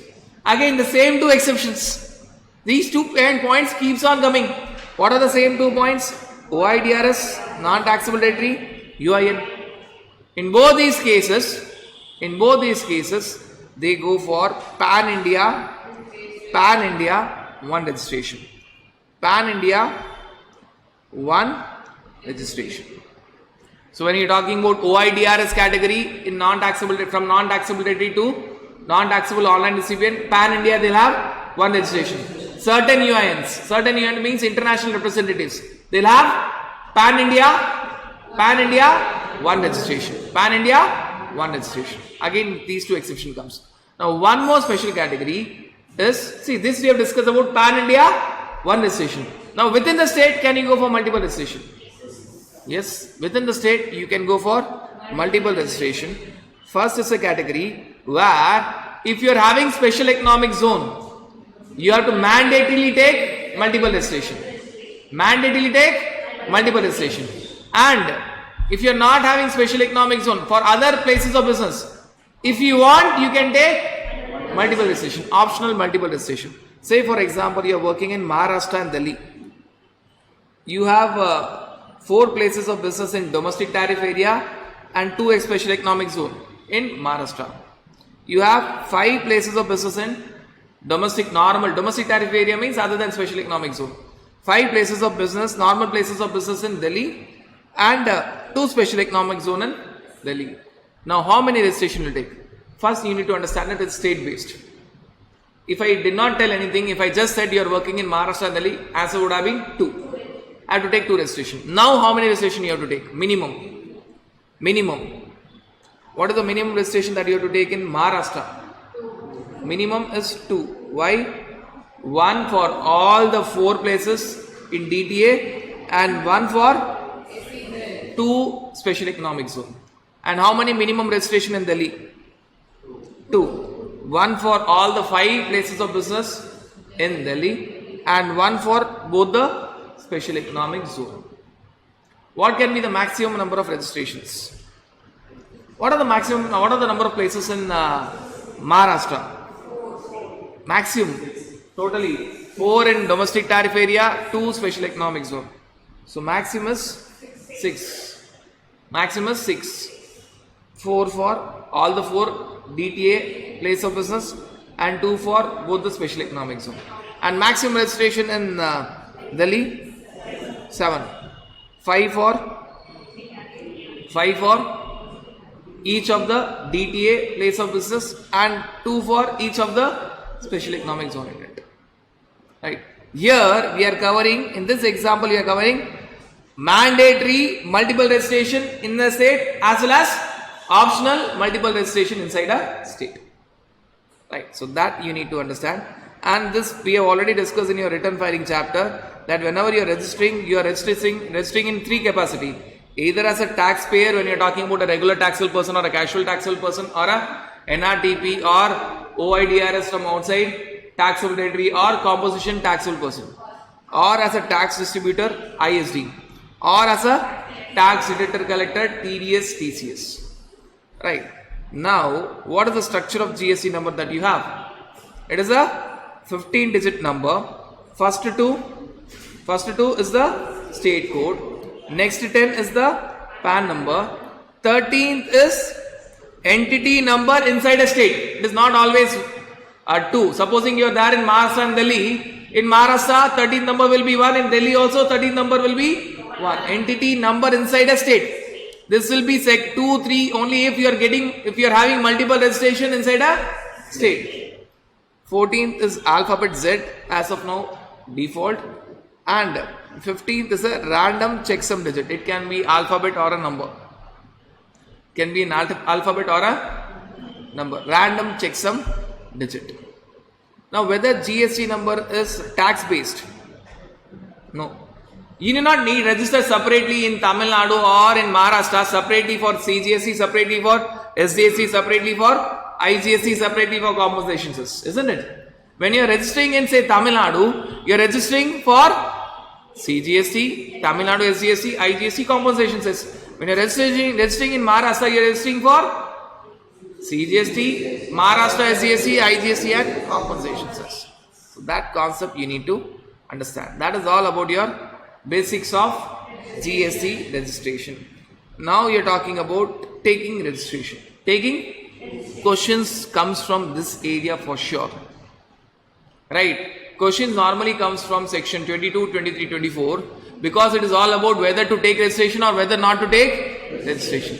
We have already completed your section 22 entire concept when we were discussing about Small dealers, composition scheme, 20 lakhs, 10 lakhs, 40 lakhs, we have already completed. Turnover based registration, section 22. Now we are focusing on not requiring registration 23 and compulsory registration 24. Now you don't require registration in certain cases. Where in a state you are exclusively dealing with non-taxable supply or exempt supply, irrespective of a turnover, in that state you need not take registration. You need not take registration. Second, if you are talking about an agriculturalist, to the extent of supply of agricultural produce out of cultivation of land, you need not take registration. Which means if I am an agriculturalist, agriculturalist means what? Only individual HUF, not a company. Individual or HUF. So you have to be very clear when you are talking about agriculturalist, you are talking only about individual and HUF. You are not talking about a company doing the same agriculturalist work. Individual and HUF. So agriculturalist, to the extent of cultivation of land, what is the relevance of to the extent of cultivation of land? Agriculturists may have supply of agricultural produce and other supply. Even though if he is registered, he will not pay GST on supply of agricultural produce, he will pay GST on other supplies. He will pay GST on other supplies. But wait, agriculture means he has to produce, he has to do cultivation. Supposing I am an agriculturist, you are a reseller of agricultural produce. I am an agriculturist, I am having two supplies. Supply of agricultural produce, other supplies.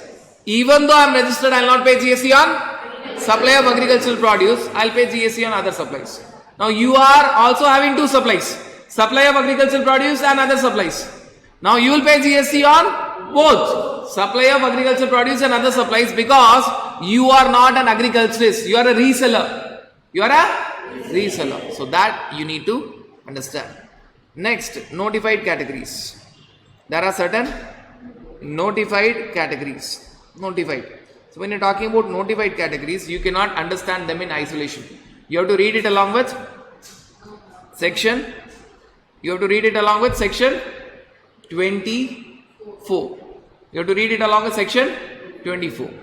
Now section 24 first tells that interstate outward supply compulsory registration. Interstate outward supply compulsory registration. Be very clear, focus, so that all the ifs and buts are clear. But there is a relaxation.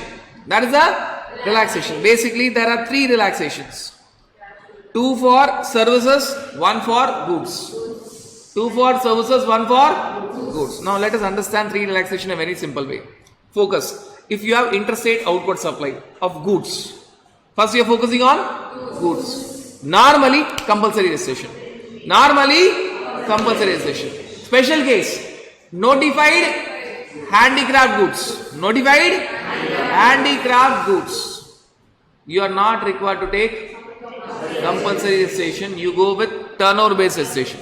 You go with, when I tell turnover based registration, you go with 40 lakhs, 20 lakhs, 10 lakhs. Turnover based registration. But for notified handicraft goods, there are two extra conditions. You should, when you are not required to take registration, when you are going under turnover based registration, you should be having a PAN card and compulsory e-way bill. Compulsory e-way bill. Are you clear with this understanding? So when you talk about interstate outward supply, first categorization goods. For goods, if you have interstate outward supply, normally compulsory. For notified handicraft goods, turnover based registration. And until turnover based, 40 lakhs, 20 lakhs, 10 lakhs. But condition, you should have a PAN card, and though you are not registered, but you have to generate e-way bill compulsory. So even an unregistered person can generate e-way bill. Right. Now, interstate outward supply of services. It is ulta. It is reverse of goods. Interstate outward supply of services. Normally, you have to go with turnover based registration. Which means you can enjoy the limit of 20 lakhs, 10 lakhs. 40 lakhs is not for services. You can enjoy the limit of 20 lakhs, 10 lakhs. 20 lakhs, 10 lakhs. So normally for services there is a relaxation. You can enjoy the limit of 20 lakhs, 10 lakhs. So even though you have interstate outward supply of services, you are required to take registration only after crossing 20 lakhs, 10 lakhs. Normally there is a relaxation. Special scenario. Job working for jewelry sector. Job working for Job working for other sector will come in normal category. Job working for jewelry sector. Job working for jewelry sector, compulsory registration. If you are job worker of jewelry sector and if you have interstate outward supply, compulsory registration. Compulsory. See, it is very different for goods and services. For goods, normally interstate outward supply, compulsory. For services, normally interstate supply, turnover based registration, 20 lakhs, 10 lakhs. For goods, special category, notified handicraft goods, turnover based, 40 lakhs, 20 lakhs, 10 lakhs. For services, special category, job worker for jewelry sector, compulsory registration. Compulsory registration. Right. Next, you are talking about CTP, NRTP. CTP, NRTP, normal understanding is compulsory registration. But there is a relaxation for CTP. CTP, NRTP, normal understanding is compulsory registration. So CTP, NRTP itself means you have to take compulsory registration. But one relaxation for CTP. That relaxation was there even for interstate outward supply. When you are dealing with notified handicraft goods, if you are CTP, even then you can enjoy the limit of 40 lakhs, 20 lakhs, 10 lakhs. This relaxation is only for CTP. Right? So, you have to read this notified handicraft goods in two manners. Supposing I am in Tamil Nadu and I am going to Gujarat for participating in business exhibition as a CTP. I am in Tamil Nadu, I am going to Gujarat for participating in business exhibition as CTP. I am in Tamil Nadu, I am a regular taxable person. But in Gujarat, I am CTP. So, when I am taking the goods from Tamil Nadu to Gujarat, it is interstate outward supply, but still I can enjoy the limit of 40 lakhs, 20 lakhs, 10 lakhs because of relaxation for notified handicraft goods. In Gujarat, I am CTP. Normally it is compulsory registration, but still I can enjoy the limit of 40 lakhs, 20 lakhs, 10 lakhs because of this relaxation. But wait, this 40 lakhs, 20 lakhs, 10 lakhs is not for each state. It is aggregate. It is for both the states together. My turnover should be up to 40 lakhs, 20 lakhs, 10 lakhs as the state, as the case may be. Right. Now, next category, RCM. If I am required to pay RCM, compulsory registration. If I am required to pay RCM under section 9(3), compulsory registration. I don't have an option, but I have to take. There is no relaxation now. That is compulsory registration. If I am required to pay tax under 9(5), 9(5), 4 categories we have discussed. If I am required to pay tax under 9(5) as an ECO, compulsory registration. Now, ECO, there are multiple categories. Please focus. ECO. If I am required to pay tax under 9(5), compulsory. If I am not required to pay tax under 9(5), then I have to ask myself a question. Whether TCS is there or TCS is not there. If TCS is there, ECO will take compulsory registration. ECO will take compulsory registration. Even person who is supplying goods or services through ECO will take compulsory registration. See, if 9(5) is there, TCS will never be there. So, if 9(5) is there, ECO has to take compulsory registration. Supplier will go with normal concept. ECO has to take, when I tell normal concept, they have to see the turnover, other areas, other things and all. If 9(5) is there, ECO has to take compulsory registration. Supplier of goods and services will go under normal category. If 9(5) is not there, again, wait, ask a question. TCS may be there, TCS may not be there. If 9(5) is not there, but TCS is there, ECO will take compulsory registration. Supplier of goods and services also will take compulsory registration. But wait, for services they have given a relaxation. Supply of services through ECO, where TCS is there, they can enjoy turnover based registration. That is, they can enjoy 20 lakhs, 10 lakhs. Now understand this way. There are 3 categories. 9(5) is there. 9(5) is not there. TCS is there. 9(5) is not there. TCS is not there. 9(5) is there. ECO, compulsory registration. 9(5) is not there, but TCS is there. ECO, compulsory registration. Supplier of goods through ECO, compulsory registration. Supplier of services through ECO, that supplier of services can enjoy turnover based registration 20 lakhs, 10 lakhs. Third category, 9(5) is not there, TCS is also not there. Then, whether it is ECO or supplier of goods to ECO or supplier of service to ECO, turnover based registration. Turnover based registration. Turnover based registration. Right. Next. Now there is no relaxation or straightforward points. If you are making supply on behalf of another person acting as special agent, if you are a special agent as per schedule 1, compulsory registration. Special agent as per schedule 1, compulsory registration. Assuming that principal is a taxable person. If you are a special agent, obviously principal will be a taxable person. Either he will be registered or he will be liable for registration. So if you are a special agent as per schedule 1, compulsory registration. So here the focus is on special agent as per schedule 1. Input service distributor, compulsory registration. IST need to take compulsory registration. Government who is required to deduct TDS. For TDS they have to take compulsory registration. Normal GST number they will decide, but for TDS they have to take compulsory TDS registration. OIDRS from outside India, this we have been discussing for long. He is having no option. OIDRS from outside India to non-taxable online recipient. It is taxable for sure and it is under SCM, compulsory registration. Forget about turnover, compulsory registration.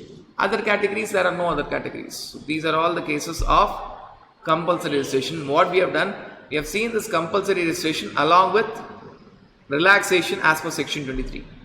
Relaxation as per section 23. That is all about when you have to take registration, when you are not required to take registration. Now, when you are talking about certain other areas of compulsory registration, basically when you are switching over the business, there are special cases.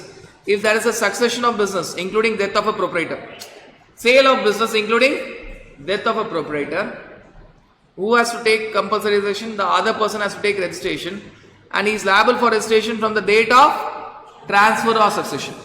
When I am telling he is liable for registration on the date of transfer or succession, he has to apply for registration within 30 days from the date of transfer or succession. And when you are talking about amalgamation or demerger after the High Court order or tribunal order, the new amalgamated company or the new demerged companies will take new registration. They are liable for registration not from the date of amalgamation or demerger. It is not from the date of amalgamation or demerger. It is from the date where ROC issues a new certificate of incorporation to the new amalgamated company or to the new demerged companies. From that date, they have 30 days time to apply for registration. So from these days, 30 days will start. This is the date when they are liable. From these dates, 30 days will start. Now, basically, when you're talking about registration, we have discussed. When we discussed 22, 23, 24, we were trying to understand when you are liable for registration. Can it be a scenario where you are not liable for registration but you have taken registration? Yes, very much. Voluntary registration. Once you are registered, payment is must. Then forget about turnover, forget about compulsory endowment. Once you are registered, payment is must. And we have discussed that if you are liable for registration, you have to apply within 30 days. If you apply within 30 days, when is your effective date of registration? If you apply within 30 days, your effective date of registration is date when you are liable for registration. If I am liable for registration on say 1st of October, if I apply within 30 days, say 15th of October, my registration will be effective from 1st October. If I don't apply within 30 days, date of grant, which means if I apply on 15th November and I am getting the registration on 15th December, my registration is effective from 15th December, date of grant of registration. So when I am liable for registration, I have to apply within 30 days. Very important. Otherwise, my ITC will be under great risk. I have to pay output tax right from beginning, 1st October. Whether I apply in time or don't apply in time, output tax will start from 1st October. But ITC will be decided based on when you have applied. If I applied within 30 days, my effective date of registration will be date when I was liable Which means in my example 1st of October I'll get ITC from 1st of October.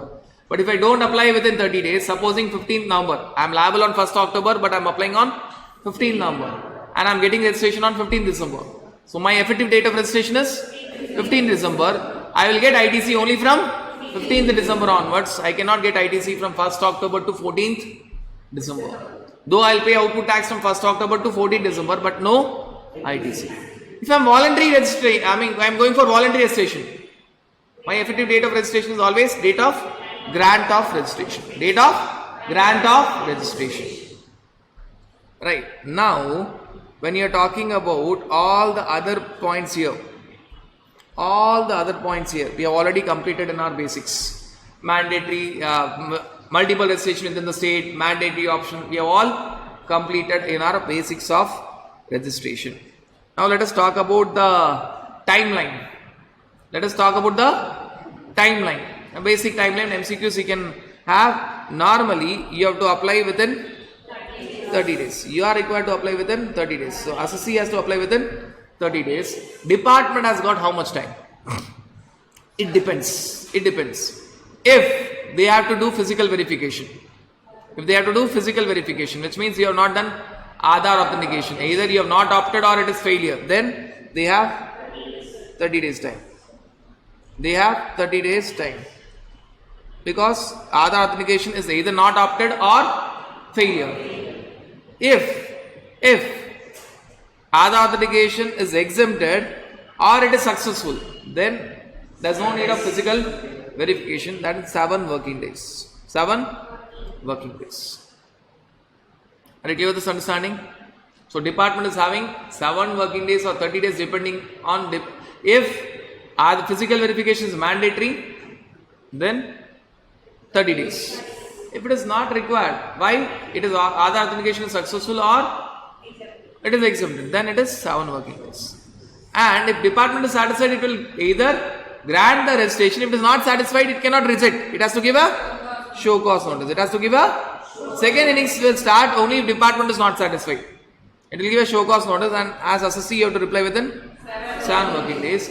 After you reply, department will have 7 working days time. Either this time to either grant or reject.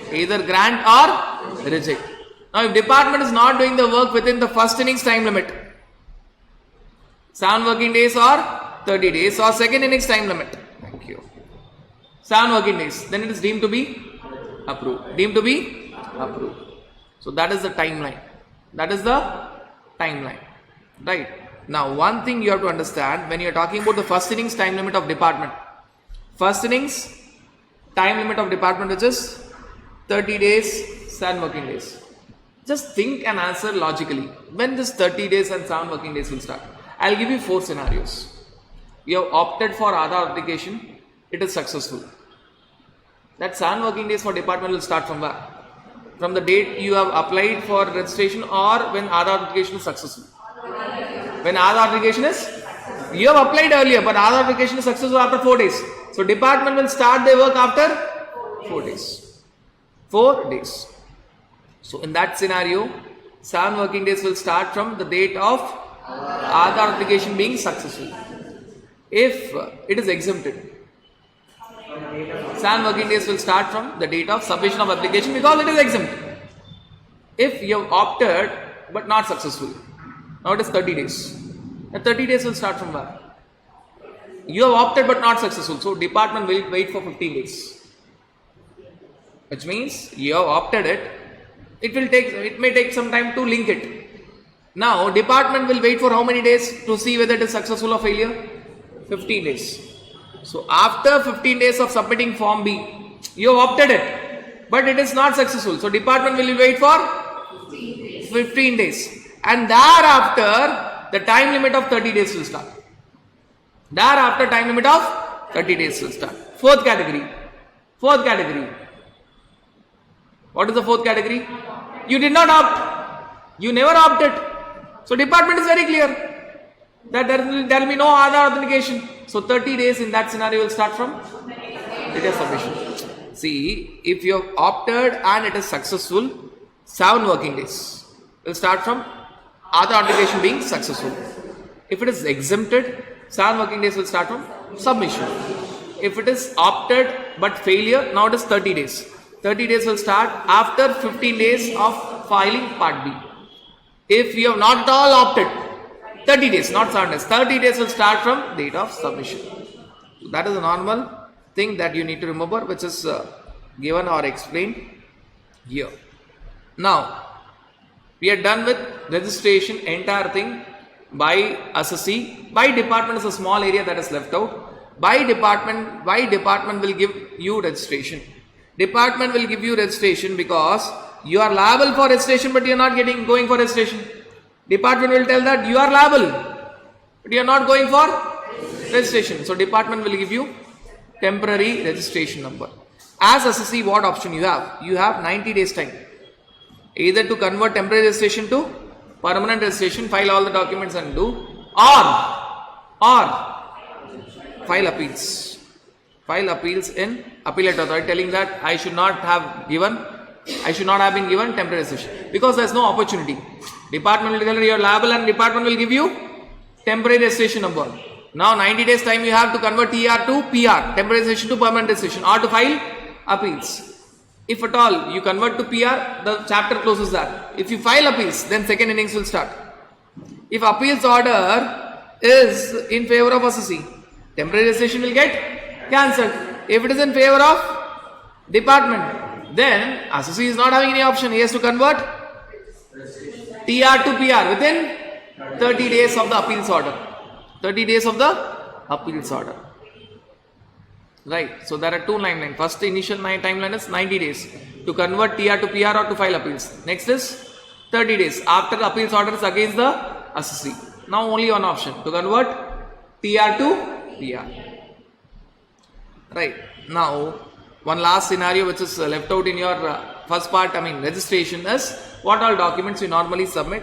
Normal documents. You submit your photographs, proof of constitution of business, and the main proof of place of business, and bank account proof. Other documents include authorized form if at all you are appointing someone as authorized signatory. These are all the normal documents that you file. Main document is, just look at this angle. Documentation depends on the person. So person related documents you have to give on the place of business. The main documentation will be the place of business. The lease deed or the rental agreement or the ownership document if you are owning the property, along with the supporting proofs, property tax receipt or EB card. These are the documents. And one more important document from the government angle is bank account. But for bank account they are giving a relaxation, a kind of relaxation. When you open a bank account, bank will tell that we want GST number. When you go to GST, they tell that we want bank number. So what they do? They tell that you can come and take GST number without giving bank account number, without giving the current account number. We are not talking about SB account. We are talking about current account. Without giving the current account number. But once you get the registration, you have to update the bank account details within 45 days from the date of grant of registration or first due date of first return. Due date of your first return, whichever is earlier. So after you get the registration, grant means after you get the RC, not the effective date. After you get the RC, calculate 45 days from the date of grant of registration or the due date of filing of your first return. Supposing you get the RC on say 20th of October. 45 days will get over on October, will have 11 days and balance 30 days. So 45 days will get over on somewhere 4th of December. And due date of first return is, if I get the RC on 20th of October, 45 days will get over on 4th of December. Due date of first return, my October return is 20th November. So before 20th of November, I have to update my bank account details. If I get the RC on 3rd of October, then 45 days will get over on 3rd of October. So October is having balance 28 days and 17th November. 45 days will get over on 17th November. Due date of first return 20th November, which is earlier 17th November. Update my bank account details. else my registration will be liable for cancellation. Department can cancel my registration. So that is all about your registration. So we are done with your two concepts: taking registration, basics of registration, taking registration. Amendment is quite simple, very simple, one liner. So when you talk about amendment, there can be two categories of amendment. One is core field, one is non-core field. Now core field will talk about person related change, place related change, legal name change. Core field, if you are changing anything with person or place or legal name, core field. If you are changing anything with your trade name, legal name of PAN card remains the same. Trade name, you are adding trade names, changing trade names, or mail ID, mobile number, then that is non-core field. Non-core field does not require any approval. Automatic approval will be given. Core field requires approval. Core field requires approval. Right, now what is the timeline? Whenever there is a change, you have to apply within 15 days of the change. 15 days of the change. This is your timeline. Officer will have 15 working days to either accept or give show cause notice. If he is not doing anything, deemed to be amended. If he is giving notice, then second innings will start. If he is accepting it, chapter closes that. If he is giving notice, you will have 7 working days to reply to the show cause notice. After you reply, officer will have 7 working days, this time either to accept or to reject. If his officer is not doing any work within the time limit, deemed to be approved. Deemed to be approved. Right. So this point you need to understand. Now, amendment is required when you are talking about the same PAN. Same PAN. Supposing there is change in constitution of a partnership firm. ABC company becomes DEF company, but the PAN number is the same. PAN number is you have changed the legal name, you have changed the partners.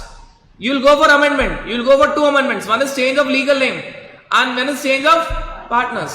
But if I tell ABC and company is changed to DF and company and both are having separate PANs, then DF and company having a different PAN has to take new registration. ABC and company has to cancel its registration. Cancel its registration. So you have to be very, very, very, very careful with that particular point. Now, amendment in core field shall be applicable where you are talking about same PAN. Same PAN, when you are talking about your legal name, partners change and all, it is mandatory. So when you are talking about place of business, you are going to take a huge risk if you don't go for amendment, because any place of business which is not there in your registration certificate is treated as unaccounted place of business, and the consequences will be huge. Any stock inside it will be said to be deemed to be supplied. Deemed supply. You have many hidden deemed supplies. One hidden deemed supply we have discussed in your job worker. One hidden deemed supply we have discussed in your sale on approval basis. Sale on approval basis, 6 months time. Right. This is another hidden deemed supply which may be there. Now what is the effective date of amendment? Now when you talk about effective date of amendment, normally it tells that it is the date when the change occurs. But when you get the final amended RC, you will find that registration, whenever it is amended, it will be only from the date of submission of application. Only from the date of submission of application. If you want that to be an earlier date, which means you want it to be date when actually change occurred. You have to take the approval of commissioner. So if change occurred on 1st of October, whether I apply within 15 days or apply after 30 days, if I apply on 12th October or apply on say 28th October, my effective date of amendment will be 12th October or 28th October as the case may be when I am submitting the application. If I want it to be effective from 1st October, whether I applied on 12th October within 15 days or 28th October after 15 days, if I want it to be effective from 1st October, I need to take approval of the commissioner. Approval of the commissioner. This point we have discussed with the example of ABC company and DEF company. If it is same PAN, amendment. If it is different PAN, old firm has to cancel registration and new firm has to take new registration. So that is everything about your amendment. So when you talk about your cancellation of registration, again you have to bifurcate that into two parts. One, cancellation which can be done both by assessee as well as department, registered person as well as officer. One which is suo motu cancellation which can be done only by proper officer. Now we are trying to see the grounds on the basis of which cancellation can be done. So when you talk about cancellation which can be done by assessee as well as officer, they are very simple basic scenarios where the assessee has discontinued the business itself is stopped, or assessee has transferred the business including death of a proprietor. So one is a scenario where you have stopped your business, other is a scenario where you have sold your business by way of normal transfer or sale or amalgamation or demerger or merger including death of a proprietor. One, you are talking about a person where you are no longer liable for registration. See, one, no business. One, sale of business. One, business continues, but I am no longer liable for registration. I am no longer liable for registration, or I was never liable for registration. Someone guided me or misguided me, or I took registration. Now I want to opt out for that voluntary registration. See, when I tell no longer liable for registration, which means I was liable sometime. It may be a scenario I was never ever liable, but I took registration, voluntary registration. Now I want to come out. Yes, you can come out. You can come out. See, if you see the first point and the last point, which were discontinuance of business, no one is doing the business. Transfer of business or sale of business, including amalgamation, demerger, that someone else is going to do, I am not going to do. So again, I am out of it. But third, business continues. I am no longer liable for registration, my business will continue. Or, I took voluntary registration, now I am coming out of that voluntary registration. And finally, you are talking about change in constitution with change of PAN. We have discussed in that amendment part this example already. If A, B, C and company is transferring the business to D, E, F and company and their PAN are different, D, E, F and company has to take new registration, A, B, C and company has to cancel the registration. Again, it is now not into existence, so there is no use of any registration. 4 scenarios.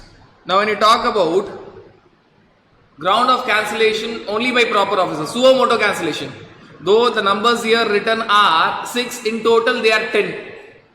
In total they are 10. Now, first is the scenario, again, someone misguided you, you registered voluntarily, but you are filing nil returns again and again. You have not started your business for the first 6 months. After you take registration, you are continuously filing nil returns for more than 6 months. So proper officer tells there is no use, I am proceeding for cancellation. Once you start your business, you come back again. Right.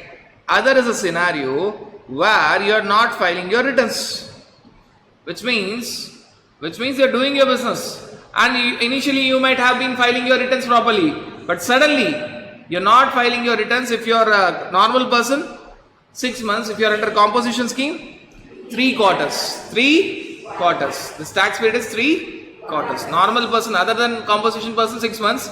Composition taxable person 3 quarters. 3 quarters. See, there's a difference. First year, in the first point that we have discussed, it was you have taken voluntary registration, condition number 1, and for the initial 6 months you are filing returns but nil returns. This scenario, you have taken normal registration, you would have filed your returns initially, suddenly after 2 years or 3 years, now you are not filing your returns. It is not talking about initial 6 months and all. Suddenly for a continuous period of 6 months or for composition scheme dealer 3 continuous quarters, you are not filing your returns. Next, you are doing business but not from declared place of business. You are doing business but not from declared place of business. You are doing business from some other place which is not declared on your registration certificate. Or you have obtained registration itself voluntarily, fraudulently, or by misrepresentation of facts or suppression of facts. These 2 are separate points. 1, you are doing business but not from declared place of business, and second, you got registration by fraudulent means. And the next you are talking about bogus or dummy invoices, bill trading. You are giving invoices but without supply. Criminal proceedings will also start. You are giving invoices but without supply. There's no supply. You are just giving invoices but there's no supply. Bill trading. Now if you see these points, these are totally 3 points. These are totally 3 points. Now when you see the next category, you'll find that we are talking about various conditions. You are violating section 16. You're not going by ITC conditions, or you are violating section 171 anti-profiteering clause. Anti-profiteering clause, which means if you are getting more credit, you should give that benefit to the customer. You have to reduce your pricing, but you are not doing that. You are giving the same pricing. Anti-profiteering clause. Or rule 10A, after getting the GST number, you have to update your bank account details within 45 days or due date of first return, whichever is earlier. You are not doing that. Or rule 86B, if at all your monthly turnover is more than 50 lakhs of taxable supply, other than exempt supply and zero date supply, in that month you have to pay minimum by cash ledger 1%. You are not doing that. So if you see this particular point, there are totally 4 cases. There are totally 4 cases. So you will find those 4 cases covered here. So you are talking about section 16, 171, rule 10A, rule 86B. And finally, you are talking about a very serious scenario where your outward supplies in GSTR 1 is more than your GSTR 3B. Maybe basically 1 and 3B will be there. So valid return 39 is 3B. Your sales is more in GSTR 1, but your GSTR 1 is only reporting. Payment happens in 3B, but your sales in 3B is less. Right. So if at all now you make a count, you will find totally 10 points. In the first category, there was 1 point. In the second category, 3, 4, 1 and 1. So you will find totally 10 points. You will find totally 10 points. Are you clear with this understanding? Now, the moment your registration proceedings are cancelling, what is the cancellation proceedings? We'll discuss. But initially, the moment cancellation starts, suspension will also come. You'll also be going through the process of suspension. So we are now talking about suspension. Now, suspension of registration pending cancellation proceedings, which means your cancellation proceedings are in progress. Final order is yet to come. Whether it will be cancelled or not will be decided. But during that cancellation proceedings, suspension will happen. Cancellation proceedings will start and it will end. It will take some time. In between that, during that, your suspension may be there. So when you talk about that scenario, first is a scenario where suspension, where cancellation is initiated by assessee. So there are 4 grounds where assessee can also start cancellation proceedings, isn't it? 4 scenarios where assessee can go with cancellation proceedings. In that case, your suspension will start from the later of date of application or date from which cancellation is sought. Which means assessee is giving cancellation application say on 1st October, but he is willing to have cancellation with effect from 1st January. So whichever is later, whichever is, so he is making cancellation application on 1st October, clearly telling that I want my cancellation to be done with effect from next 1st of January, after 3 months. So suspension will also start from 1st January. It will start, it will end when? Till the completion of cancellation proceedings.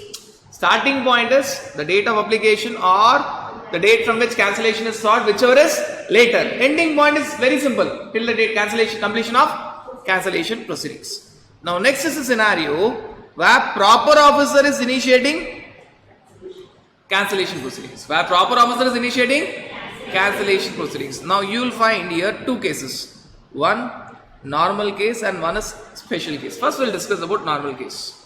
Normal case, there will be a show cause notice for cancellation, and in normal case suspension is not mandatory. It is optional. Why?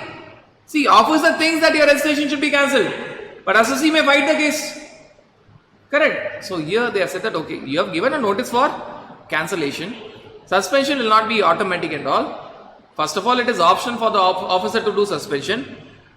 And second, whenever anything about cancellation will be decided by proper officer, it will start from the date decided by proper officer till the completion of cancellation proceedings. But a very important point is cancellation has started, notice for cancellation has been given, suspension may be there, not mandatory, may be there. And if it is there, what is the starting date? Decided by officer. What will be the end date? Till the completion of cancellation proceedings. Now, there is a special case of suspension where you are talking about comparison of your returns under 39, that is GST or 3B with your 1 and 2A. Simple. Outward supply is more in 1 compared to 3B. Input tax credit is more in 3B compared to 2A to B. Outward tax is more in GST or 1 compared to 3B, means you are paying less. Input tax credit is more in 3B compared to 2A to B, which means you are claiming more credit. That is showing significant differences. Small differences will be ignored. Significant differences or anomalies leading to cancellation. Leading to cancellation. Now, in this case, point number 1. Why it is called a special? Point number 1. It is mandatory suspension. Officer cannot is not having a mandatory suspension will start. And very special point. Normally, cancellation starts thereafter suspension starts, isn't it? But here, suspension starts by intimating the differences. Thereafter, cancellation will start. Suspensions will immediately start from the date of intimation of differences till the completion of cancellation proceedings. So this special case is special for multiple reasons. Reason number 1. Normal scenario, cancellation followed by suspension. Here, suspension is followed by cancellation. Reason number 2. Normal scenario, suspension by officer is optional. In this it is mandatory. Reason number 3. Normal scenario, where suspension is optional, officer will decide from which date. Here it will start from the date of intimation of. The moment they are intimating a difference, automatically suspension starts. Suspension, it is a very serious scenario. Right. And please mind that they will not do it for small differences and all. There should be significant differences. Significant differences. Now, what will happen during suspension? Now you know what are the total 3 cases. 1 by SSC, 2 by officer. Cases of suspension, when it will start, when it will end. Now what will actually happen during suspension? During suspension, you can make supplies, but you cannot issue tax invoice. You are not required to file any returns. Actually, these are the advantages for the assessee. If at all assessee goes for it, you are not required to raise tax. You can supply, you give normal invoice, but you cannot give, which means you cannot collect tax. You cannot collect. It is not that you cannot do business and all. You can do supply, but no tax invoice. You are not required to file returns. Now, one disadvantage is refund will not be granted. But this point is only in suo motu case. When officer is starting, refund will not be. You can apply for refund, but pending cancellation proceedings or pending the suspension thing, refund will not be granted. Grant will not be there. You can make application. Granting will not be there, and this point is applicable only for suo motu case, which means only for officer case, not for assessee's case. Now, whether suspension will be revoked, possible. If assume that finally cancellation proceedings are dropped. If finally cancellation proceedings are dropped, whether started by SSC or started by officer, don't you think that suspension is automatically revoked? Right. So suspension will be revoked on completion of cancellation proceedings. Whether cancellation is successful or failure, it will get revoked. It will get revoked. Only thing is, when cancellation is successful, suspension is revoked, but GST number is cancelled. If it is cancellation proceedings are dropped, if it is a failure, suspension will get revoked with effect from which date? With effect from a date when it happened. Right from the date when suspension happened, it is revoked from that date. It is revoked from that date. It is revoked from the date of suspension. It is revoked from the date of, so it is retrospective revocation. Retrospective revocation. Now, revocation will happen anyways, whether cancellation is successful or cancellation is failure. If cancellation is successful, your GST number itself is gone, nothing to discuss more. But if the cancellation is failure, which means cancellation proceedings is dropped, your GST number is not cancelled, then suspension is also revoked from retrospective effect, from the date of suspension. From the date of, now the problem is, you have GST number alive. Cancellation started, your GST number was suspended, but again cancellation is dropped, your GST number is alive. But during that time, you have suspension, you did not give any tax invoice, you did not file any return. So, welcome to the concept of revised tax invoice and first return.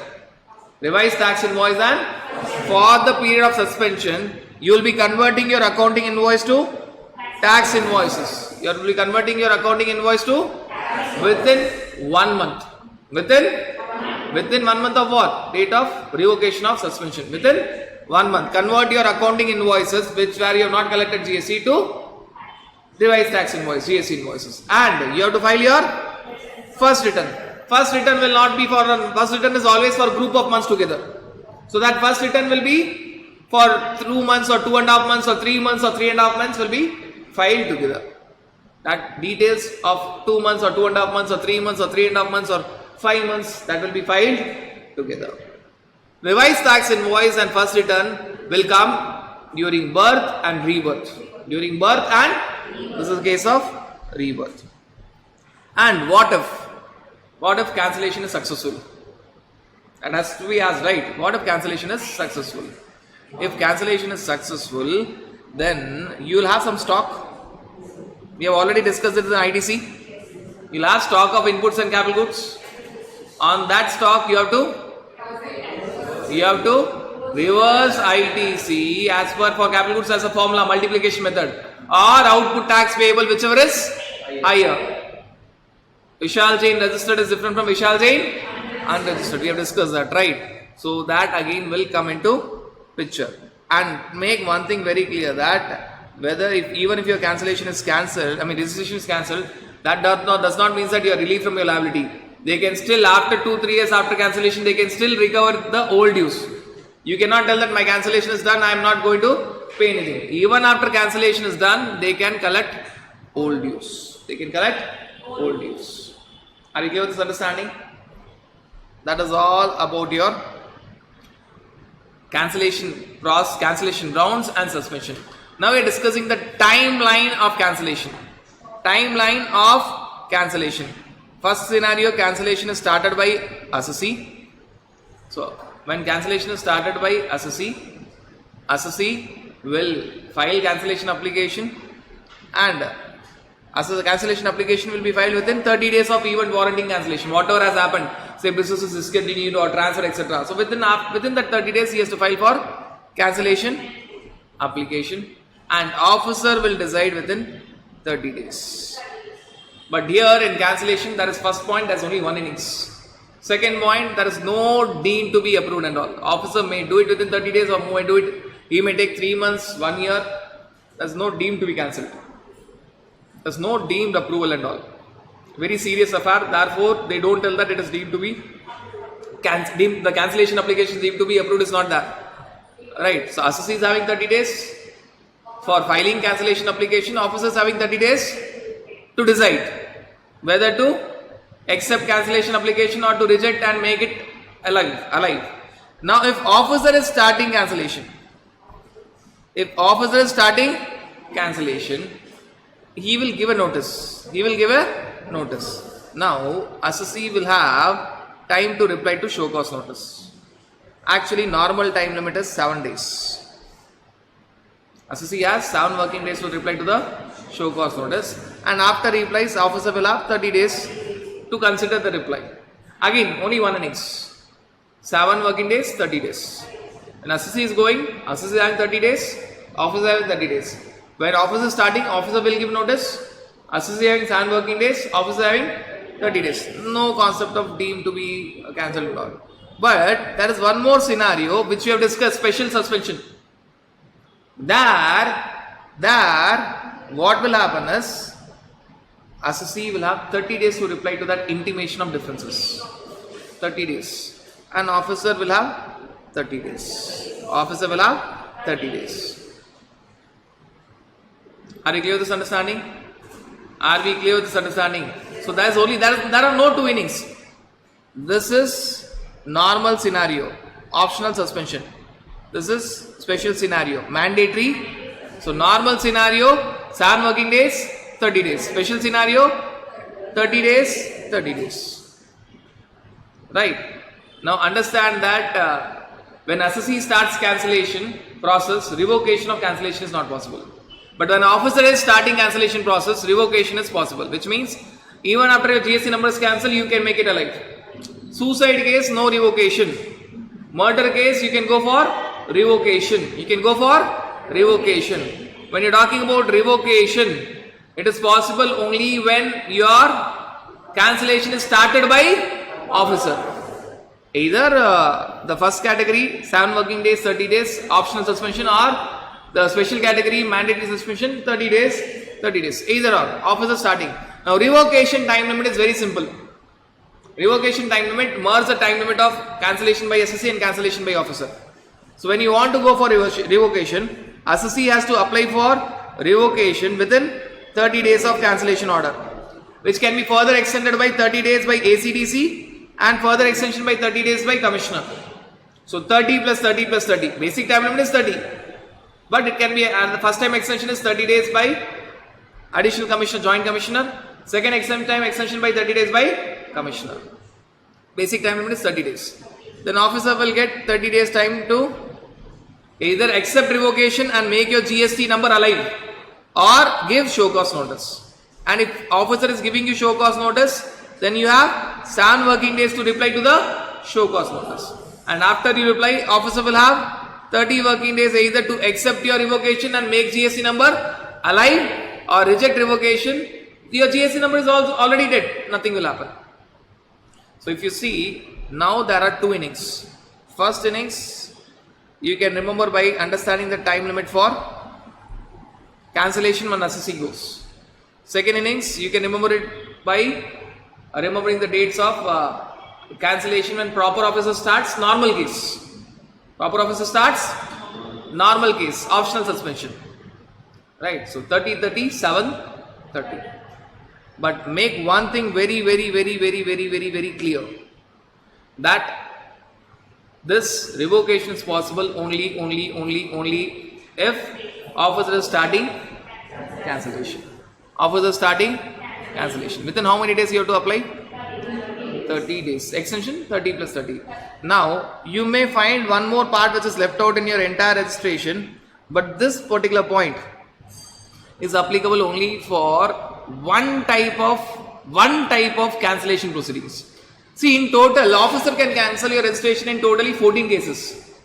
4 cases where assessee can go as well as officer can go. 10 cases where officer only can go. So totally there are 14 cases. Out of that, there is 1 case where you are not filing your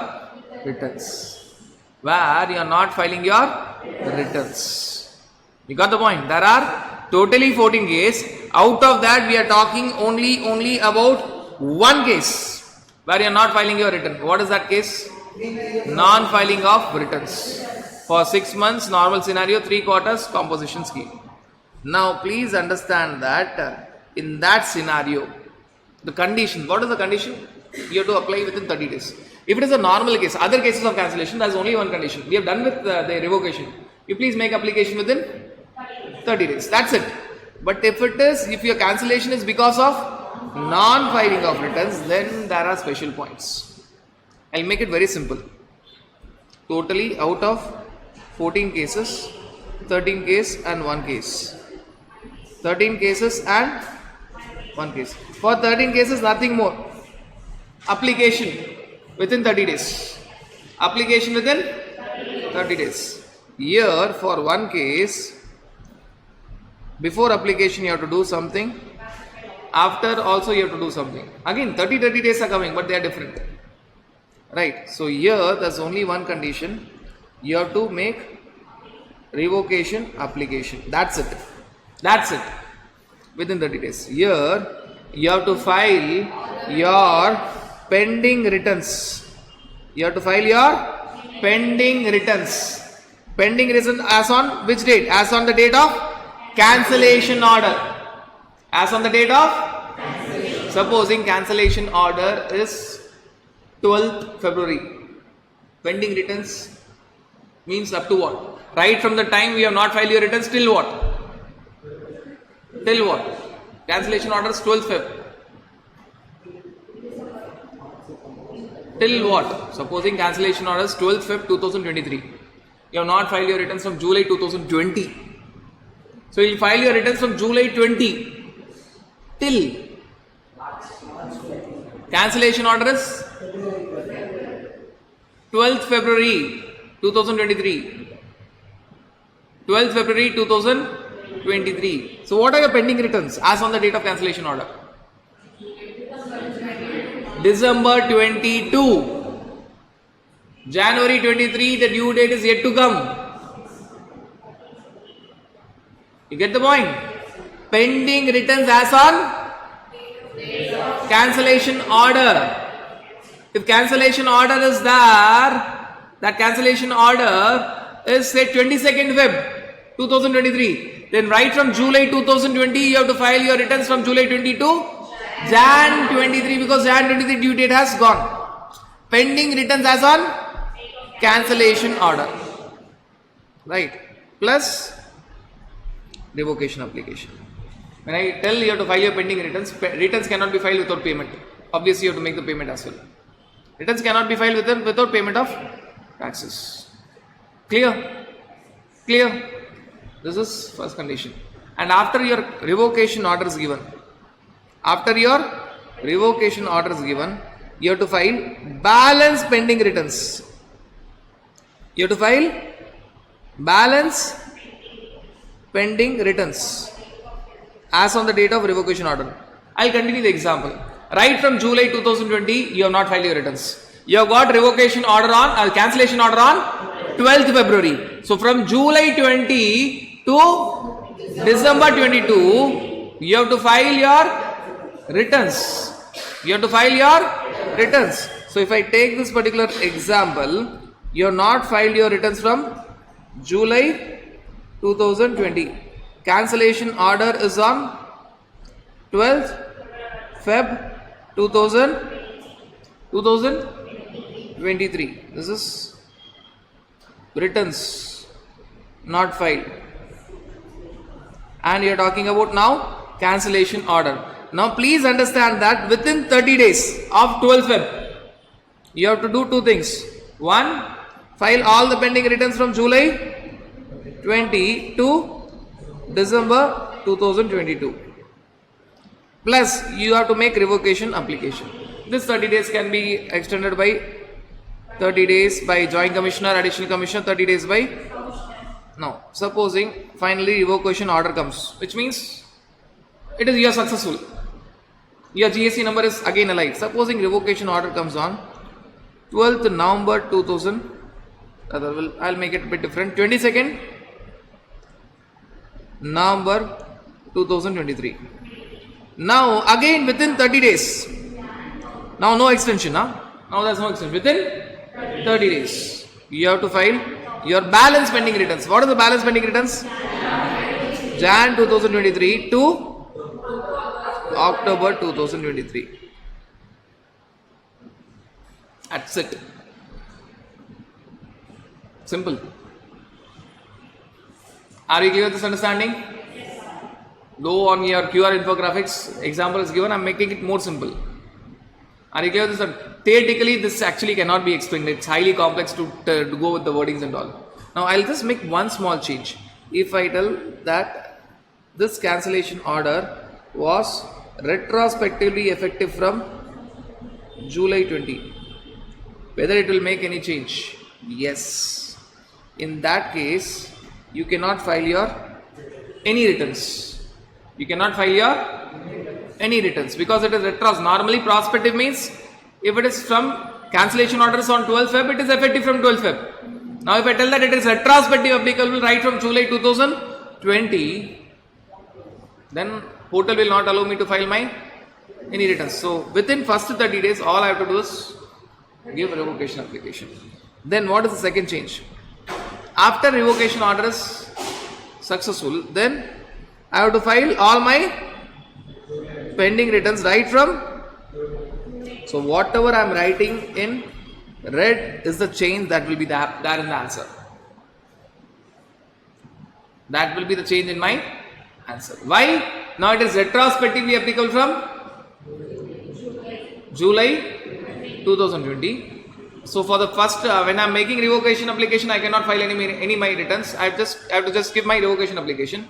After revocation order is there, within 30 days, I have to file all my balance pending returns. My balance pending returns starts from July 20 till October 23. That's all about this particular case. So this special point is there only in this one case. What is this one case? You have not filed your returns. You have not filed your returns.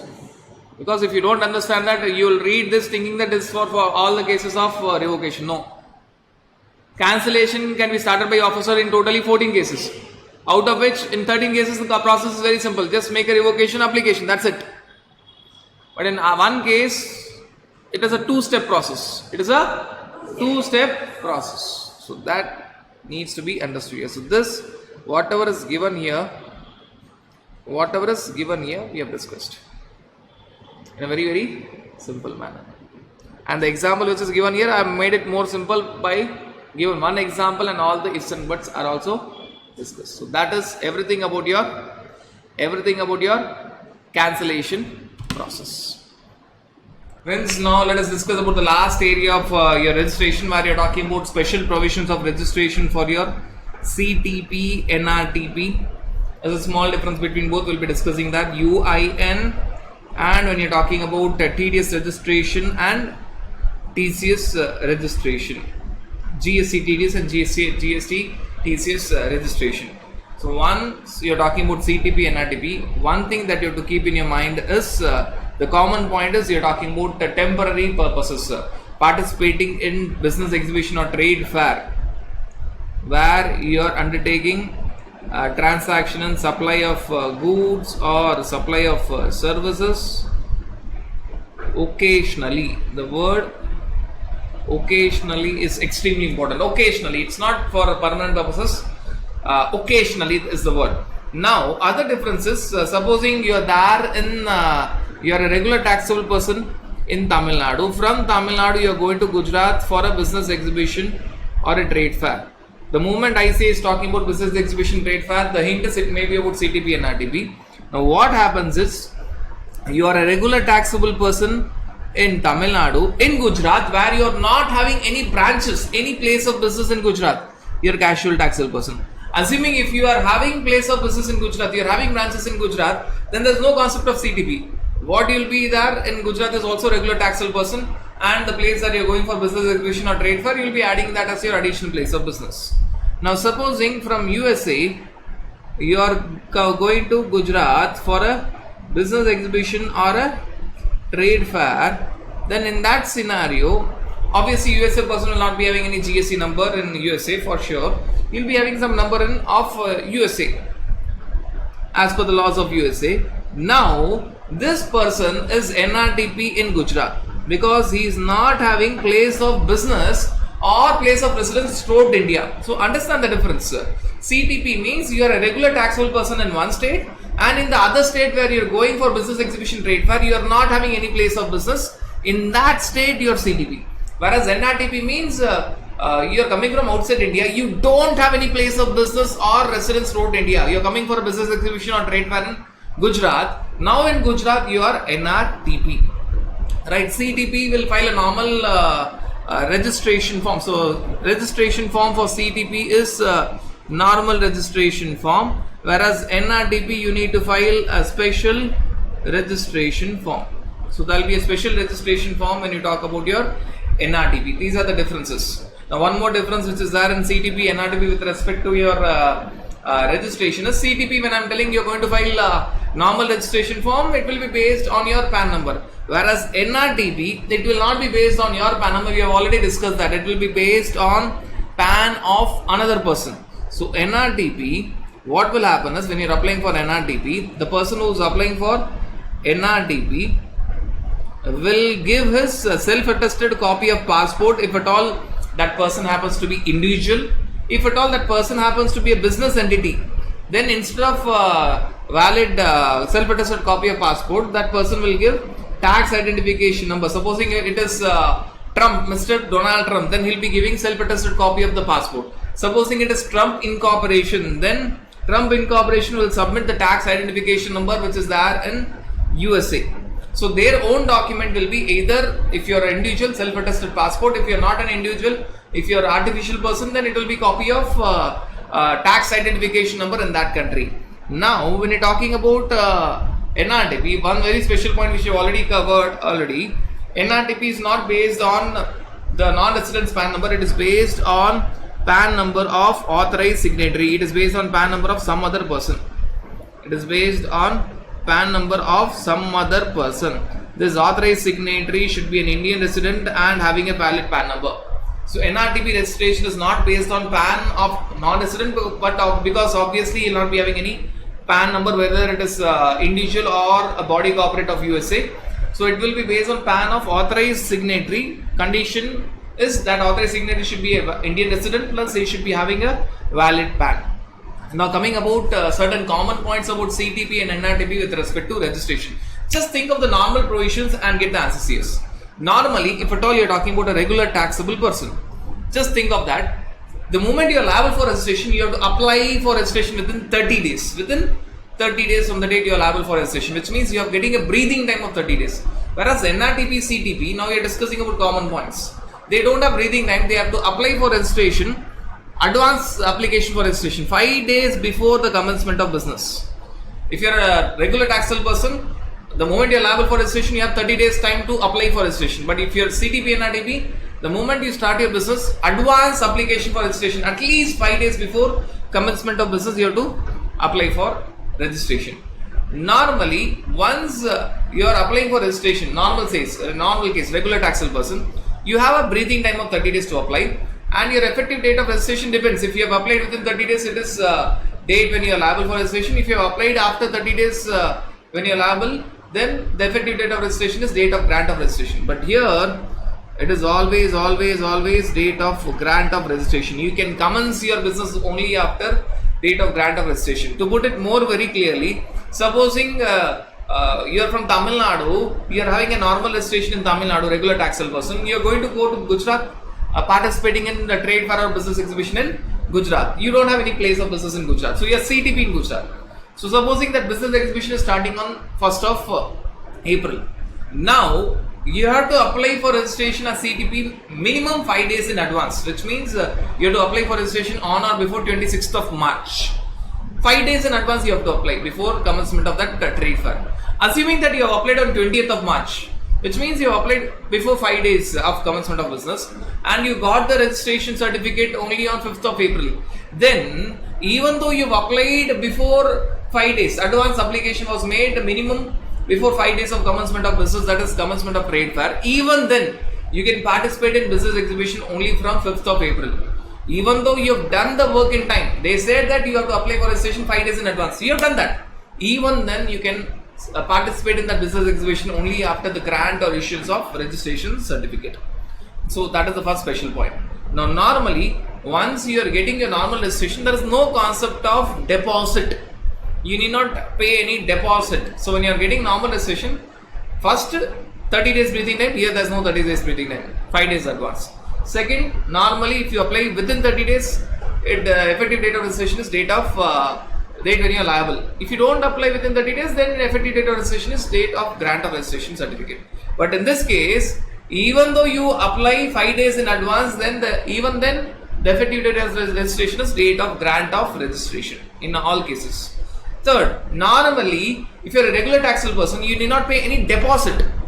There is no concept of paying deposit for getting the registration. But for CTP and NRDP, they have to pay an advance or deposit an electronic cash ledger, which is estimated, which is nothing but estimated liability, and the liability is not gross liability, estimated net tax liability. So gross tax liability will be too much because net tax liability is your gross output tax minus input tax credit.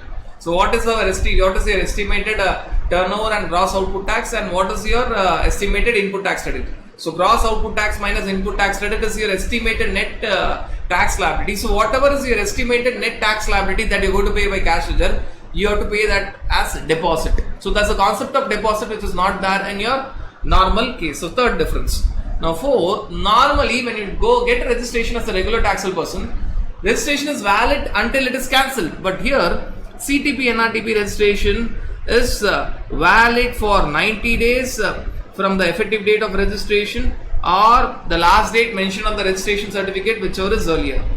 So the registration certificate may give a last date till which it is valid, or maximum validity is 90 days from the date of grant of registration, whichever is earlier.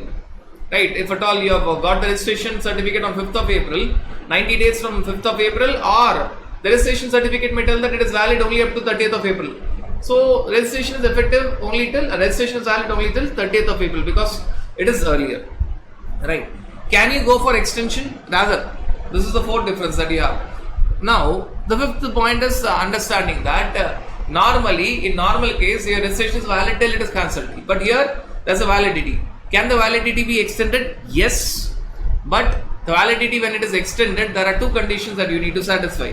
One, you have to apply for extended validity before the original validity is over. Two, again you have to pay estimated net tax liability. So there are two conditions. Apply for extension before the original validity gets over, and again second time you have to pay deposit in electronic cash ledger. And the validity of extension will be the same concept. 90 days from the date of extension, from the completion of original validity or the last date mentioned on the registration certificate, whichever is earlier. So understand that extension validity is again the same thing. 90 days now will start from the date of completion of original validity or the last date mentioned on the registration certificate, whichever is earlier. So first time extension is possible. Conditions are two. First condition, make sure that you apply for extension before original validity gets over. Condition number two, again you have to pay estimated net tax liability deposit in electronic cash ledger. Now, finally, last question. Can the validity be extended for the second time? No. The validity cannot be extended for the second time. If at all, validity can be extended only once. If at all he wants to continue for exhibition for a longer time, then more than 180 days basically, then he has to go for normal registration. So validity can be extended only once. Second time extension of validity is not allowed. So that you need to remember. Also understand that once your exhibition is over and you have filed all your returns, your registration also is cancelled, then whatever balance is there in your electronic cash ledger, if at all there is a balance, which means your estimated net tax liability, you estimated more and paid more in electronic cash ledger, whereas your actual net tax liability was lesser. Right? In that scenario, you will be having some balance in electronic cash ledger that you can apply for refund, but you have to make sure that you have filed all your returns properly, then you can go for that particular refund. So that is all about your CTP and RTP. Now talking about the second special aspect of registration. The first special aspect was all about your CTP and RTP. Now you are talking about your unique identification number. Finally, we will be talking about your TDS TCS. Now talking about UIN, understand that UIN bifurcate into two categories. The first category is talking about your specialized agency of United Nations organizations or any multilateral financial institution or organization under United Nations Privileges and Immunities Act 1947 or consulate or embassies of foreign countries, which means you are talking about international representatives. If you see all the three aspects, the first point talks about specialized agency of United Nations organizations, whether it is World Trade Organization or World Health Organization, or you're talking about your UNESCO, right? All these specialized agencies will come here. The second point is talking about multilateral financial institutions and organizations which are under United Nations Privileges and Immunities Act 1947. Again, you're talking about international bodies. Third, again you're talking about consulate or embassies of foreign countries, representatives of foreign countries. So that is the first aspect. The second aspect is any other notified persons by commissioners. Right. Now when you talk about the first aspect, please understand that the first aspect, this UIN is for entire India. We have discussed in the beginning that this certain UINs, it will be Pan India one registration. So the first category, international bodies, Pan India, there will be one registration. Pan India one registration. Whereas when you're talking about the second category, notified persons by commissioners, they have to apply state-wise. Two special points when you talk about the first category, UIN is throughout India one UIN, and PAN may or may not be that. Second category, it is state-wise you have to apply for UIN and it will be based on PAN. Now also you need to understand that when you talk about UIN, normally when you talk about registration, either you will apply for registration, same is true for UIN, or officer will recommend you for registration, home motor registration, again it is true here. Third special aspect, at times registration here will be given on recommendation from Ministry of External Affairs. So this is a very special aspect. Either the bodies will apply for registration or proper officer will so moto give the registration, or registration will be given on recommendation of Ministry of External Affairs. So this last part is a special aspect. Now when you talk about the third special case of your registration, which is TDS, GST TDS number, GST TCS number, understand that GST TDS number will be taken by your governments, and GST TCS will be taken by your electronic commerce operator. Now at times you may have GST TDS number, TCS number in a state where you don't have any physical presence, which means you will take GST TDS number, TCS number in Maharashtra where you don't have any physical presence. Let me give it in a bit different manner. There is an electronic commerce operator who is applying for GST TCS number, which is having physical presence in Maharashtra but not having physical presence in Tamil Nadu. So it is going to apply for GST TCS number both in Maharashtra and in Tamil Nadu, because it is going to do business in both the places. In Maharashtra, both part A of the registration form and part B will contain only Maharashtra. But when it is applying for GST TCS registration in Tamil Nadu, where it is not having any physical presence, only for GST compliances it is taking GST TCS number in Tamil Nadu. So one state it has got physical presence and it is applying for GST TCS number. Other state it is not having physical presence but it is applying for GST TCS number. Second category is special. In the second category, in part A, they will give Tamil Nadu state.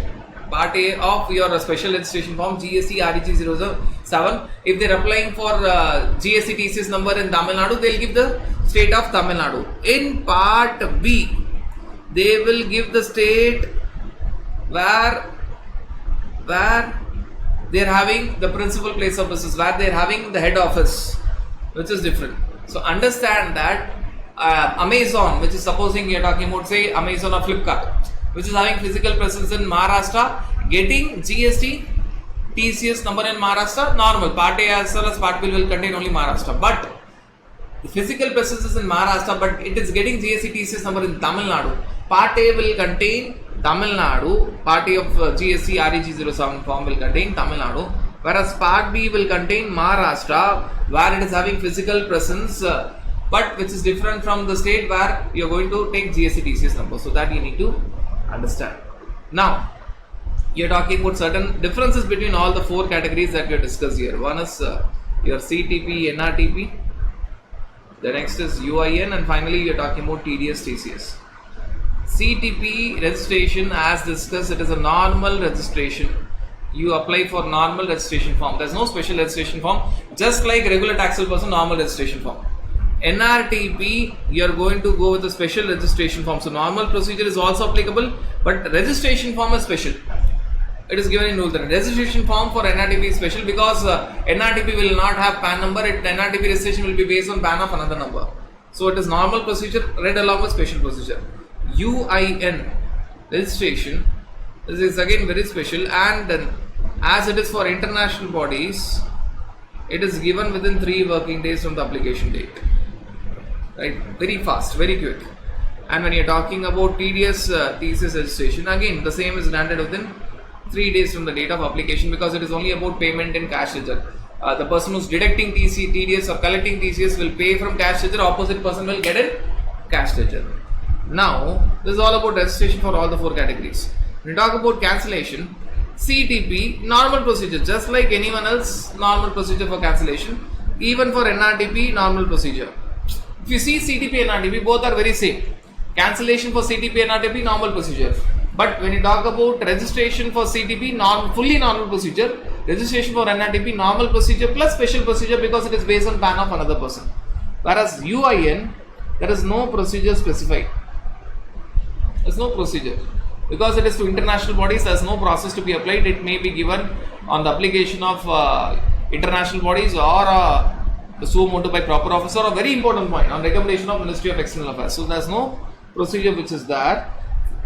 In terms of registration, you have to apply within 3 working days. In terms of cancellation, there is no procedure.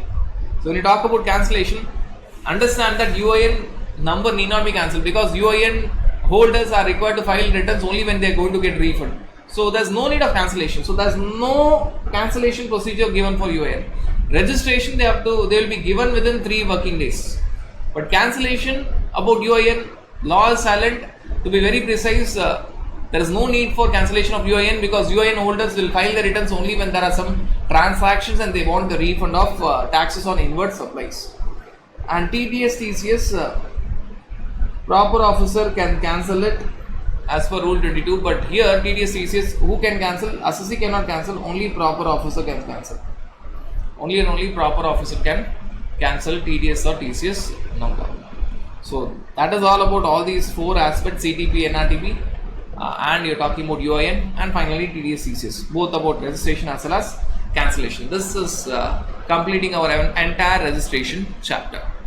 Yes, when you talk about payment, one thing be very clear, payment is all on portal. First your liability is created by way of electronic liability ledger, then you can discharge your liability by credit ledger or cash ledger. So it is all on portal. Your liability ledger will have liability created by you as per your return, also liability created by the officer, either yourself or by the officer. That liability can be closed by paying by way of credit ledger or cash ledger, right? And when you talk about liability created by officer, either you can reduce your liability by going to appeals.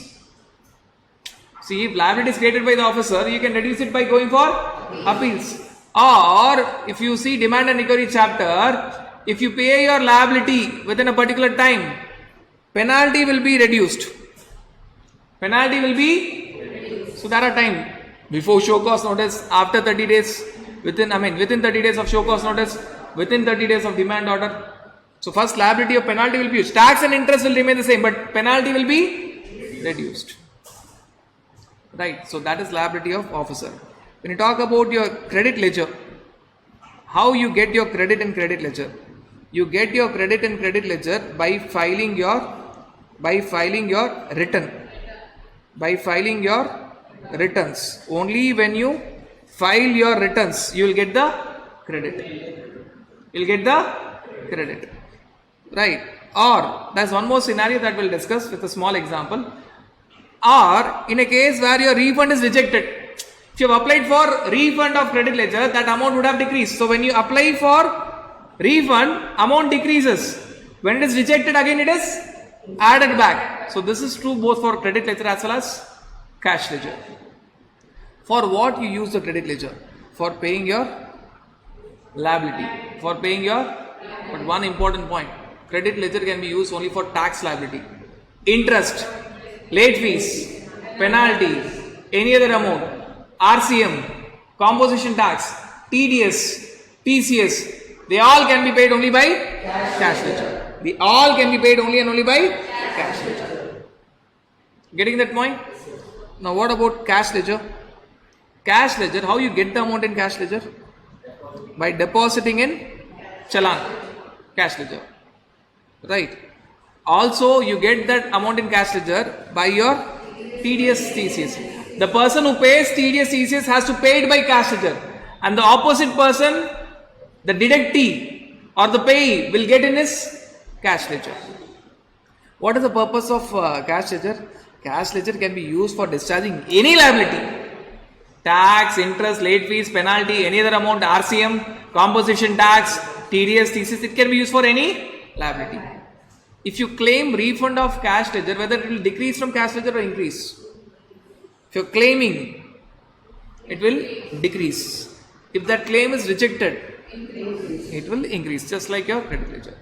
There was one very special point here which we have not touched. If you are paid extra tax, if you are paid, supposing for a month I have to pay 5 lakhs but I have paid 50 lakhs. I have to pay 5 lakhs, by mistake I have paid. Liability itself I have typed it wrong. Liability itself I have typed it wrong. Not cash ledger payment or credit. Liability itself I have typed 50 lakhs. Then I tell no, I have liability. My liability was, my outward supply was not pertaining, amounting to total liability of 50 lakhs. It was only a 5 lakhs. But I have paid extra. That 50 lakhs contains 45 lakhs excess liability and 5 lakhs current liability. 45 lakhs you will claim the refund. Understand that in that month you would have paid something by cash ledger, something by credit ledger. You have to take that ratio. Whatever you have paid by cash ledger, supposing in that month the payment by credit ledger was 40 lakhs, you had huge credit, and 10 lakhs was cash ledger. So what was the ratio? 4:1. 4:1. Right. So you are claiming refund of how much? 45 lakhs. 45 lakhs multiplied by 4 divided by 5 will come back to credit ledger. 45 lakhs multiplied by 1 divided by 5 will go to your bank account. Not cash ledger. Don't tell cash ledger. Will go to your bank account. Will go to your bank account. So that is given here. Now, certain other important points. Understand, challan can be created only online. There's no offline challan. Challan can be created only online. Challan is always by portal. Whether you are registered or unregistered, you need to understand that challan can be created only online. There's a point given somewhere here that challan are always created online. Yes, here. When you create a challan, what is the first thing that you get is common portal identification number. Common portal identification number. It is only on portal. It will have common portal identification number, CPIN. It contains how many digits? 14 digits, which is valid for 15 days. Which means within 15 days you have to make the payment. And once you make the payment, it will get converted to CIN, which is challan identification number, which is given by the banks on successful payment against CPIN. And that will be 17 digits. 14 of CPIN plus 3 bank branch code. Right. And correspondingly there will be a bank reference number, BRN. So on payment, there will be 2 reference number, one on portal CIN, one on bank BRN, so that at times payment gets deducted from your portal, but it is not reflected. It gets deducted from your bank, but it is not reflected in portal. So they will have cross check. Now what is TIN? TIN is, even if you are unregistered person, you can make the payment only by creating a challan on portal. Offline challan, there is no facility. Even if department is catching hold of an unregistered person and telling that pay this amount, even he cannot create offline challan. Online challan. That online challan will be called as temporary identification number. Temporary identification number. Challan is always online. Is always online. Payment can be online or offline. What is online payment? Internet banking, credit card, debit cards. Online. Offline payment, NEFT, RTGS, any amount. Technically it is offline. It's not online. NEFT, RTGS technically it is offline. Technically it is offline. There is someone who cross verifies fast or slow, RTGS or NEFT. So that is different. Some authority is there to check. Now, other than that, when you are making the payment by way of check or DD or cash, that is called as over the counter payment. That is allowed, but only up to 10,000 per challan per tax period. Per challan per tax period. This limit is that. If you are making by cash, per tax period, that is month or quarter or per challan, it can be only up to 10,000. But this limit is not applicable for whom? For government, persons notified by the commissioners, or when you see point number C, D, E, just forget about the technicalities. You are not paying on your own, officer is demanding. You are not paying on your own, officer is demanding. So then this limit of 10,000 per challan per tax period does not hold good. He can ask even 10 lakhs, he can ask even 10 crores, he can ask even 100 crores. You can pay it by cash, check or DD. That is allowed. That is allowed. Now, liability ledger, certain special points. Liability ledger set off. First, liability you have to close of previous month, then of next month. Previous month, then of current month. First, you have to give priority to your self-assessed liability, then of officer-assessed liability. So, first priority is to self-assessed liability. Then the priority is to officer-assessed liability. And it is self-assessed liability. First, it is of preceding tax period. Then it is of current tax period. Officer-assessed liability, even though it may pertain to 2 years back, that will be closed only in there. First, you close your own liability, previous period, current period, then close officers assessed liability. When you're talking about liability, it is not only tax, it is also interest, late fees, penalty, etc. All the liabilities. Utilization of credit sequence, we have already discussed that in your ITC chapter. Cash ledger. Important question that ICA asked twice or thrice. Very simple question. It was, even if you see your old ICA middle, the answer was different because amendment was there. That was an exam question, but you cannot rely on that answer because amendment is there.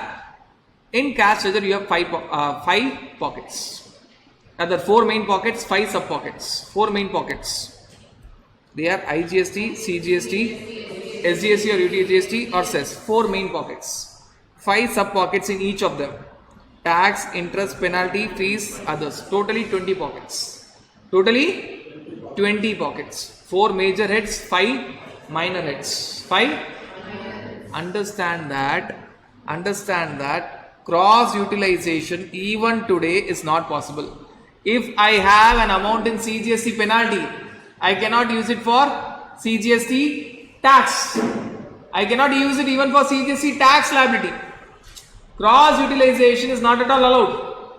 I repeat, if I have CGST, if I have cash amount in CGST penalty, I cannot even use it for paying my CGST tax liability. But what you can do, you can transfer the amount from CGST penalty to CGST tax, then pay it. I repeat, if I have to pay CGST tax, 1 lakh. But if I see my cash ledger, it is CGST penalty, 2 lakhs. I cannot use it. First, what I have to do? CGST penalty, I have to transfer it to CGST tax, then pay the CGST tax liability. Right? When it is done within CGST, no issues. But if I tell this example, think and answer. If I have liability of CGST tax, but amount is there in SGST penalty, I have to pay CGST tax 1 lakh and I have amount in SGST penalty cash ledger 1 lakh. Let me keep the amount same. First, I have to transfer the amount from SGST penalty to CGST tax. SGST penalty to, then close the liability. So when I transfer the amount from SGST penalty to CGST tax, SGST penalty will become 0, CGST tax will become 1 lakh and I have to pay 1 lakh. I can easily use it. But that will be problem between the governments. When I transfer from SGST pocket to CGST pocket, actually I have paid only to state government, but I am using it for paying central government. What will happen?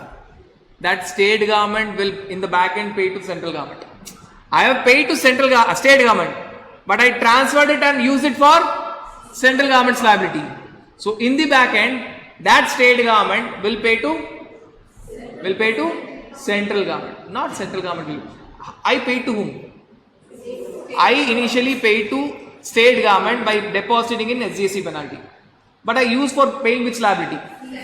Whether central government got anything in cash? No. I just transferred from SGST penalty to CGST tax, then close my CGST tax liability. I never paid anything in cash to central government. I should have paid in cash to central government, I never paid. I have already paid it to state government which I have transferred. Now what will happen? That state government will in the back end reimburse the central government. If it is ulta example, the answer would be reverse. Right. So these are all the points, and coming to the last point for which we started this chapter, the most important point, calculation of interest. Interest is on gross liability, that is gross output tax, or net liability, that is output tax minus ITC. Interest is on my gross output tax or net output tax. If my output tax is say 10 lakhs and if my ITC is say 6 lakhs, 4 lakhs, assume that I have paid late. Supposing this is say April month's transaction, I have paid on 22nd June. 22nd June. What was the due date? Normally for April month, what is the due date? 20th of May. So when I have paid actually? So how many days interest will be there? How many days interest will be there? 11 days of May plus 22 days of June, 33 days. So I know that I have to pay interest multiplied by 18% per annum multiplied by 33 divided by 365 on what?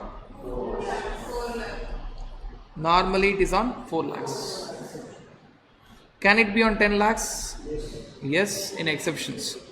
If there is a notice under section 73, 74, thereafter which I am paying, or if it belongs to previous period.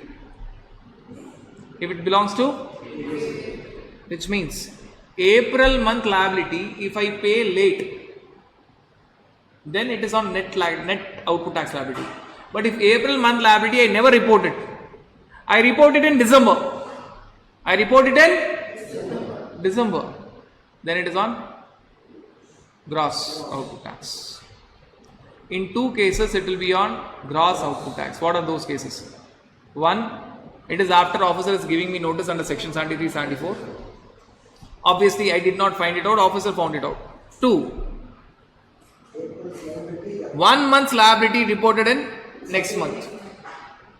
Then it will not be on net output tax, it will be on gross output tax. It will be on gross output tax. So that you need to remember. But normally if the question is silent, it will be on net output tax liability. You have to assume that it is not a section 73, 74 case, and you have to assume that it is April month's liability reported in April month. If I tell this April month's liability was reported in May month, then it would have been on 10 lakhs. Though I have ITC of 6 lakhs, though even then I should ignore it, I will pay that interest on 10 lakhs. Are you clear with this understanding? So that is all about your interest calculation, and we have discussed this due date of payment in your return filing chapter. Normally due date of payment is exactly the same as due date of return filing. Exception 1, composition scheme. CMP 0, it is 18th after the end of the quarter. Exception 2, QRMP scheme. QRMP, the due dates are different. For the first 2 months of the quarter, it is 25th after the end of the month. For the last month, it is 22nd or 24th after the end of the month, depending on which part of India you are in. Southern India 22nd, Northern India 24th. So that you need to remember. So that is all and all about your payment chapter. Yes friends, now let us quickly complete the last part of payment chapter, where you are talking about one aspect where you are talking about blockage of using your input tax credit or restriction and utilization of your input tax credit. So we're basically talking about 86A and 86B. Rule 86A talks about when your input tax credit will be blocked. Some portion of ITC you cannot touch it. So when you're talking about the grounds on which 86A will be invoked, please understand that the following should be the grounds. Either the credit is fraudulently availed or it is ineligible. So there are certain grounds on which this officer, commissioner or an authorized officer not below the rank of ACDC can invoke that. What are the grounds? Either you're talking about the recipient is not in possession of the document, or the recipient is not in possession of the goods or services. So here you're talking only about the recipient, or the supplier has not paid the tax to the government. So if I am the recipient, I have not received the document, say for example tax invoice, or if I am the recipient, I have not received the goods or services, but I am still availing the credit. That is the situation. Or if I am the recipient, my supplier, you are my supplier, you have not paid the taxes to the government. These are actually the conditions for taking input tax credit also, but they are again brought down here. And if you see the last part, either the supplier, my supplier, you are my supplier, either you or myself, the recipient. So understand that whenever you're talking about the ITC, it is only from the angle of recipient, but now there are certain points that recipient has to take care. He has to have the document, but in this case I may not have the document, but credit is taken. I may not have received the goods or services, but the credit is taken. My supplier has not paid the tax, but I have taken the credit. Or either my supplier or myself, they are non-existent, we are not there, or we are conducting business from a place where registration has not been obtained, which means I am carrying on the business from a place which is not in my registration certificate.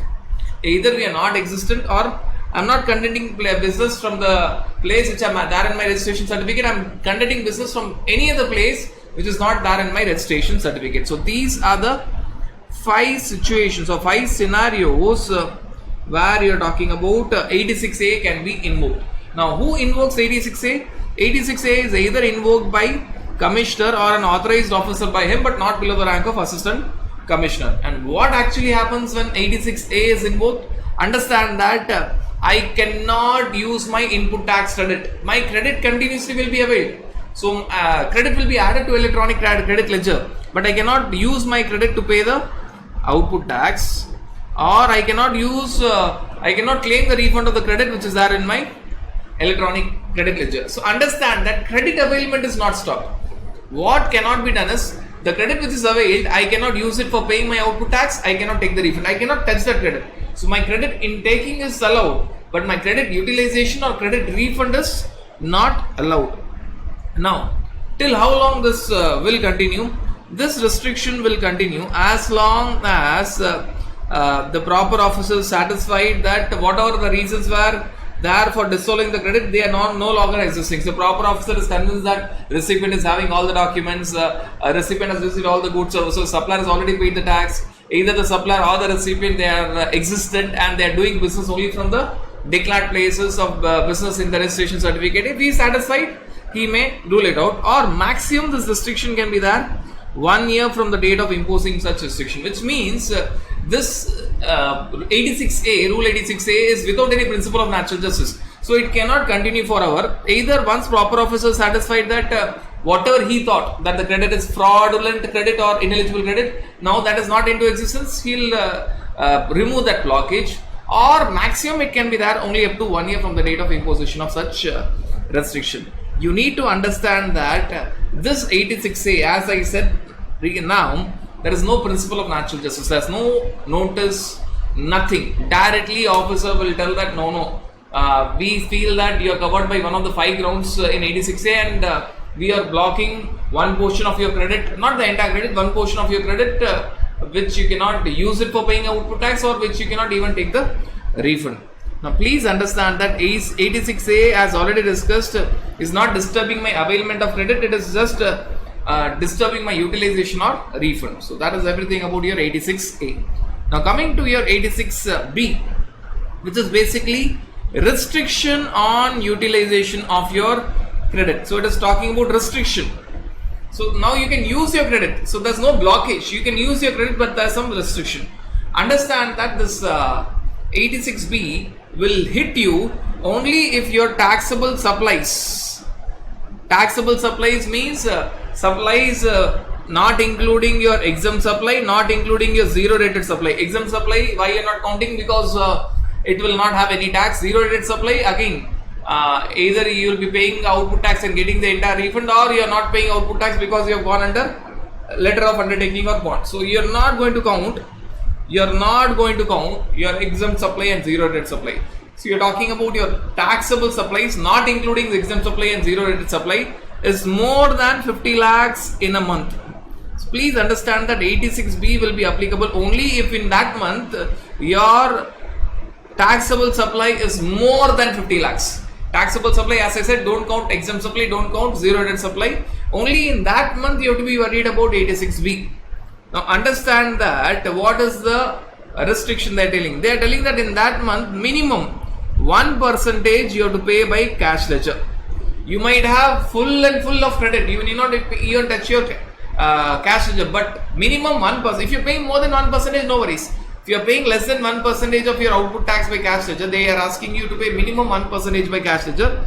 99% can be paid by using credit ledger. So that they are not worried. At least pay something in cash. So government is telling that please pay something in cash. Minimum 1% you have to pay by cash ledger. Again I repeat, when this will happen, this will not happen every month. Only when the person's taxable supply turnover in a month is more than 50 lakhs. And I'm talking about taxable supplies turnover in a month is more than 50 lakhs. Don't count exempt supply, don't count your zero rated supply. Also, you need to understand that you are not going to take into account your RCM, because when you talk about your RCM is always paid by cash ledger. So don't consider when you're talking about minimum 1% has to be paid by cash ledger. Don't include RCM. RCM, by the way, is not your outward supply, it is your inward supply. So it will not be included in your aggregate turnover or taxable supplies of 50 lakhs. So because you're talking about our outward supply there. One thing, RCM is your inward supply, so nothing to do with your taxable supplies more than 50 lakhs. Second thing, RCM is always paid by cash ledger one hand, and if you are eligible, you will get the credit ledger in other hands. So when they are telling that your payment in cash ledger should be minimum 1%, obviously don't include RCM in that. So RCM is always paid by cash ledger, do not include that calculation there. Now two different things. See in a month whether your taxable supply other than exempt supply, zero rated supply, that is outward supply, sales is more than 50 lakhs, yes, then pay minimum 1% of output tax by cash ledger. Balance you can use your credit ledger. And when you're doing this minimum 1% by your cash ledger, obviously your RCM will not be counted because it is not your outward supply, it is your inward supply, always paid by cash ledger. Now please understand that there are some exceptions where this provision is not at all applicable in spite of the fact that your taxable supply is more than 50 lakhs in a month. One, this provision is not applicable to government department, public sector undertaking, local authority and statutory body. So government first has said that we are outside this rule, which means they can use, they can pay their entire output tax liability only by credit ledger. They need not even touch the cash ledger. So for government department, local authority, statutory body, public sector undertaking. Government department, that is central government, state government, local authority, public sector undertaking and statutory body, this provision is not applicable. Or this provision is also not applicable where you are talking about your income tax payment is more than 1 lakh in last 2 financial years. Last 2 financial years where the due date of income tax return has expired. So don't take exactly last 2 financial years. Supposing you are into financial year 22-23. Necessarily last 2 financial years will not be 2021 and 21-22, because supposing you are there in somewhere say August 2022. August 2022 and it is an audit case of yours. So your due date for 21-22 has not yet expired. So if at all you are there in 2022-23 and assume you are there in August 2022, and second assumption you are there in January 2023. So when you are talking about last 2 financial years in the first scenario, it is financial year 1920 and financial year 2021. In Jan 2023, the last 2 financial years symbolizes financial year 2021 and financial year 21-22. Why?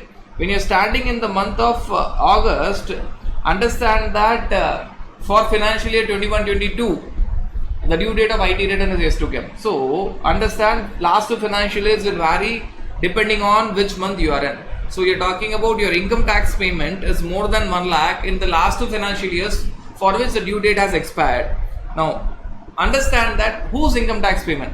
If at all you're a proprietor, then your individual income tax rate is more than 1 lakh in last 2 financial years for which due date has expired. If you're HUF, either the HUF's income tax payment or Karta. If you're partnership firm, either you're talking about partnership firm or two partners income tax payment. If you're a company, either company's income tax payment or managing director's income tax payment or two whole-time directors. If you're association of persons or trust, either the trust income tax payment or two members of association or two board of trustees income tax payment. So to put in a very simple terms, if at all you're a proprietorship concern, if you're a HUF, if you're a partnership firm or LLP, if you're a company, if you're an association of person or if you're a trust, whose income tax payment you're going to check. If you're a proprietorship concern, income tax payment of proprietor you're going to check.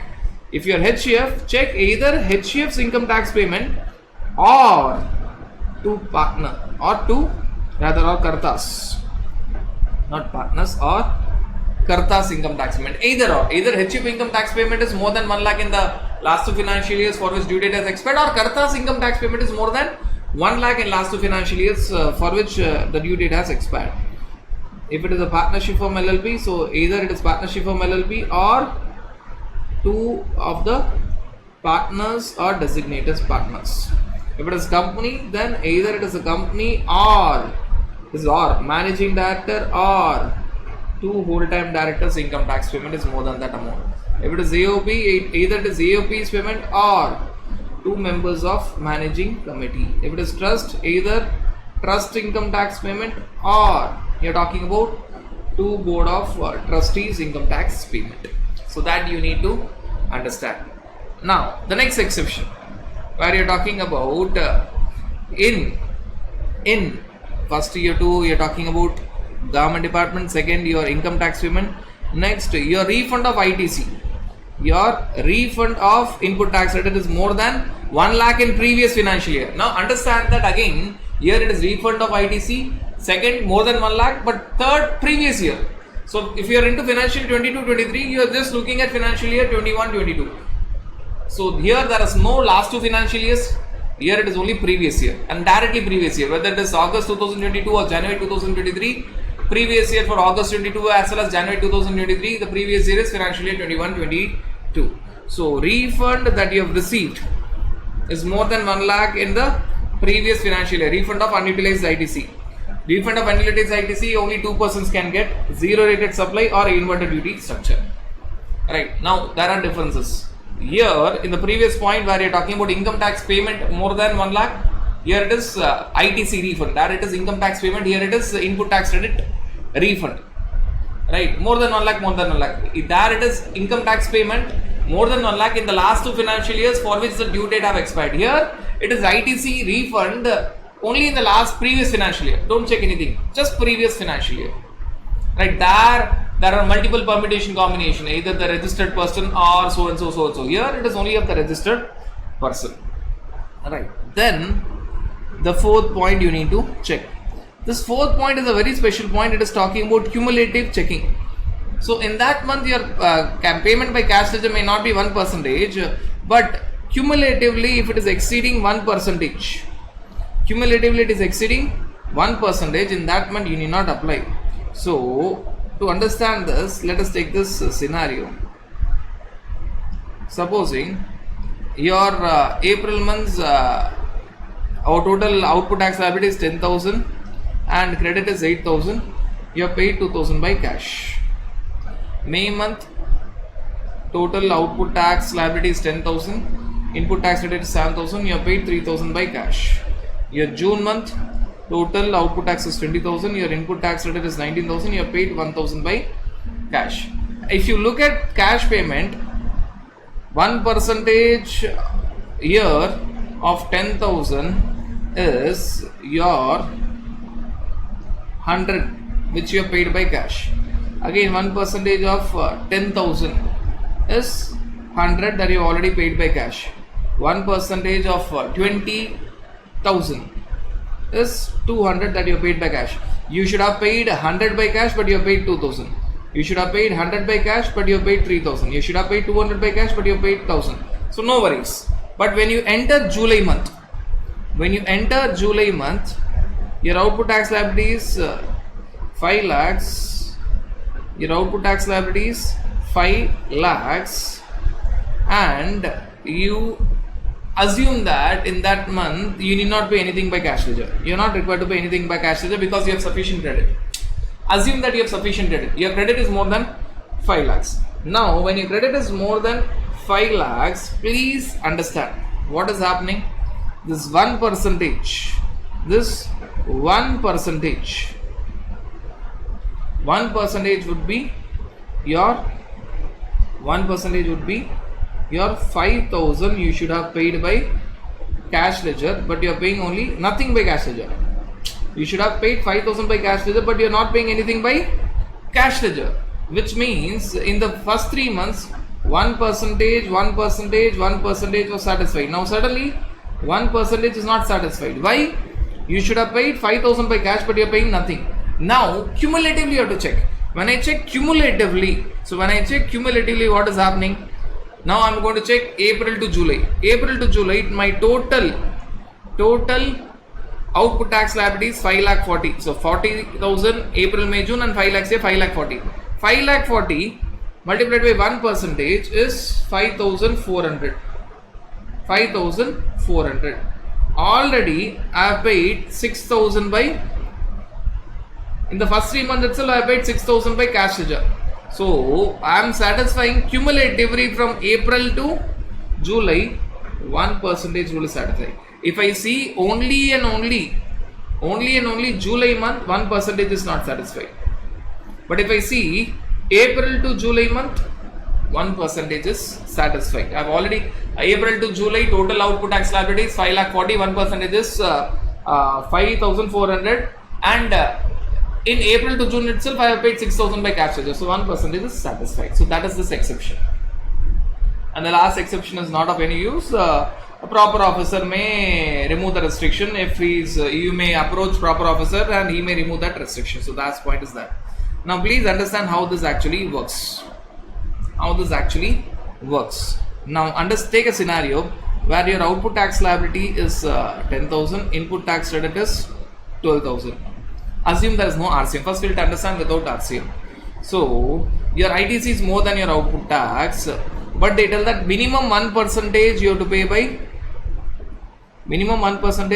by cash. So what you are going to do, first you decide what you are going to pay by cash. You are going to pay by cash 900 rupees. If this rule was not there, you would have paid entire 10,000 by credit ledger and 2,000 would have been carry forward of your credit. But now minimum 1% you have to pay by your cash ledger, and carry forward of credit will be, normally carry forward of credit would have been 2,000, but now it will be 2,100. How 2,100? Because now when I tell that you have to pay minimum 1% by cash, credit utilization will be only 9,900 and not 10,000. So when my credit was 12,000 and I have used only 9,900, so balance will be 2,100, which is carry forward. So normally what I decide my credit, I use the payment, I make the payment by credit ledger, and then balance I pay by cash ledger. But in this case, first I have to decide, okay, this amount I have to pay by cash ledger. So the balance amount I have to set off in credit ledger. Assume this scenario, I reverse this, I add RCM. So same example, 10,000 is my output tax liability, 12,000 is my credit. RCM is special here. RCM I have to pay 1,000 rupees. Please understand that RCM you pay by cash ledger in one hand, and other hand you get the amount in credit ledger. So now once this is a scenario, in a normal scenario what would have happened? Normal scenario, RCM I would have paid 1,000 by my cash ledger, and I would have got 1,000 in my credit ledger. So I would have paid it by cash ledger and got it in my credit ledger. And normal scenario, when I am talking about my output tax and my input tax credit, my output tax was 10,000. I had ITC of 12,000. I'll be using only 10,000. So I need not pay anything by cash. Now, what is my payment by cash ledger? My payment by cash ledger is 1000 plus 0. So my total payment by cash ledger is 1000 is by cash ledger. What is the amount which is left in my credit ledger? My credit ledger was 12,000, which was there, plus RCM will be added to my credit ledger, and balance out of this total 13,000 I have already used 10,000. So my credit balance will be 11,000. It will not be, sorry, my credit balance will be 3,000. It will not be 2,000. How? I had 12,000 credit, 10,000 I have used it, so 2,000 left over. Also understand that RCM I will make the payment by cash and I will get in my credit ledger. So that also will be added to my credit ledger.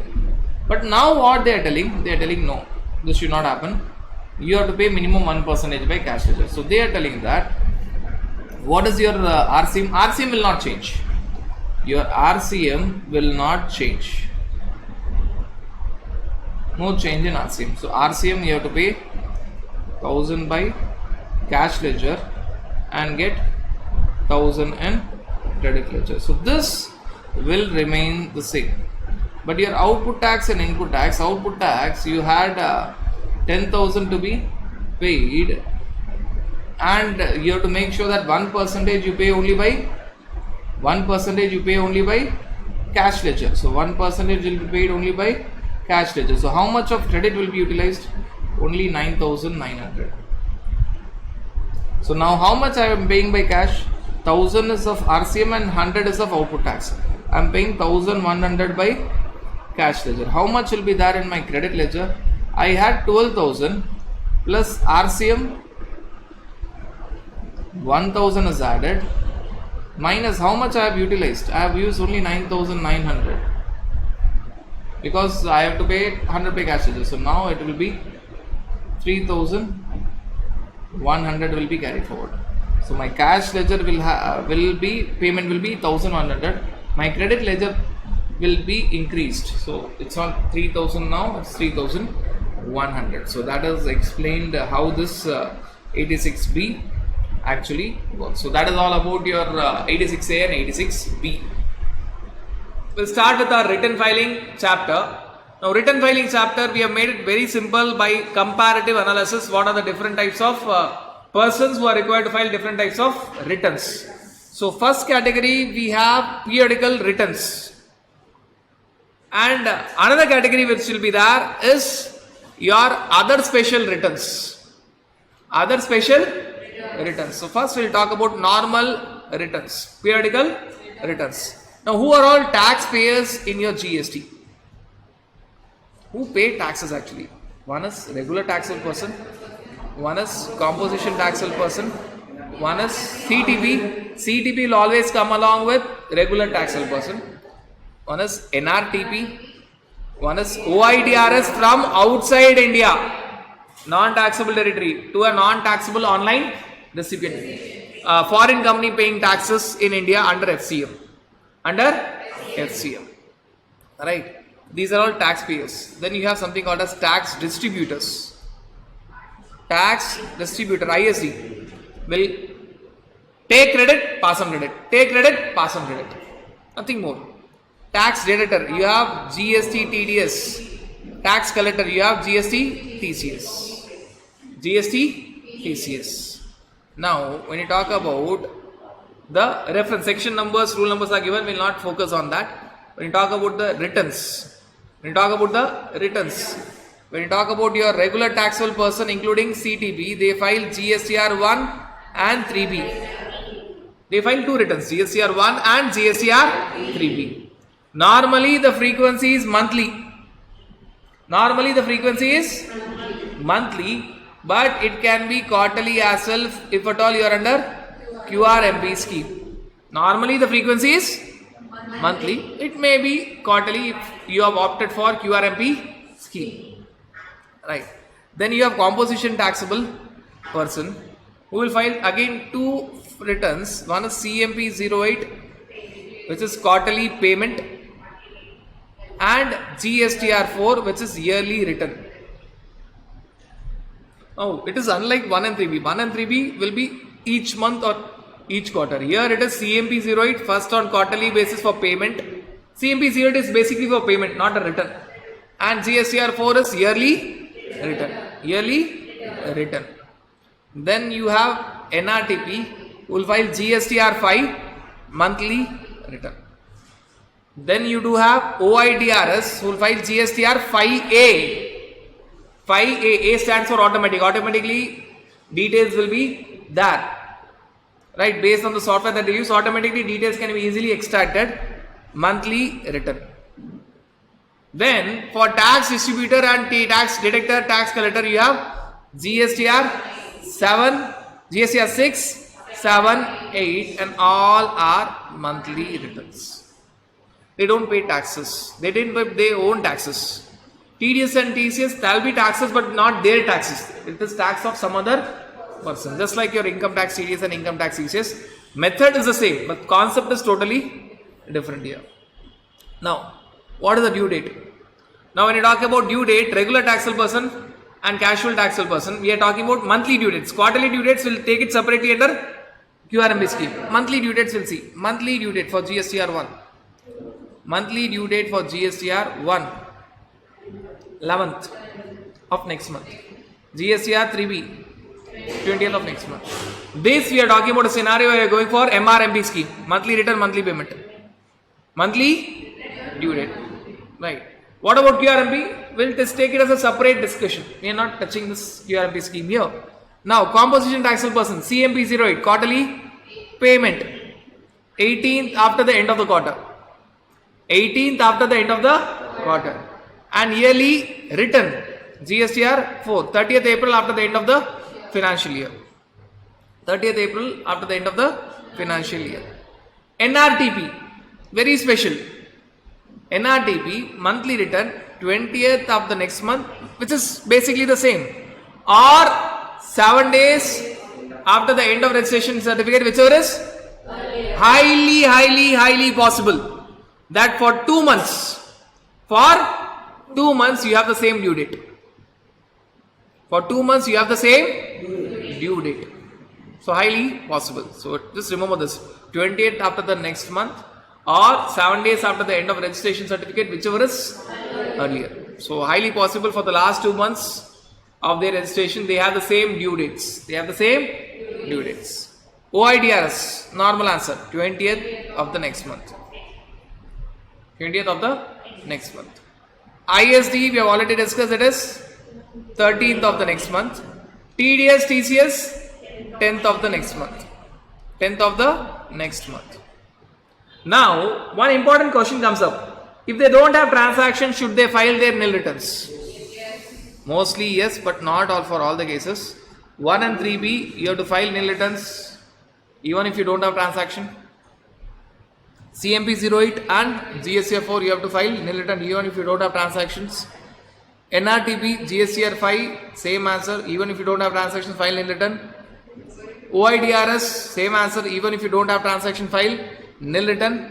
ISD, even if you don't have any distribution, file nil return. But for TDS and TCS, only if that is TDS and TCS, you have to file returns. You need not file nil returns, very similar to your income tax. Isn't it? If there is no TDS or no TCS in a particular quarter, you are not required to file any TDS return or TCS return. Very similar to your income tax. So for nil, earlier if you recall 5-6 years back, I'm sure that you would not have started your internship. But there were scenarios where in income tax, even if you have no transaction, you are required to file nil TDS, nil TCS return. Now it is not there. So it is very on similar line of your income tax. Now what are the late fees? What are the late fees that you have to pay? 100 rupees. If you file late, what are the late fees that you are required to pay? 100 rupees per day or maximum of 5,000, which means whichever is lower. CGST late fees, copy paste, SGST late fees. So this is CGST late fees, copy paste, SGST late fees. Same. But understand that there is no late fees for CMP 08 for a very simple reason that CMP 08 is not for return, it is for payment. If you're doing it late, interest will be there. If you're doing it late, interest will be there. Are you clear with this understanding? But wait, again, another area where you can expect questions is late fees, because this is the basic late fees which is now rationalized. When I tell which is rationalized, they have reduced the late fees. They have reduced the late fees. Normal answer is rupees 1,100 per day subject to a maximum of 5,000 CGST late fees. Copy paste SGST late fees. But there is reduced late fees for your GSTR 1 and 3B. What is the reduced late fees for GSTR 1 and 3B? Same concept, rupees 100 per day, but if it is nil return, it is nil return, maximum can be 250. So maximum is not 5,000, maximum is, this is CGST late fees, copy paste SGST late fees. If it is not nil return, other than nil return, you have to see aggregate turnover in previous year. Aggregate turnover in previous year up to 1.5 crores. Then maximum can be, which means rupees 100 per day, maximum of 1,000. CGST late fees, copy paste SGST late fees. If it is more than 1.5 crores but up to 5 crores, rupees 100 per day subject to a maximum of 2,500. CGST late fees, copy paste SGST late fees. If it is more than 5 crores, previous year aggregate turnover, then normal, rupees 100 per day subject to a maximum of 5,000. Right? So they have given on the basis of first categorization is nil, normal. If it is nil, do not see previous year aggregate turnover. Maximum is 250. Rupees 100 per day subject to maximum 250. If it is normal, rupees 100 per day subject to maximum of 1,000 or 2,500 or 5,000 based on aggregate turnover. Up to 1.5 crores, 1.5 crores to 5 crores, more than 5 crores. If it is composition taxable person, GSTR 4, then if it is nil return, 250. If it is normal return, see, understand that it will be obviously less than 1.5 crores because you are under composition scheme. You need not buy at it separately. Here there is no categorization of previous year aggregate turnover, but obvious, if you are under composition scheme, your previous year aggregate turnover could not have crossed. So don't try to buy art and all. It's 1,000. First slab only is relevant, so it is 1,000. And when you're talking about your GSTR 7, tedious. Here, be very careful. Normally, rupees 100 per day remain the same, but here they change even that. It is rupees 25 per day, subject to a maximum of. See, in all other places, rupees 100 per day they do not change. They change in only the upper limit. Here, they have changed both. Rupees 25 per day, subject to maximum of 1,000. So this is only for tedious, not for TCS. Only and only for tedious. Are we clear with this rationalization of late fees or reduction of late fees? Wherever you may ask, what about other returns? When for other returns there is no relaxation, you will go with what? Rupees 100 per day, subject to a maximum of 5,000. Whichever is lower. Subject to maximum of 5,000 means whichever is lower. Now, due date of payment. Due date of payment is connected with due date of return filing. So due date of payment, again we are discussing only for monthly scheme when you talk about regular taxable person and casual taxable person. Due date of payment is due date of GSTR 3B. Due date of GSTR 3B, which means 20th of next month. If that due date of 3B is extended, this due date of payment is automatically extended. Due date of payment for regular taxable person and casual taxable person. Due date of payment for composition scheme we already discussed. CMP 08, 18th after the end of the quarter. Due date for NRTP. Due date of return filing and due date of payment is exactly the same. Even for OIDRS, due date of return filing and due date of payment is exactly the same. ISD, you cannot have any payment. TDS, TCS, Due date of return filing and due date of payment is the Same. so it is the same. Actually, due date of payment and due date of return filing is different in QRMP scheme. Because if I see this line, if you go through this line, you will tell that automatically it was covered. Then why this line? It is different for your QRMP scheme. Now, why this due date of payment is relevant? Because only based on your due date of payment, you will have interest. For late payment, you will have interest. Right. Next, filing by SMS. Can you file by SMS? Automatically, mobile phone message is sufficient. Yes, but two conditions, it should be a nil return, and this is facility is available only for 1, 3B and CMP08. Even for nil returns, it is applicable only for 3 cases: 1, 3B and CMP08. If it is GSTR 4 nil return, go to portal. GSTR 5 nil return, go to portal.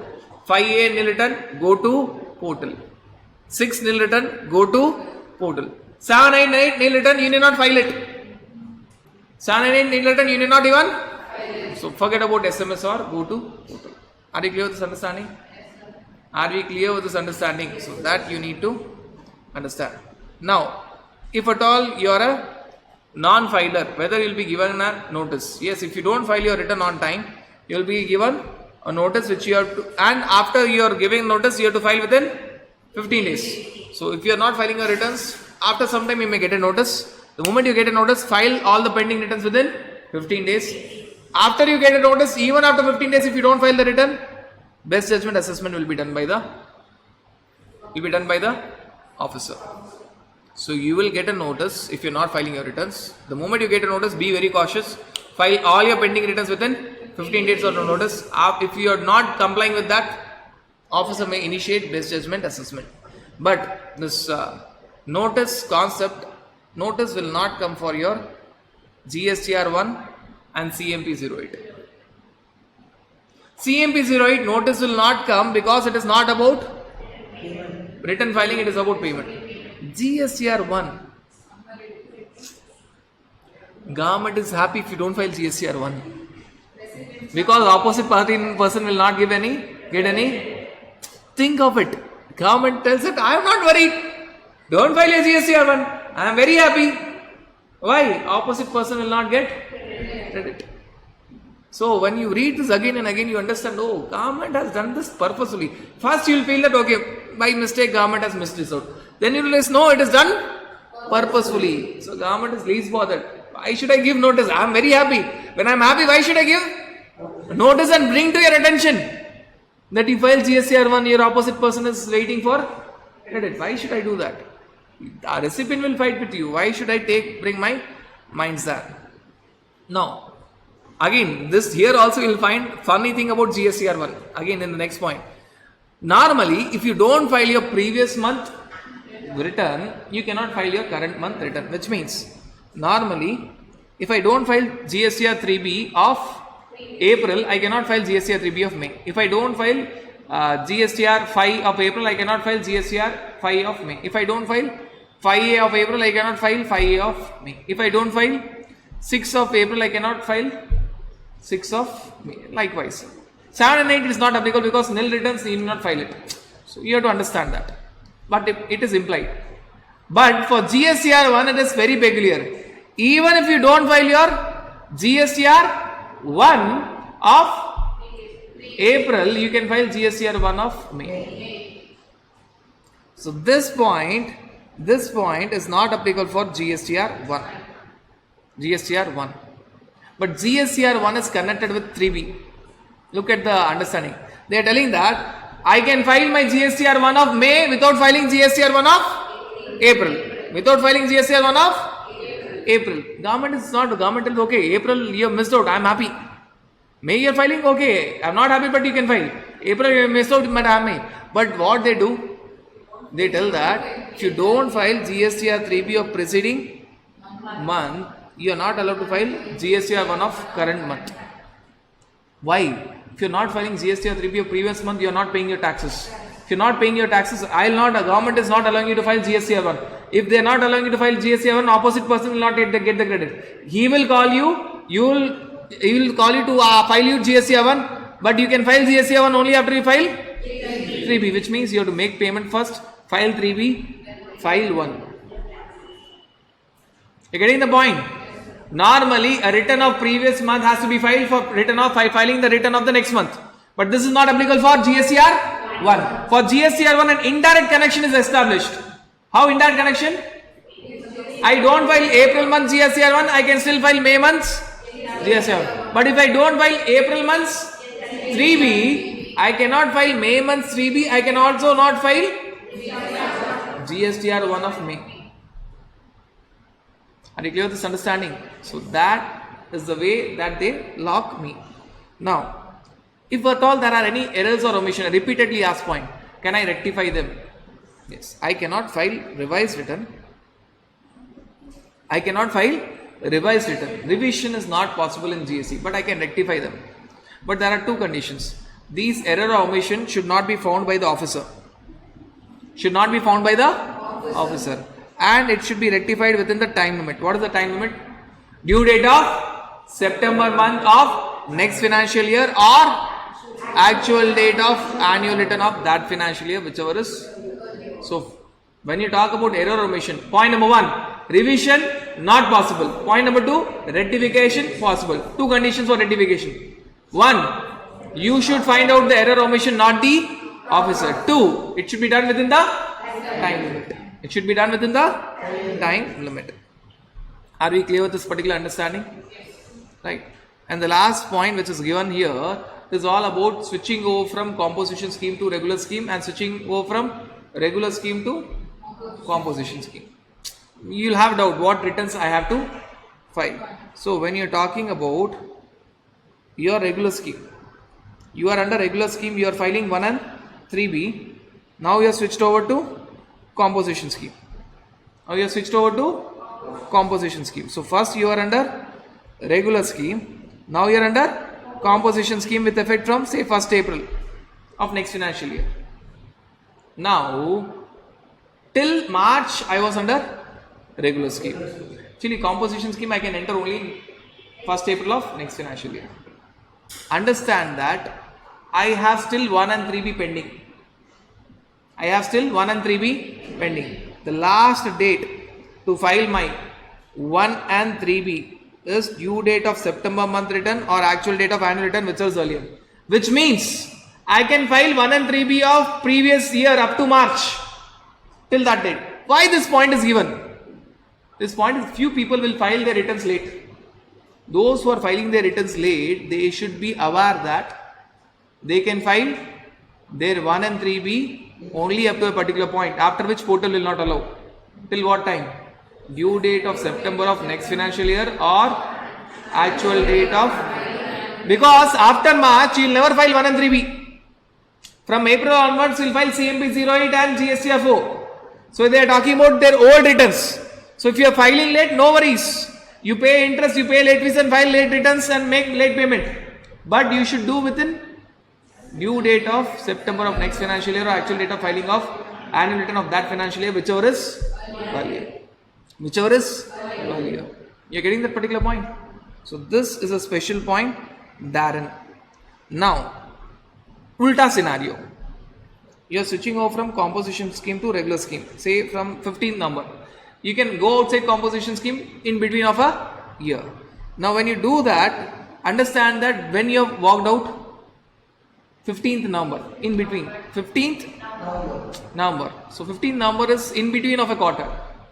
In between of a, understand that even for the part of the quarter, the due date remains the same. See, April to June, you have to file CMP 08 on or before 18 July. July to September, CMP 08, 18th October. October to 15th November, CMP 08. CMP 08. 18th of Jan. Though it is part of the quarter, due date remains the same. Now I am under composition scheme, not for the full year. I am under composition scheme only for 1st of April till 15th of November. Still, my due date for GSTR4 remains the same. 30th of April of next financial. See, what are they trying to tell? Even though in between you have exited composition scheme, due date of CMP 08 and due date of GSTR 4 remains the same for part of the quarter or for part of the financial year. No change. No change. Are we clear with this understanding? Are we clear with this understanding? So that is all about that switch over concept. Obviously, November month I will also file 1 and 3B. From 16th November, I will file GSTR 1 and 3B normal. So for part of the month I will also file GSTR 1 and 3B. So that is under normal scheme. So that is everything about your due dates of various types of returns and other concepts. Not only due dates, we discuss various other concepts related to different types of return filing. Now, when you are talking about your regular taxable person and casual taxable person, they have an option to go for QRMP scheme. They have an option to go for QRMP scheme. But, can everyone go? No.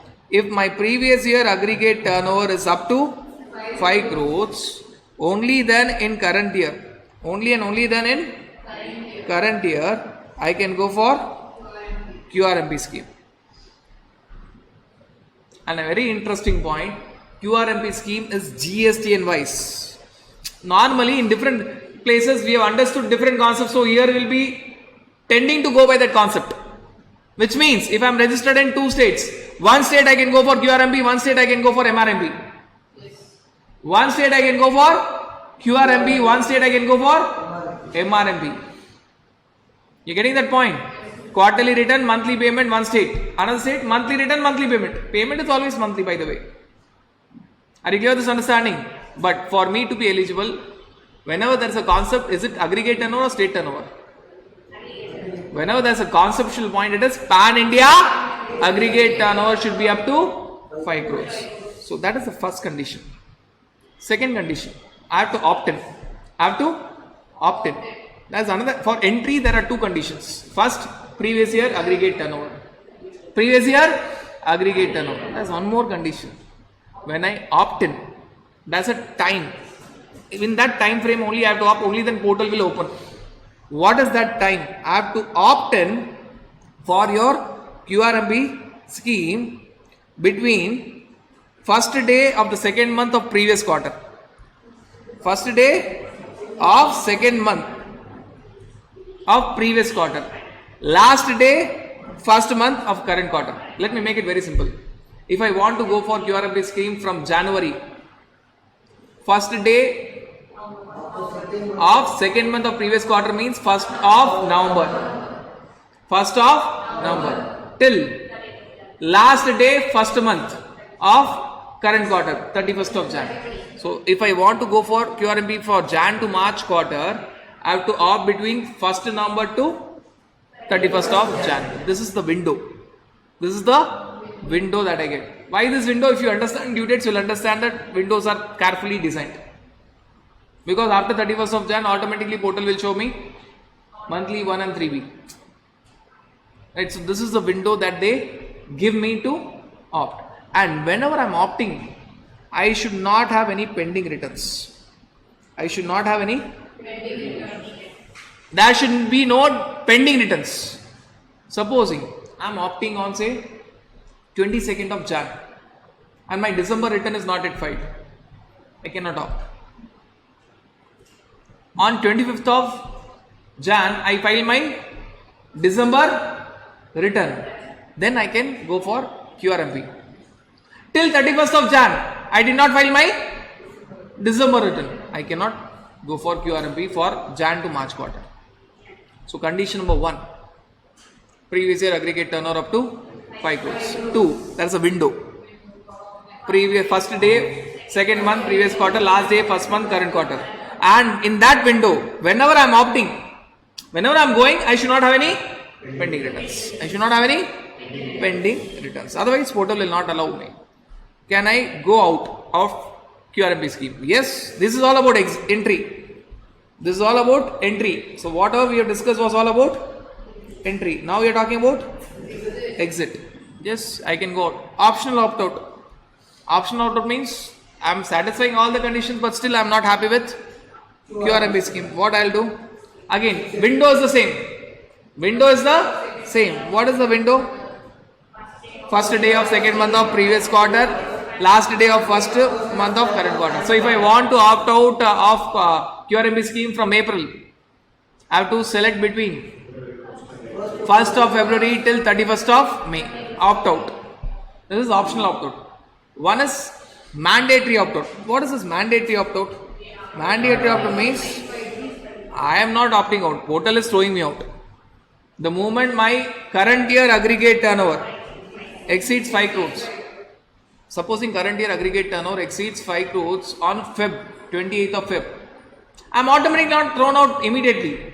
From next quarter onwards, April onwards, I'll be outside QRMB scheme. See, in between, if my turnover is crossing 5 crores, even for that quarter, I can be under QRMB scheme. From next quarter onwards, I'll be thrown outside QRMB scheme. Right. So this is an example that is given below. Whatever we have discussed is given in form of an example. So if at all, I'm registered newly on 1st of February, and my previous year aggregate turnover is up to 5 crores. I want to opt for QRMB scheme for Jan to March. Can I opt? No. Why? My registration is from 1st of Feb. And if I want to opt for Jan to March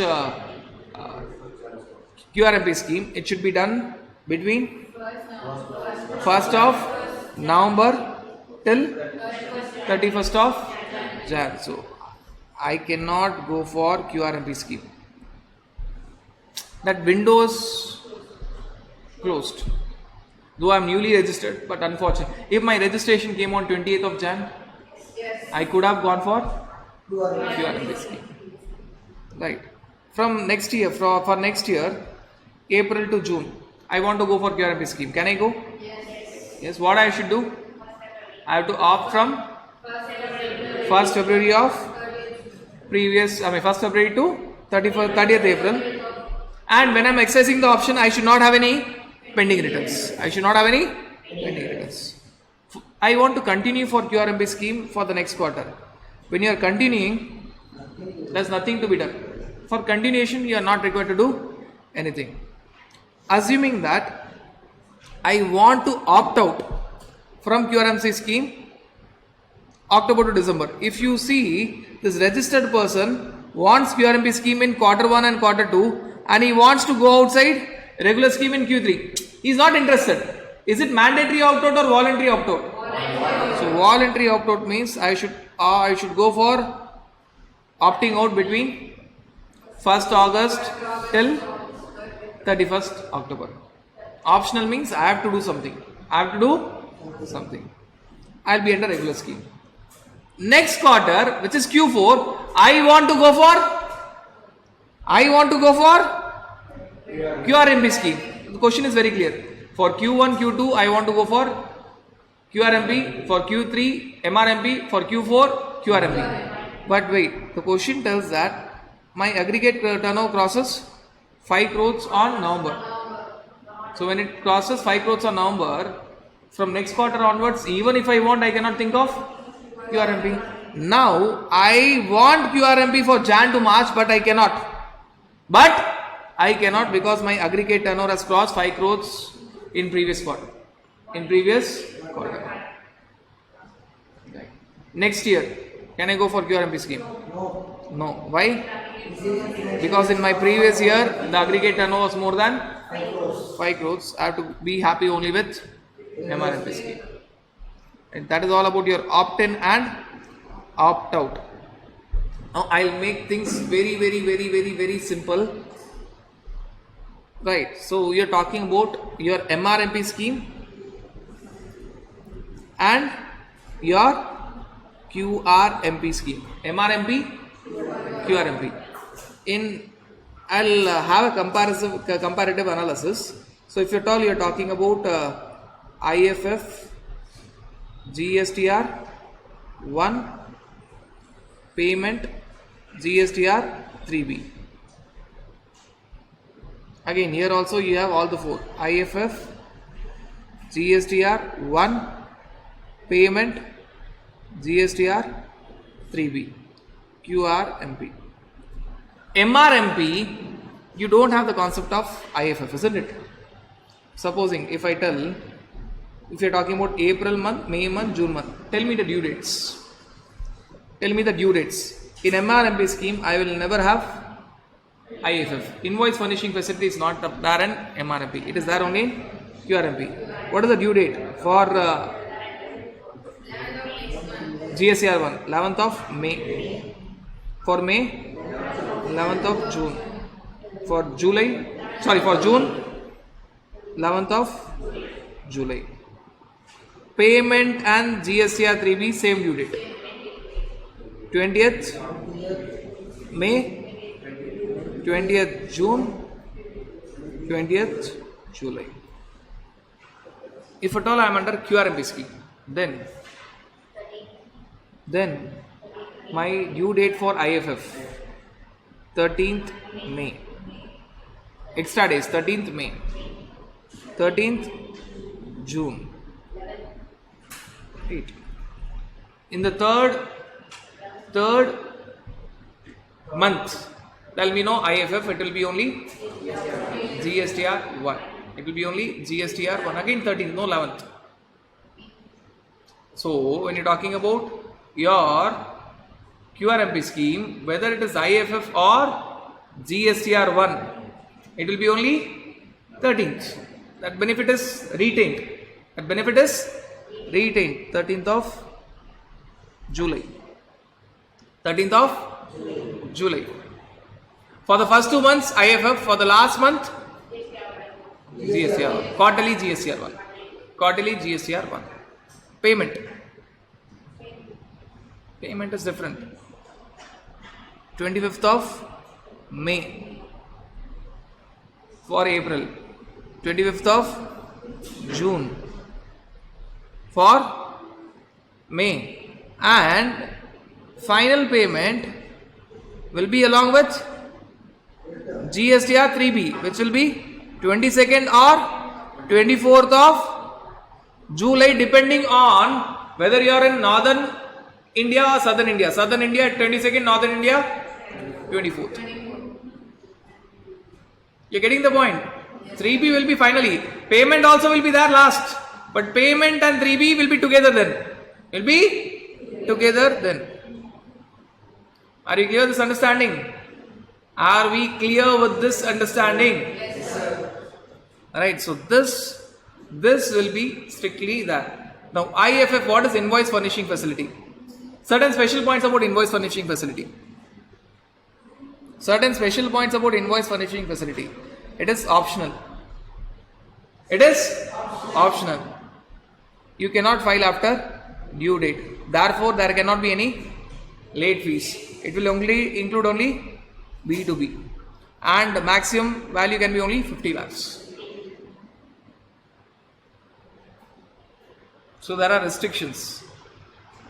Many people will not even opt for QRMP scheme because of all these unwanted restrictions. It is optional. I need not file it. If it is optional, there cannot be any due date. There is no late. The due date is there. But if after that date you cannot file, there cannot be any late fees. You cannot file it after due date. Therefore, question of late fees is ruled out. And it will only include B2B. And maximum value that can be there is only 50 lakhs. You may have a doubt. What if there is B2B 80 lakhs?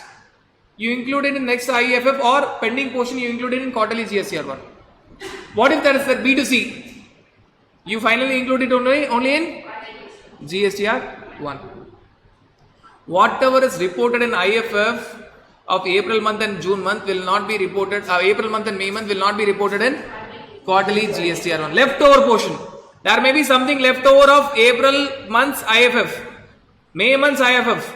It may be part of B2B, B2C is fully left over. It will be automatically come in quarterly GSTR 1. So that is all these points that you have to take care. Are you clear with this understanding? Payment. When you talk about payment, first 2 months payment is 25th May and 25th of next month, 25th of next month, first two. Now here you can go for two methods. Self-assessment method, that is output minus input, or fixed sum method. Whichever you want. But finally when you pay for quarterly, it is only and only self-assessment method. It is only and only self-assessment method. So this chart will make a lot of points very simple. Very simple and basic. Right. So I am not taking all these points. When you talk about your GSTR1, IFF, I have covered all these points. When you talk about your payment, yes, I need to cover these points because you are talking about for the first 2 months you have option either self-assessment or fixed sum. Either self-assessment or fixed sum. Self-assessment is nothing but output minus input. What is fixed sum method?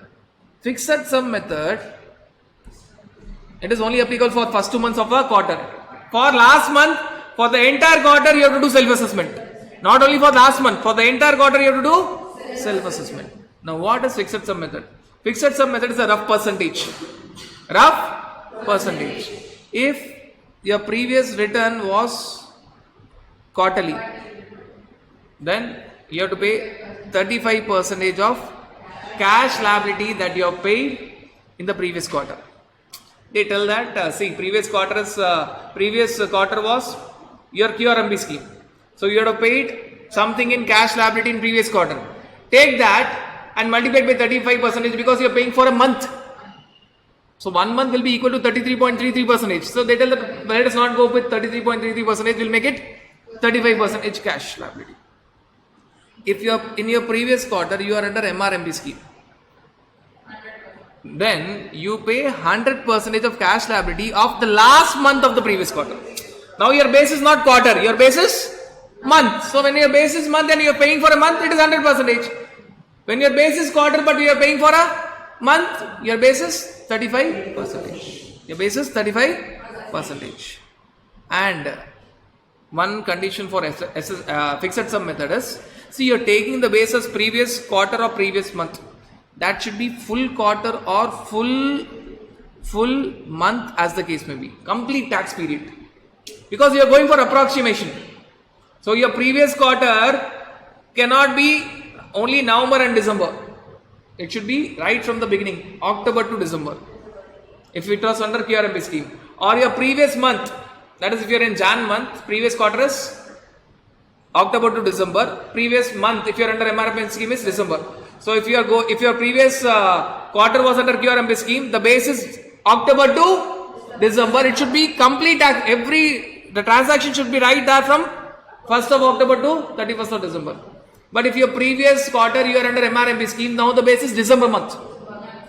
You should have worked throughout 1st of December to 31st of December. So that is because it is approximation. Quite logical, this point is there. Now payment is not required. You need not make the payment. Very logical points.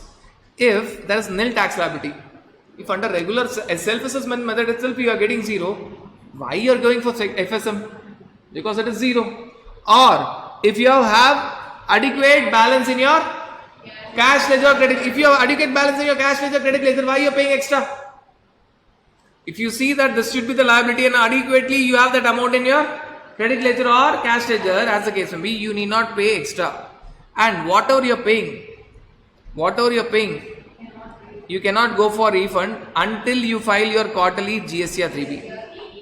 Because that is now timing. It is not fully settled. Normally if you pay anything in cash ledger, you will get the refund immediately. If you want, you can apply for refund. But here if you are paying under QRMB scheme for the first 2 months, whatever you are paying, you cannot touch it till you file your quarterly GST or 3B. After that, if you have any surplus, you claim it as refund or you can take it over to next tax period. Right. So that is everything about your QRMP scheme. Everything to know about your QRMP scheme. Right. Obviously, when you talk about your QRMP scheme, there is an example which is given here. Whatever we have discussed is given in this example. Maybe interest portion I will take here. I will not explain the entire example. Interest portion I will try to explain. Now, interest portion, I can go for FSM or SAM, self-assessment method. First 2 months I have an option. I'm only focusing on interest. I'm not focusing on your IFF, GST. I have explained it very clearly. If you see the example, you will automatically understand. Now, let us see this Jan month. My output tax was 10.8 lakhs. ITC is 6 lakhs. What would have been my tax liability under self-assessment method? It would have been 4.8 lakhs. Correct? 4.8 lakhs. For Jan month, I should have paid before 25th of Feb. What if I went for fixed sum method? Assuming for fixed sum method, they should give me extra information, correct? So they have given me extra information that October to December month, I was under QRMB scheme and tax paid to cash ledger was 10 lakhs. So what will be the amount? It will be 35% of the last quarter cash liability, which is 3.5 lakhs. I have to pay by 25th of Feb, which is beneficial. Going for self-assessment method or fixed. This is beneficial. I can plan my cash payments. I will go for fixed sum method. Next month my output tax liability is 11.7 lakhs and input tax is 11 lakhs. Self-assessment method, I will end up paying only 0.7 lakhs. I have to pay before 25th of March. We are talking about now Feb month. But if I go for fixed sum method, 35% of previous quarter, which is 10 lakhs, 3.5 lakhs. Now, which is beneficial? Self-assessment or fixed sum? Self-assessment is beneficial. I can do. But when I go for the last month, assuming I'm not going with the example which is given here, it is assumed that I am going for same method throughout. Finally, it is explained. Finally, if you see this note in yellow color, it is explained how should I select. I am directly explaining that point. So first month I went for FSM, which is more beneficial. Second month, self-assessment method. Now third month when I enter March, my output tax liability is 16.56 lakhs. ITC is 16 lakhs. I will not see only March. I will see Jan to March now. I will see Jan to March. What is my total output liability? 10.8, 11.7, 16.56.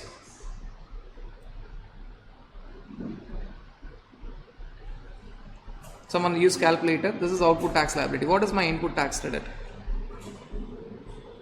6 lakhs, 11 lakhs, 16 lakhs. So my input tax is 33 lakhs. My output tax is 28, 39 point. So finally I should pay. For the last month I don't have an option. I have to go for a self-assessment method for the entire, not for that month, for the entire quarter. So what should be the tax that I should end up paying? It should be 6.06. Out of the 6.06, I have already paid 3.5 and 0.7. 3.5 and 0.7. So which means I have already paid 4.2. So I have to pay only the balance. 1.86. I have to pay only this much amount. Are you getting this particular point?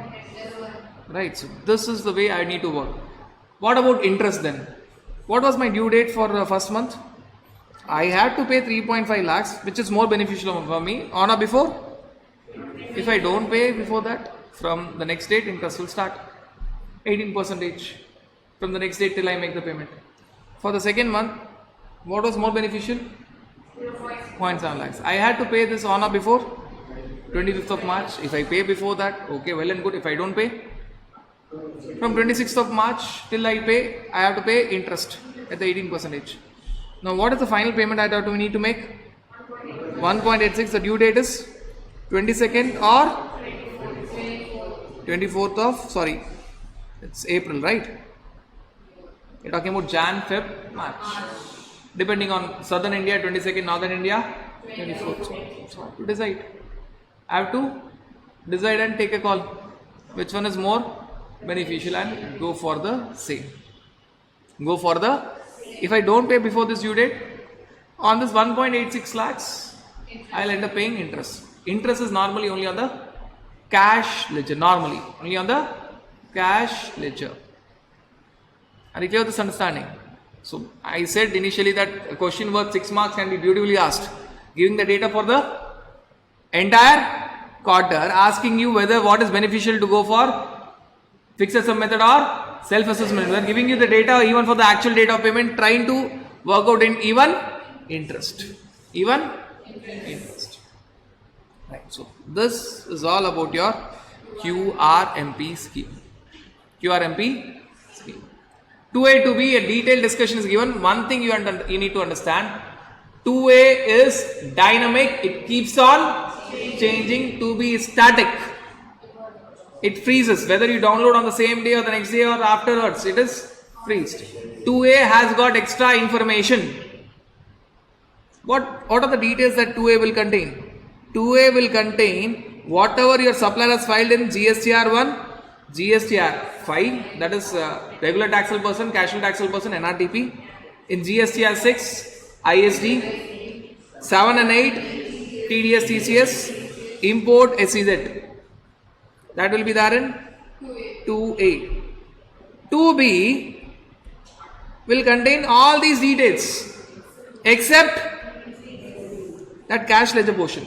So whatever your supplier has filed in 1 or 5 or 6 or import of goods, SEZ, everything will be there. Credit portion alone will be there. Cash ledger details will not be there. See, TDS filed by the opposite person, TCS filed by the opposite person will come and sit in your cash ledger. So that will not be there in your 2B.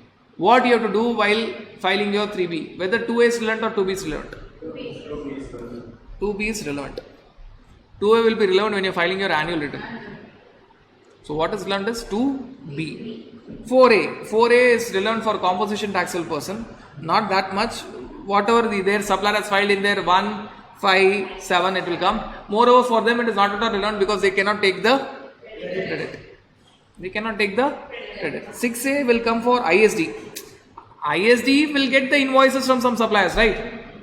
So that 6A will be received by ISD based on the supplier filing is GSTR. So that alone you have to understand, and thereafter all the details. This outward supplies, inward supplies, all the details will be there. Rather, basically it is inward supplies that will be fetched in your 2A and 2B.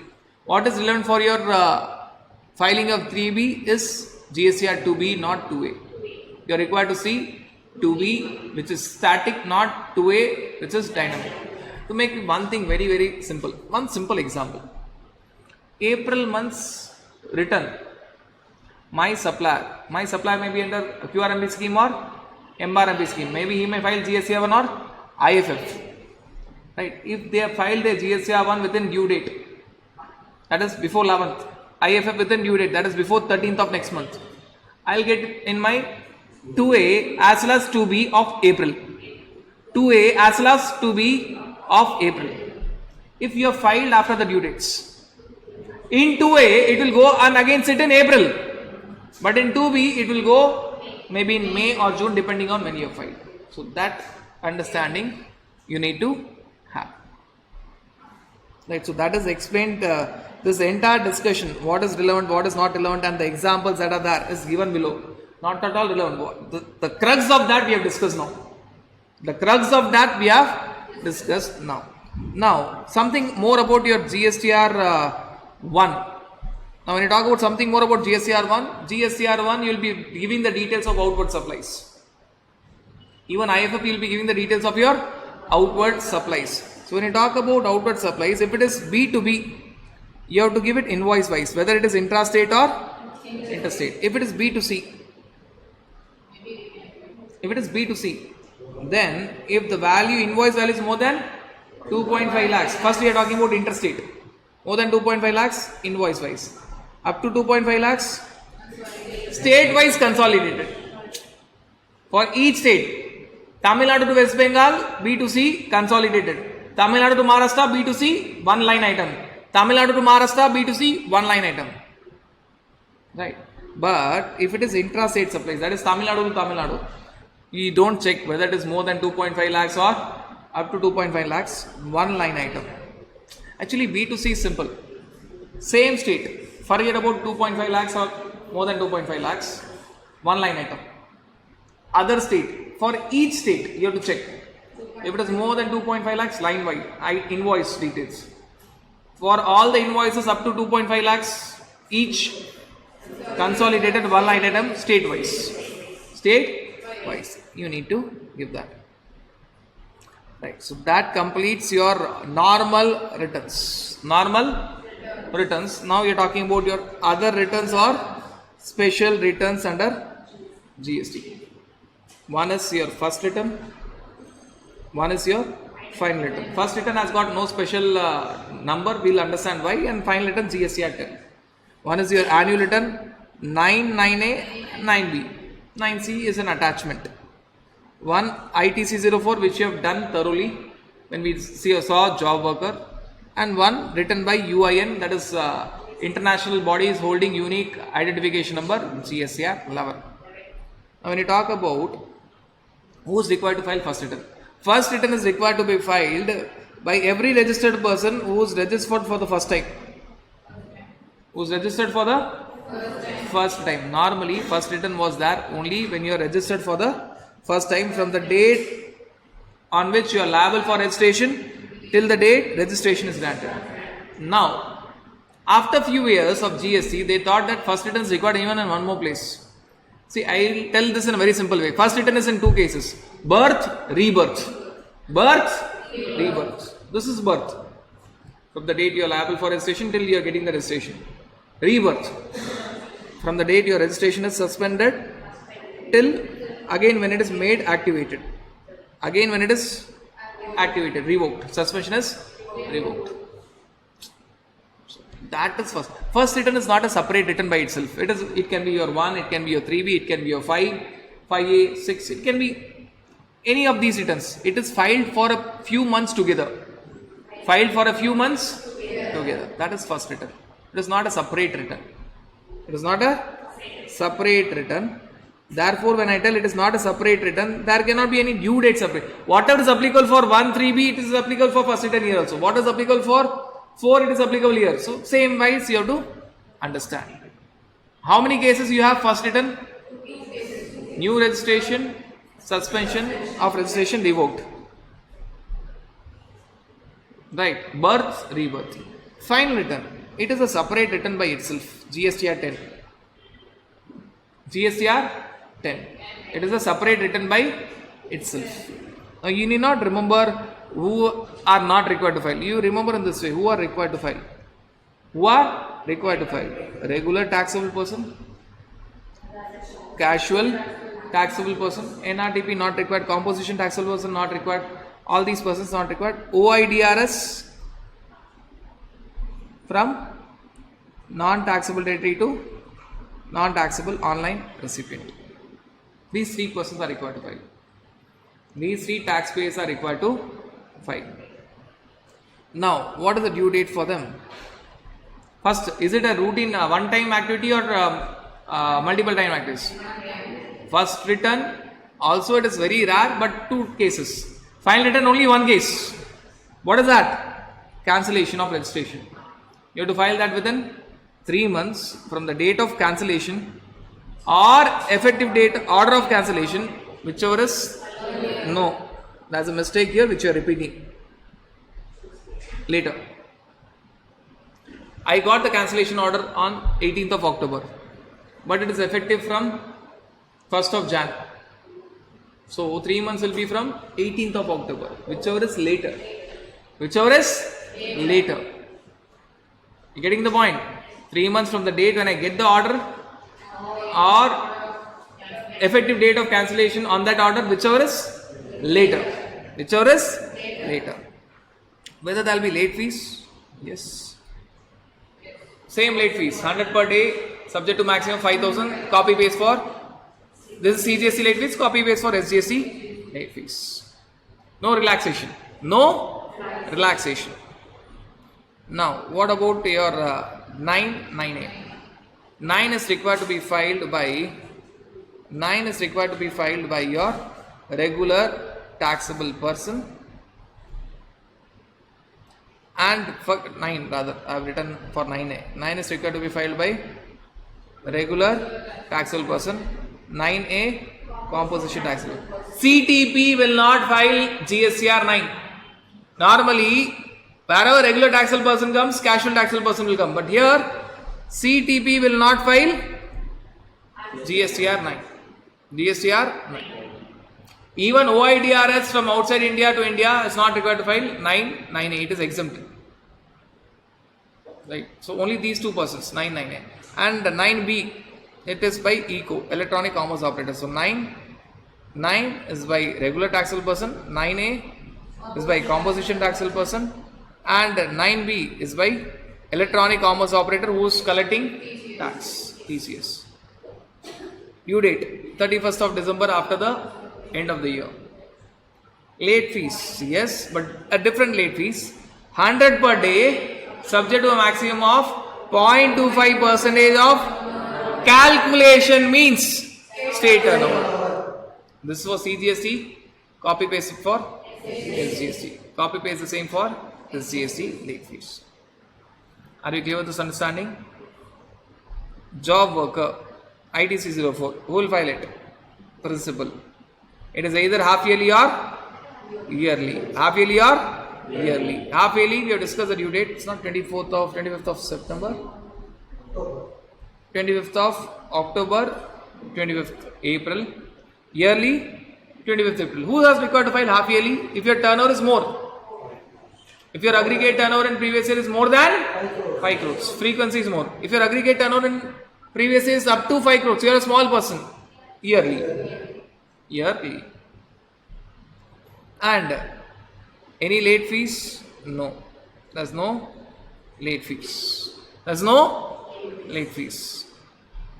Who is required to file your UIN? UIN is by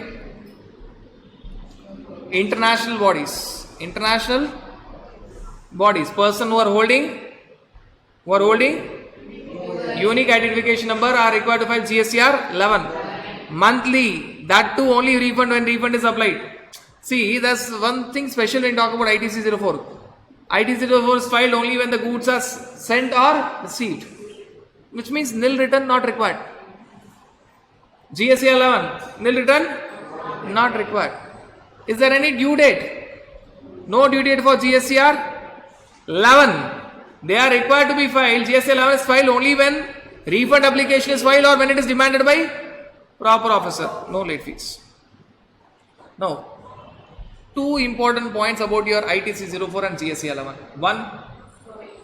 One, if there is no transaction, no need to file nil returns. Second, even if there are transaction, even if you file late, there will be no late fees. Third, you will not get any notice. You will not get any.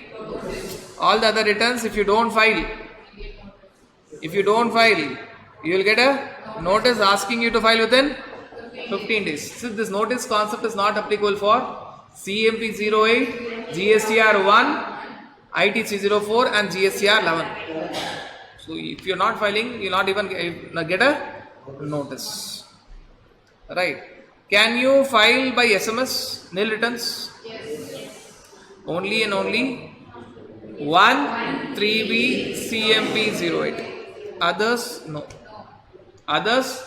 No. So first return may have 1 3B CMP 08. So that is possibility. Otherwise GSTR 10. GSTR 10 can be nil details, no closing stock, no reversal, but still you have to file only by way of portal. Is there any provision for rectification for all these returns? No. There is no specific provision for rectification of any of these returns. Specifically, there is no provision. If you have done any error, specifically they are not speaking about any rectification point. Now, what is 9C? 9C is actually a reconciliation statement or an attachment to GST 9. Reconciliation statement. Right. Earlier, reconciliation statement need to be certified by a chartered accountant. Now it is self-certified.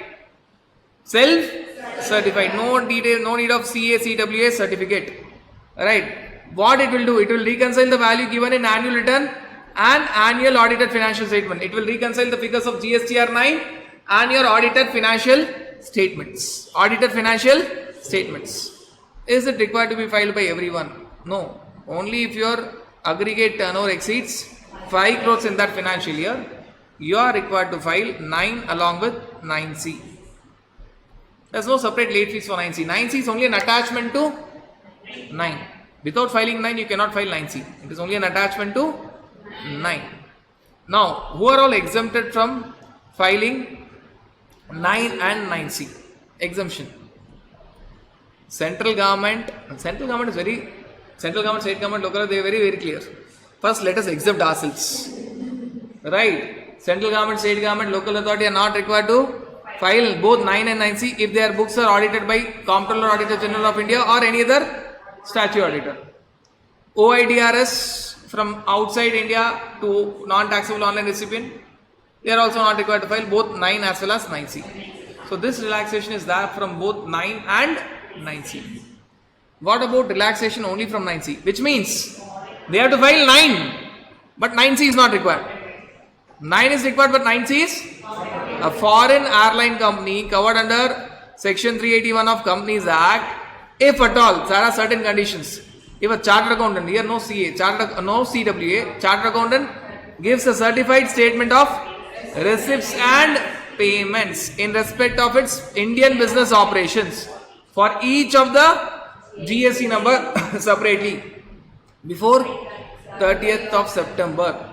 Then the foreign airline company need not file 9C, they have to file 9, but they need not file. So say for example Lufthansa Airlines. Right, they have to file their 9 for the Indian business operations, but they did not file their 9C if CA is giving a certified statement of receipts and payments for the Indian business operation, but for each GST number separately before 30th of September. Before 30th of September of next financial year. 9C don't file, but continue filing 9. So that you need to understand. So that is all about your written filing basic concepts. GSTP not so important, you can walk through. Miscellaneous concepts, very, very basic points. When you talk about portal, how many portals are there actually? 3. 3 portals. One is normal portal, www.gst.gov.in, which is managed by GST network, where you do the basic work. Taking registration, filing, making payment of taxes, filing returns, replying for notices, filing appeals, that is done on normal portal. Then you have a special portal, e-waybill portal, www.ewaybill.gst.gov.in, which is managed by National Informatics Center, not managed by GST network. National Informatics Center, only purpose is generating e-waybill. Then you have another portal, e-invoice portal,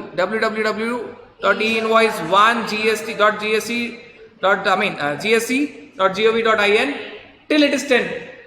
But you can only see one first portal. Second to 10th portal is used by GST Suvidha providers for their automation invoicing. You cannot go to second portal, third portal. So basically, a few of my students have tried telling that, see, sir, second to 10th portal is there. When we access, we don't see. You cannot see. That is for what?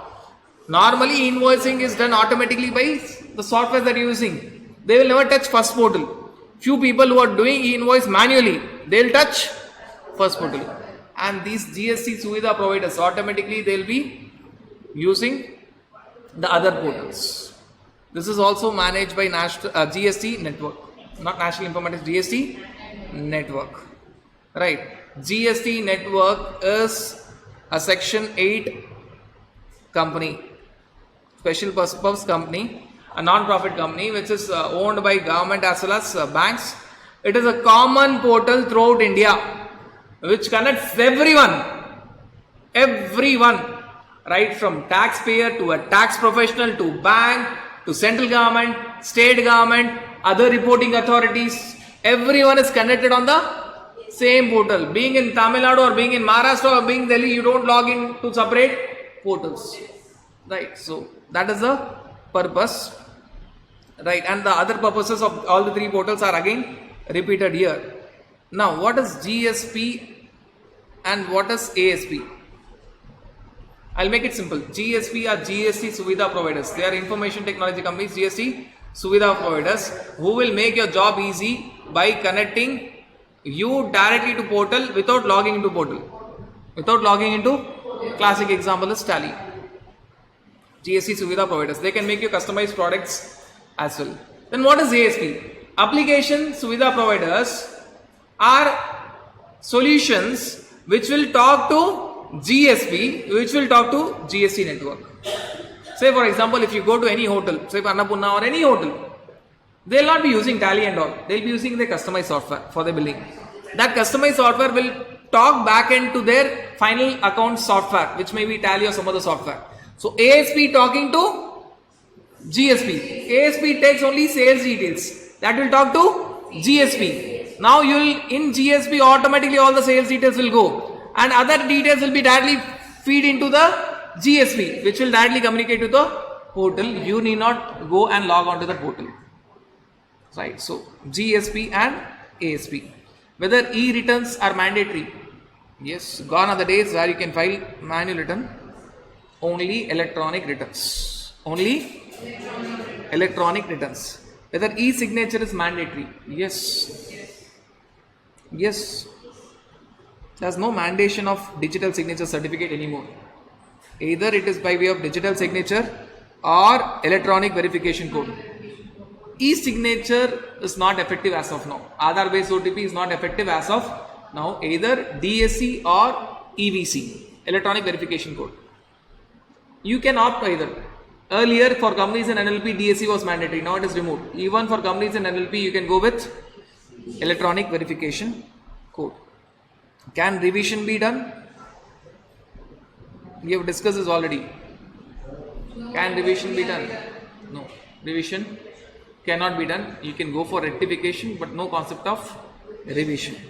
And finally, there is a special return called as information return under section 150, which is required to be filed by taxpayer, local authority, central government, state government, income tax authority, bank, electricity board, registrar, companies, registrar of motor vehicles, registrar of companies, registrar under your normal land and buildings registrar. So all the registrars are required to file. Collector, when you talk about right to fair compensation and transparency in land acquisition, depository, stock exchange, RBI, GST network itself. GST network itself, you are an holder, any other person. Now other bodies are helping you out to report your transaction. It is very similar to your annual information return which you have in your income tax. Right, you get certain information on your annual information return which are reported by other persons and you have to verify whether you have reported that. Very similar to that. Very similar to that. If proper officer finds their return to be defective, not everyone, commission will notify and they have to file. If their return is defective, they will intimate the defect and give an opportunity to rectify within 30 days plus extension. If you don't rectify, then it is treated as not to be filed. If you are not filing the return, proper officer will serve you a notice required to furnish the returns within 90 days. And if you don't comply, then penalty of 100 per day subject to 5,000 will be that. So they are given an option.